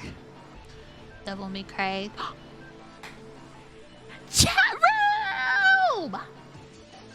Chat room. Chat room. We're on a freaking roll. Chat room. I've finished 2 magazines. Oh my god, we should have done that. We should have done that prediction at the start. We should have done the gamble. I should have believed in myself. I am a speed reader. It's true.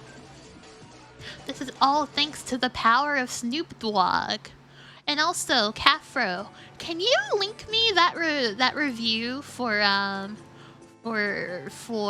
Paper Mario 1000 Year Door again? I am quite curious to read it. Thank you. Let me take a look-see here.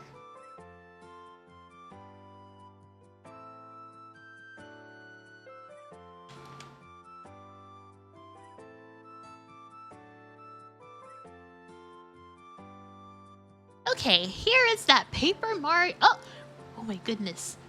Okay. Oh, I can use this. Okay.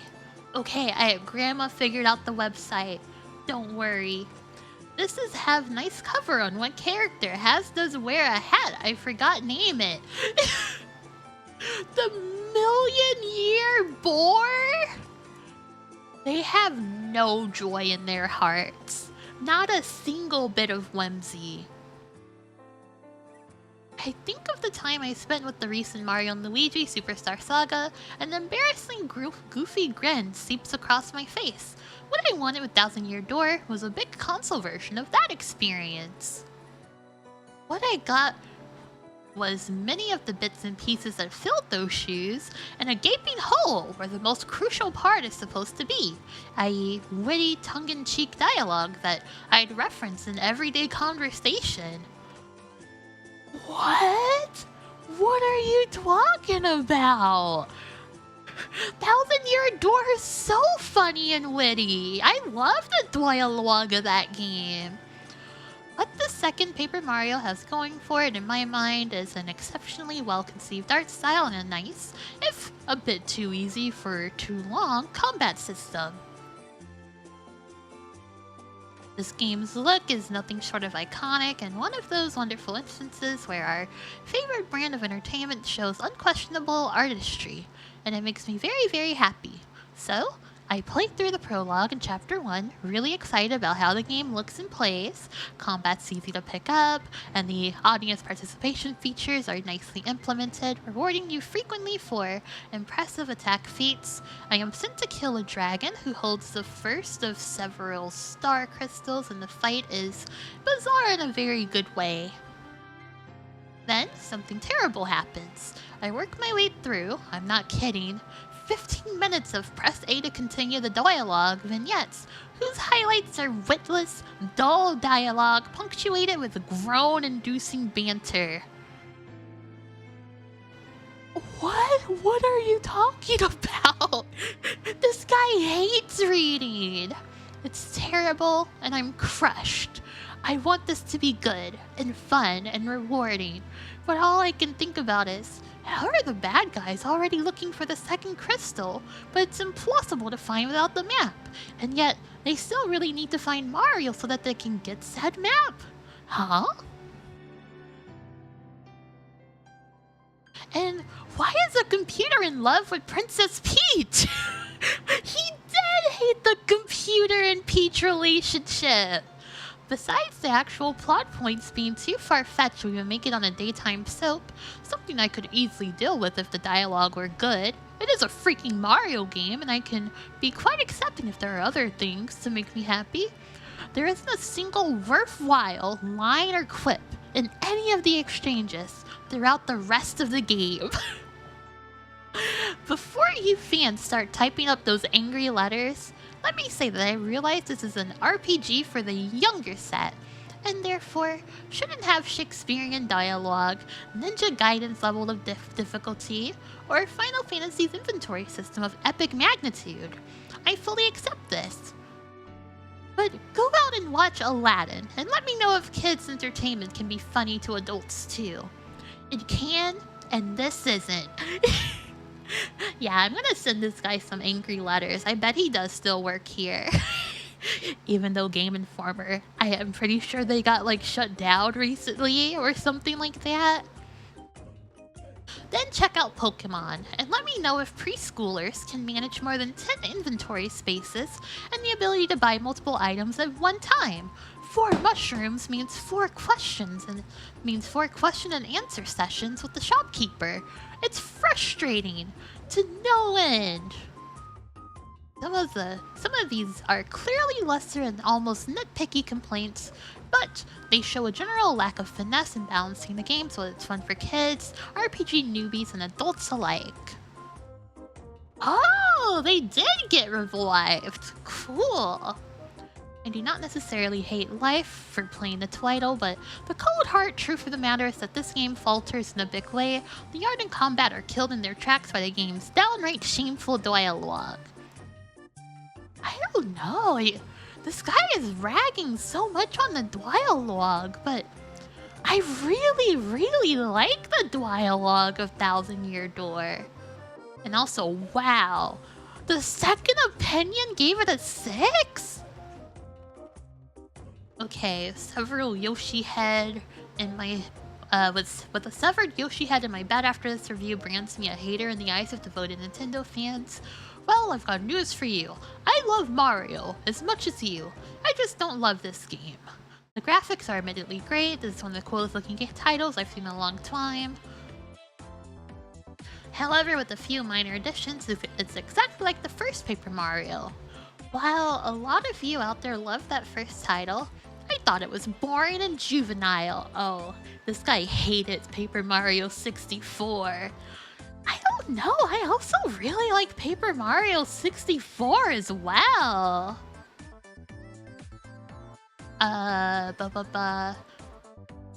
Sadly, I find this one to be just as dull. The story is simplistic, clicking through hundreds of dialogue screens is a drag. Bro, read! Bro, just read them and then it's not as much of a drag. There's too much backtracking and the basic gameplay hasn't evolved. Will any of this matter to Nintendo fans? Probably not. It does have its charm, and I'm sure younger gamers will love it. But for me, charm and interesting visuals aren't enough to get me to play a game that feels the same as one from 3 years ago. Now if you'll excuse me, I have to go check my car for bombs. I see. I don't know. I guess their reviews are like fine, but that game's good. That game's so good. I really like Paper Mario 64 as well. I like the penguin like murder mystery part of 64. That part's awesome. And I really like the gameplay of Thousand Year Door. As a like JRPG gamer, I don't know, I really like the more like simplistic small numbers, you know what I mean?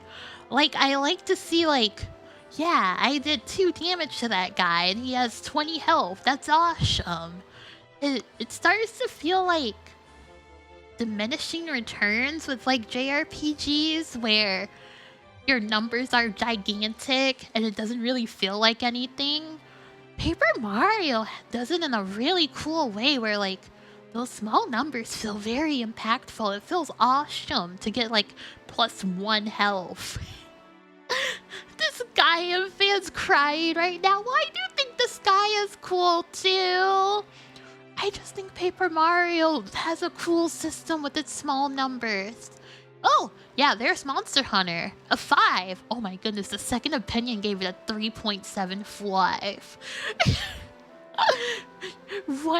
One power plus badge for +1 damage. Like, wow, my damage is 50% higher, right? It's awesome. And yeah, wow, they hated Churaka Mystery Dungeon as well. That's a 4. I think these guys might not be the biggest fans of Japanese video games. Oh, well, Nocturne got a 7.5. I guess that's okay.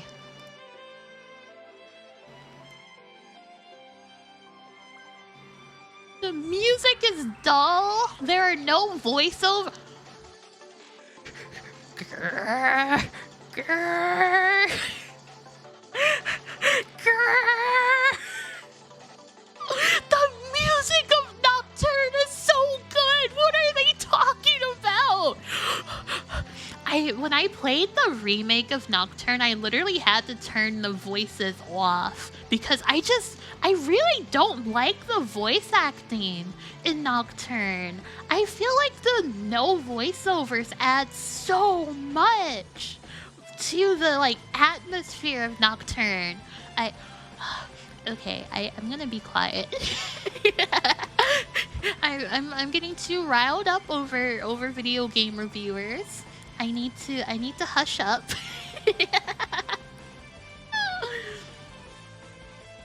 I cannot believe they called the Nocturne music dull. That's so crazy to me. That's bonkers. Hold on. I need to hear the Nocturne battle theme. This is dull? This is dull? Question mark?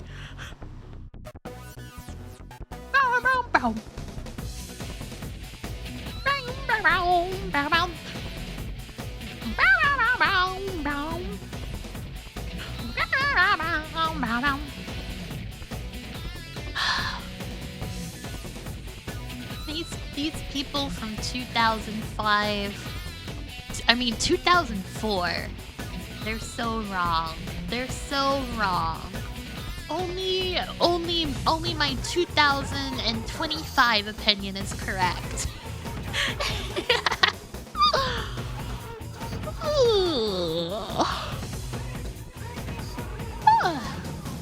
Okay, well, I've been streaming for like, oh my goodness, it's almost been 5 hours. Well, I guess it's just been 4.5 hours, but still, I was only planning to go for 4 hours. Thank you guys very much for hanging out with me for my stream. I had a pretty good time going through our gaming mag. I can't believe it. We finished the second one. We're freaking tearing through these gaming mags. We're crazy with the chat room. We're crazy with the sheepdogs. But, let's see. If you want to keep up with me in my streams, I have a Discord. I have a Twitter. I have a Blueski. Discord's gonna be the very best way to keep up with me. Twitter and Blueski, not so much. I post my schedules there, and that's kind of it. Oh, and also, Decade, congrats on recapping your Saturn. Yippee! Let's see. I also have merchandise that is currently out, and that includes the Fabled Cubalt Fumo and the Sheepdog plushie. They're pretty epic. They're pretty raw. If you are interested, please feel free to check them out. And now I'm going to hide them so I don't get jump scared by them next stream. Yeah, I guess that's it. Let's see. Where are we? Oh, and also I have a VODs channel. If you want to watch other Cubalt, check out my VODs. It's pretty epic. I've played so many freaking video games. I have so many VODs up. It's kind of bonkers. Okay. Now, who shall we raid? Let's see. Let's go. Oh, I haven't raided Harutomo in a while. I want to go raid Harutomo. It looks like Harutomo is currently playing Mario Kart World. Harutomo is freaking awesome. They are very cute. They are a kitty cat who normally speedruns a lot of Katamari games, but today they are just chilling, playing a new Mario Kart, and That's it. /raid Harutomo. Oh yeah, Haru does speedrun Paper Mario, ironically enough. Okay, yeah, once again, thank you all very much for hanging out with me. I really appreciate it. I will be live again next week. Next Thursday, Saturday, and Sunday. Yeah, that's it. Good night,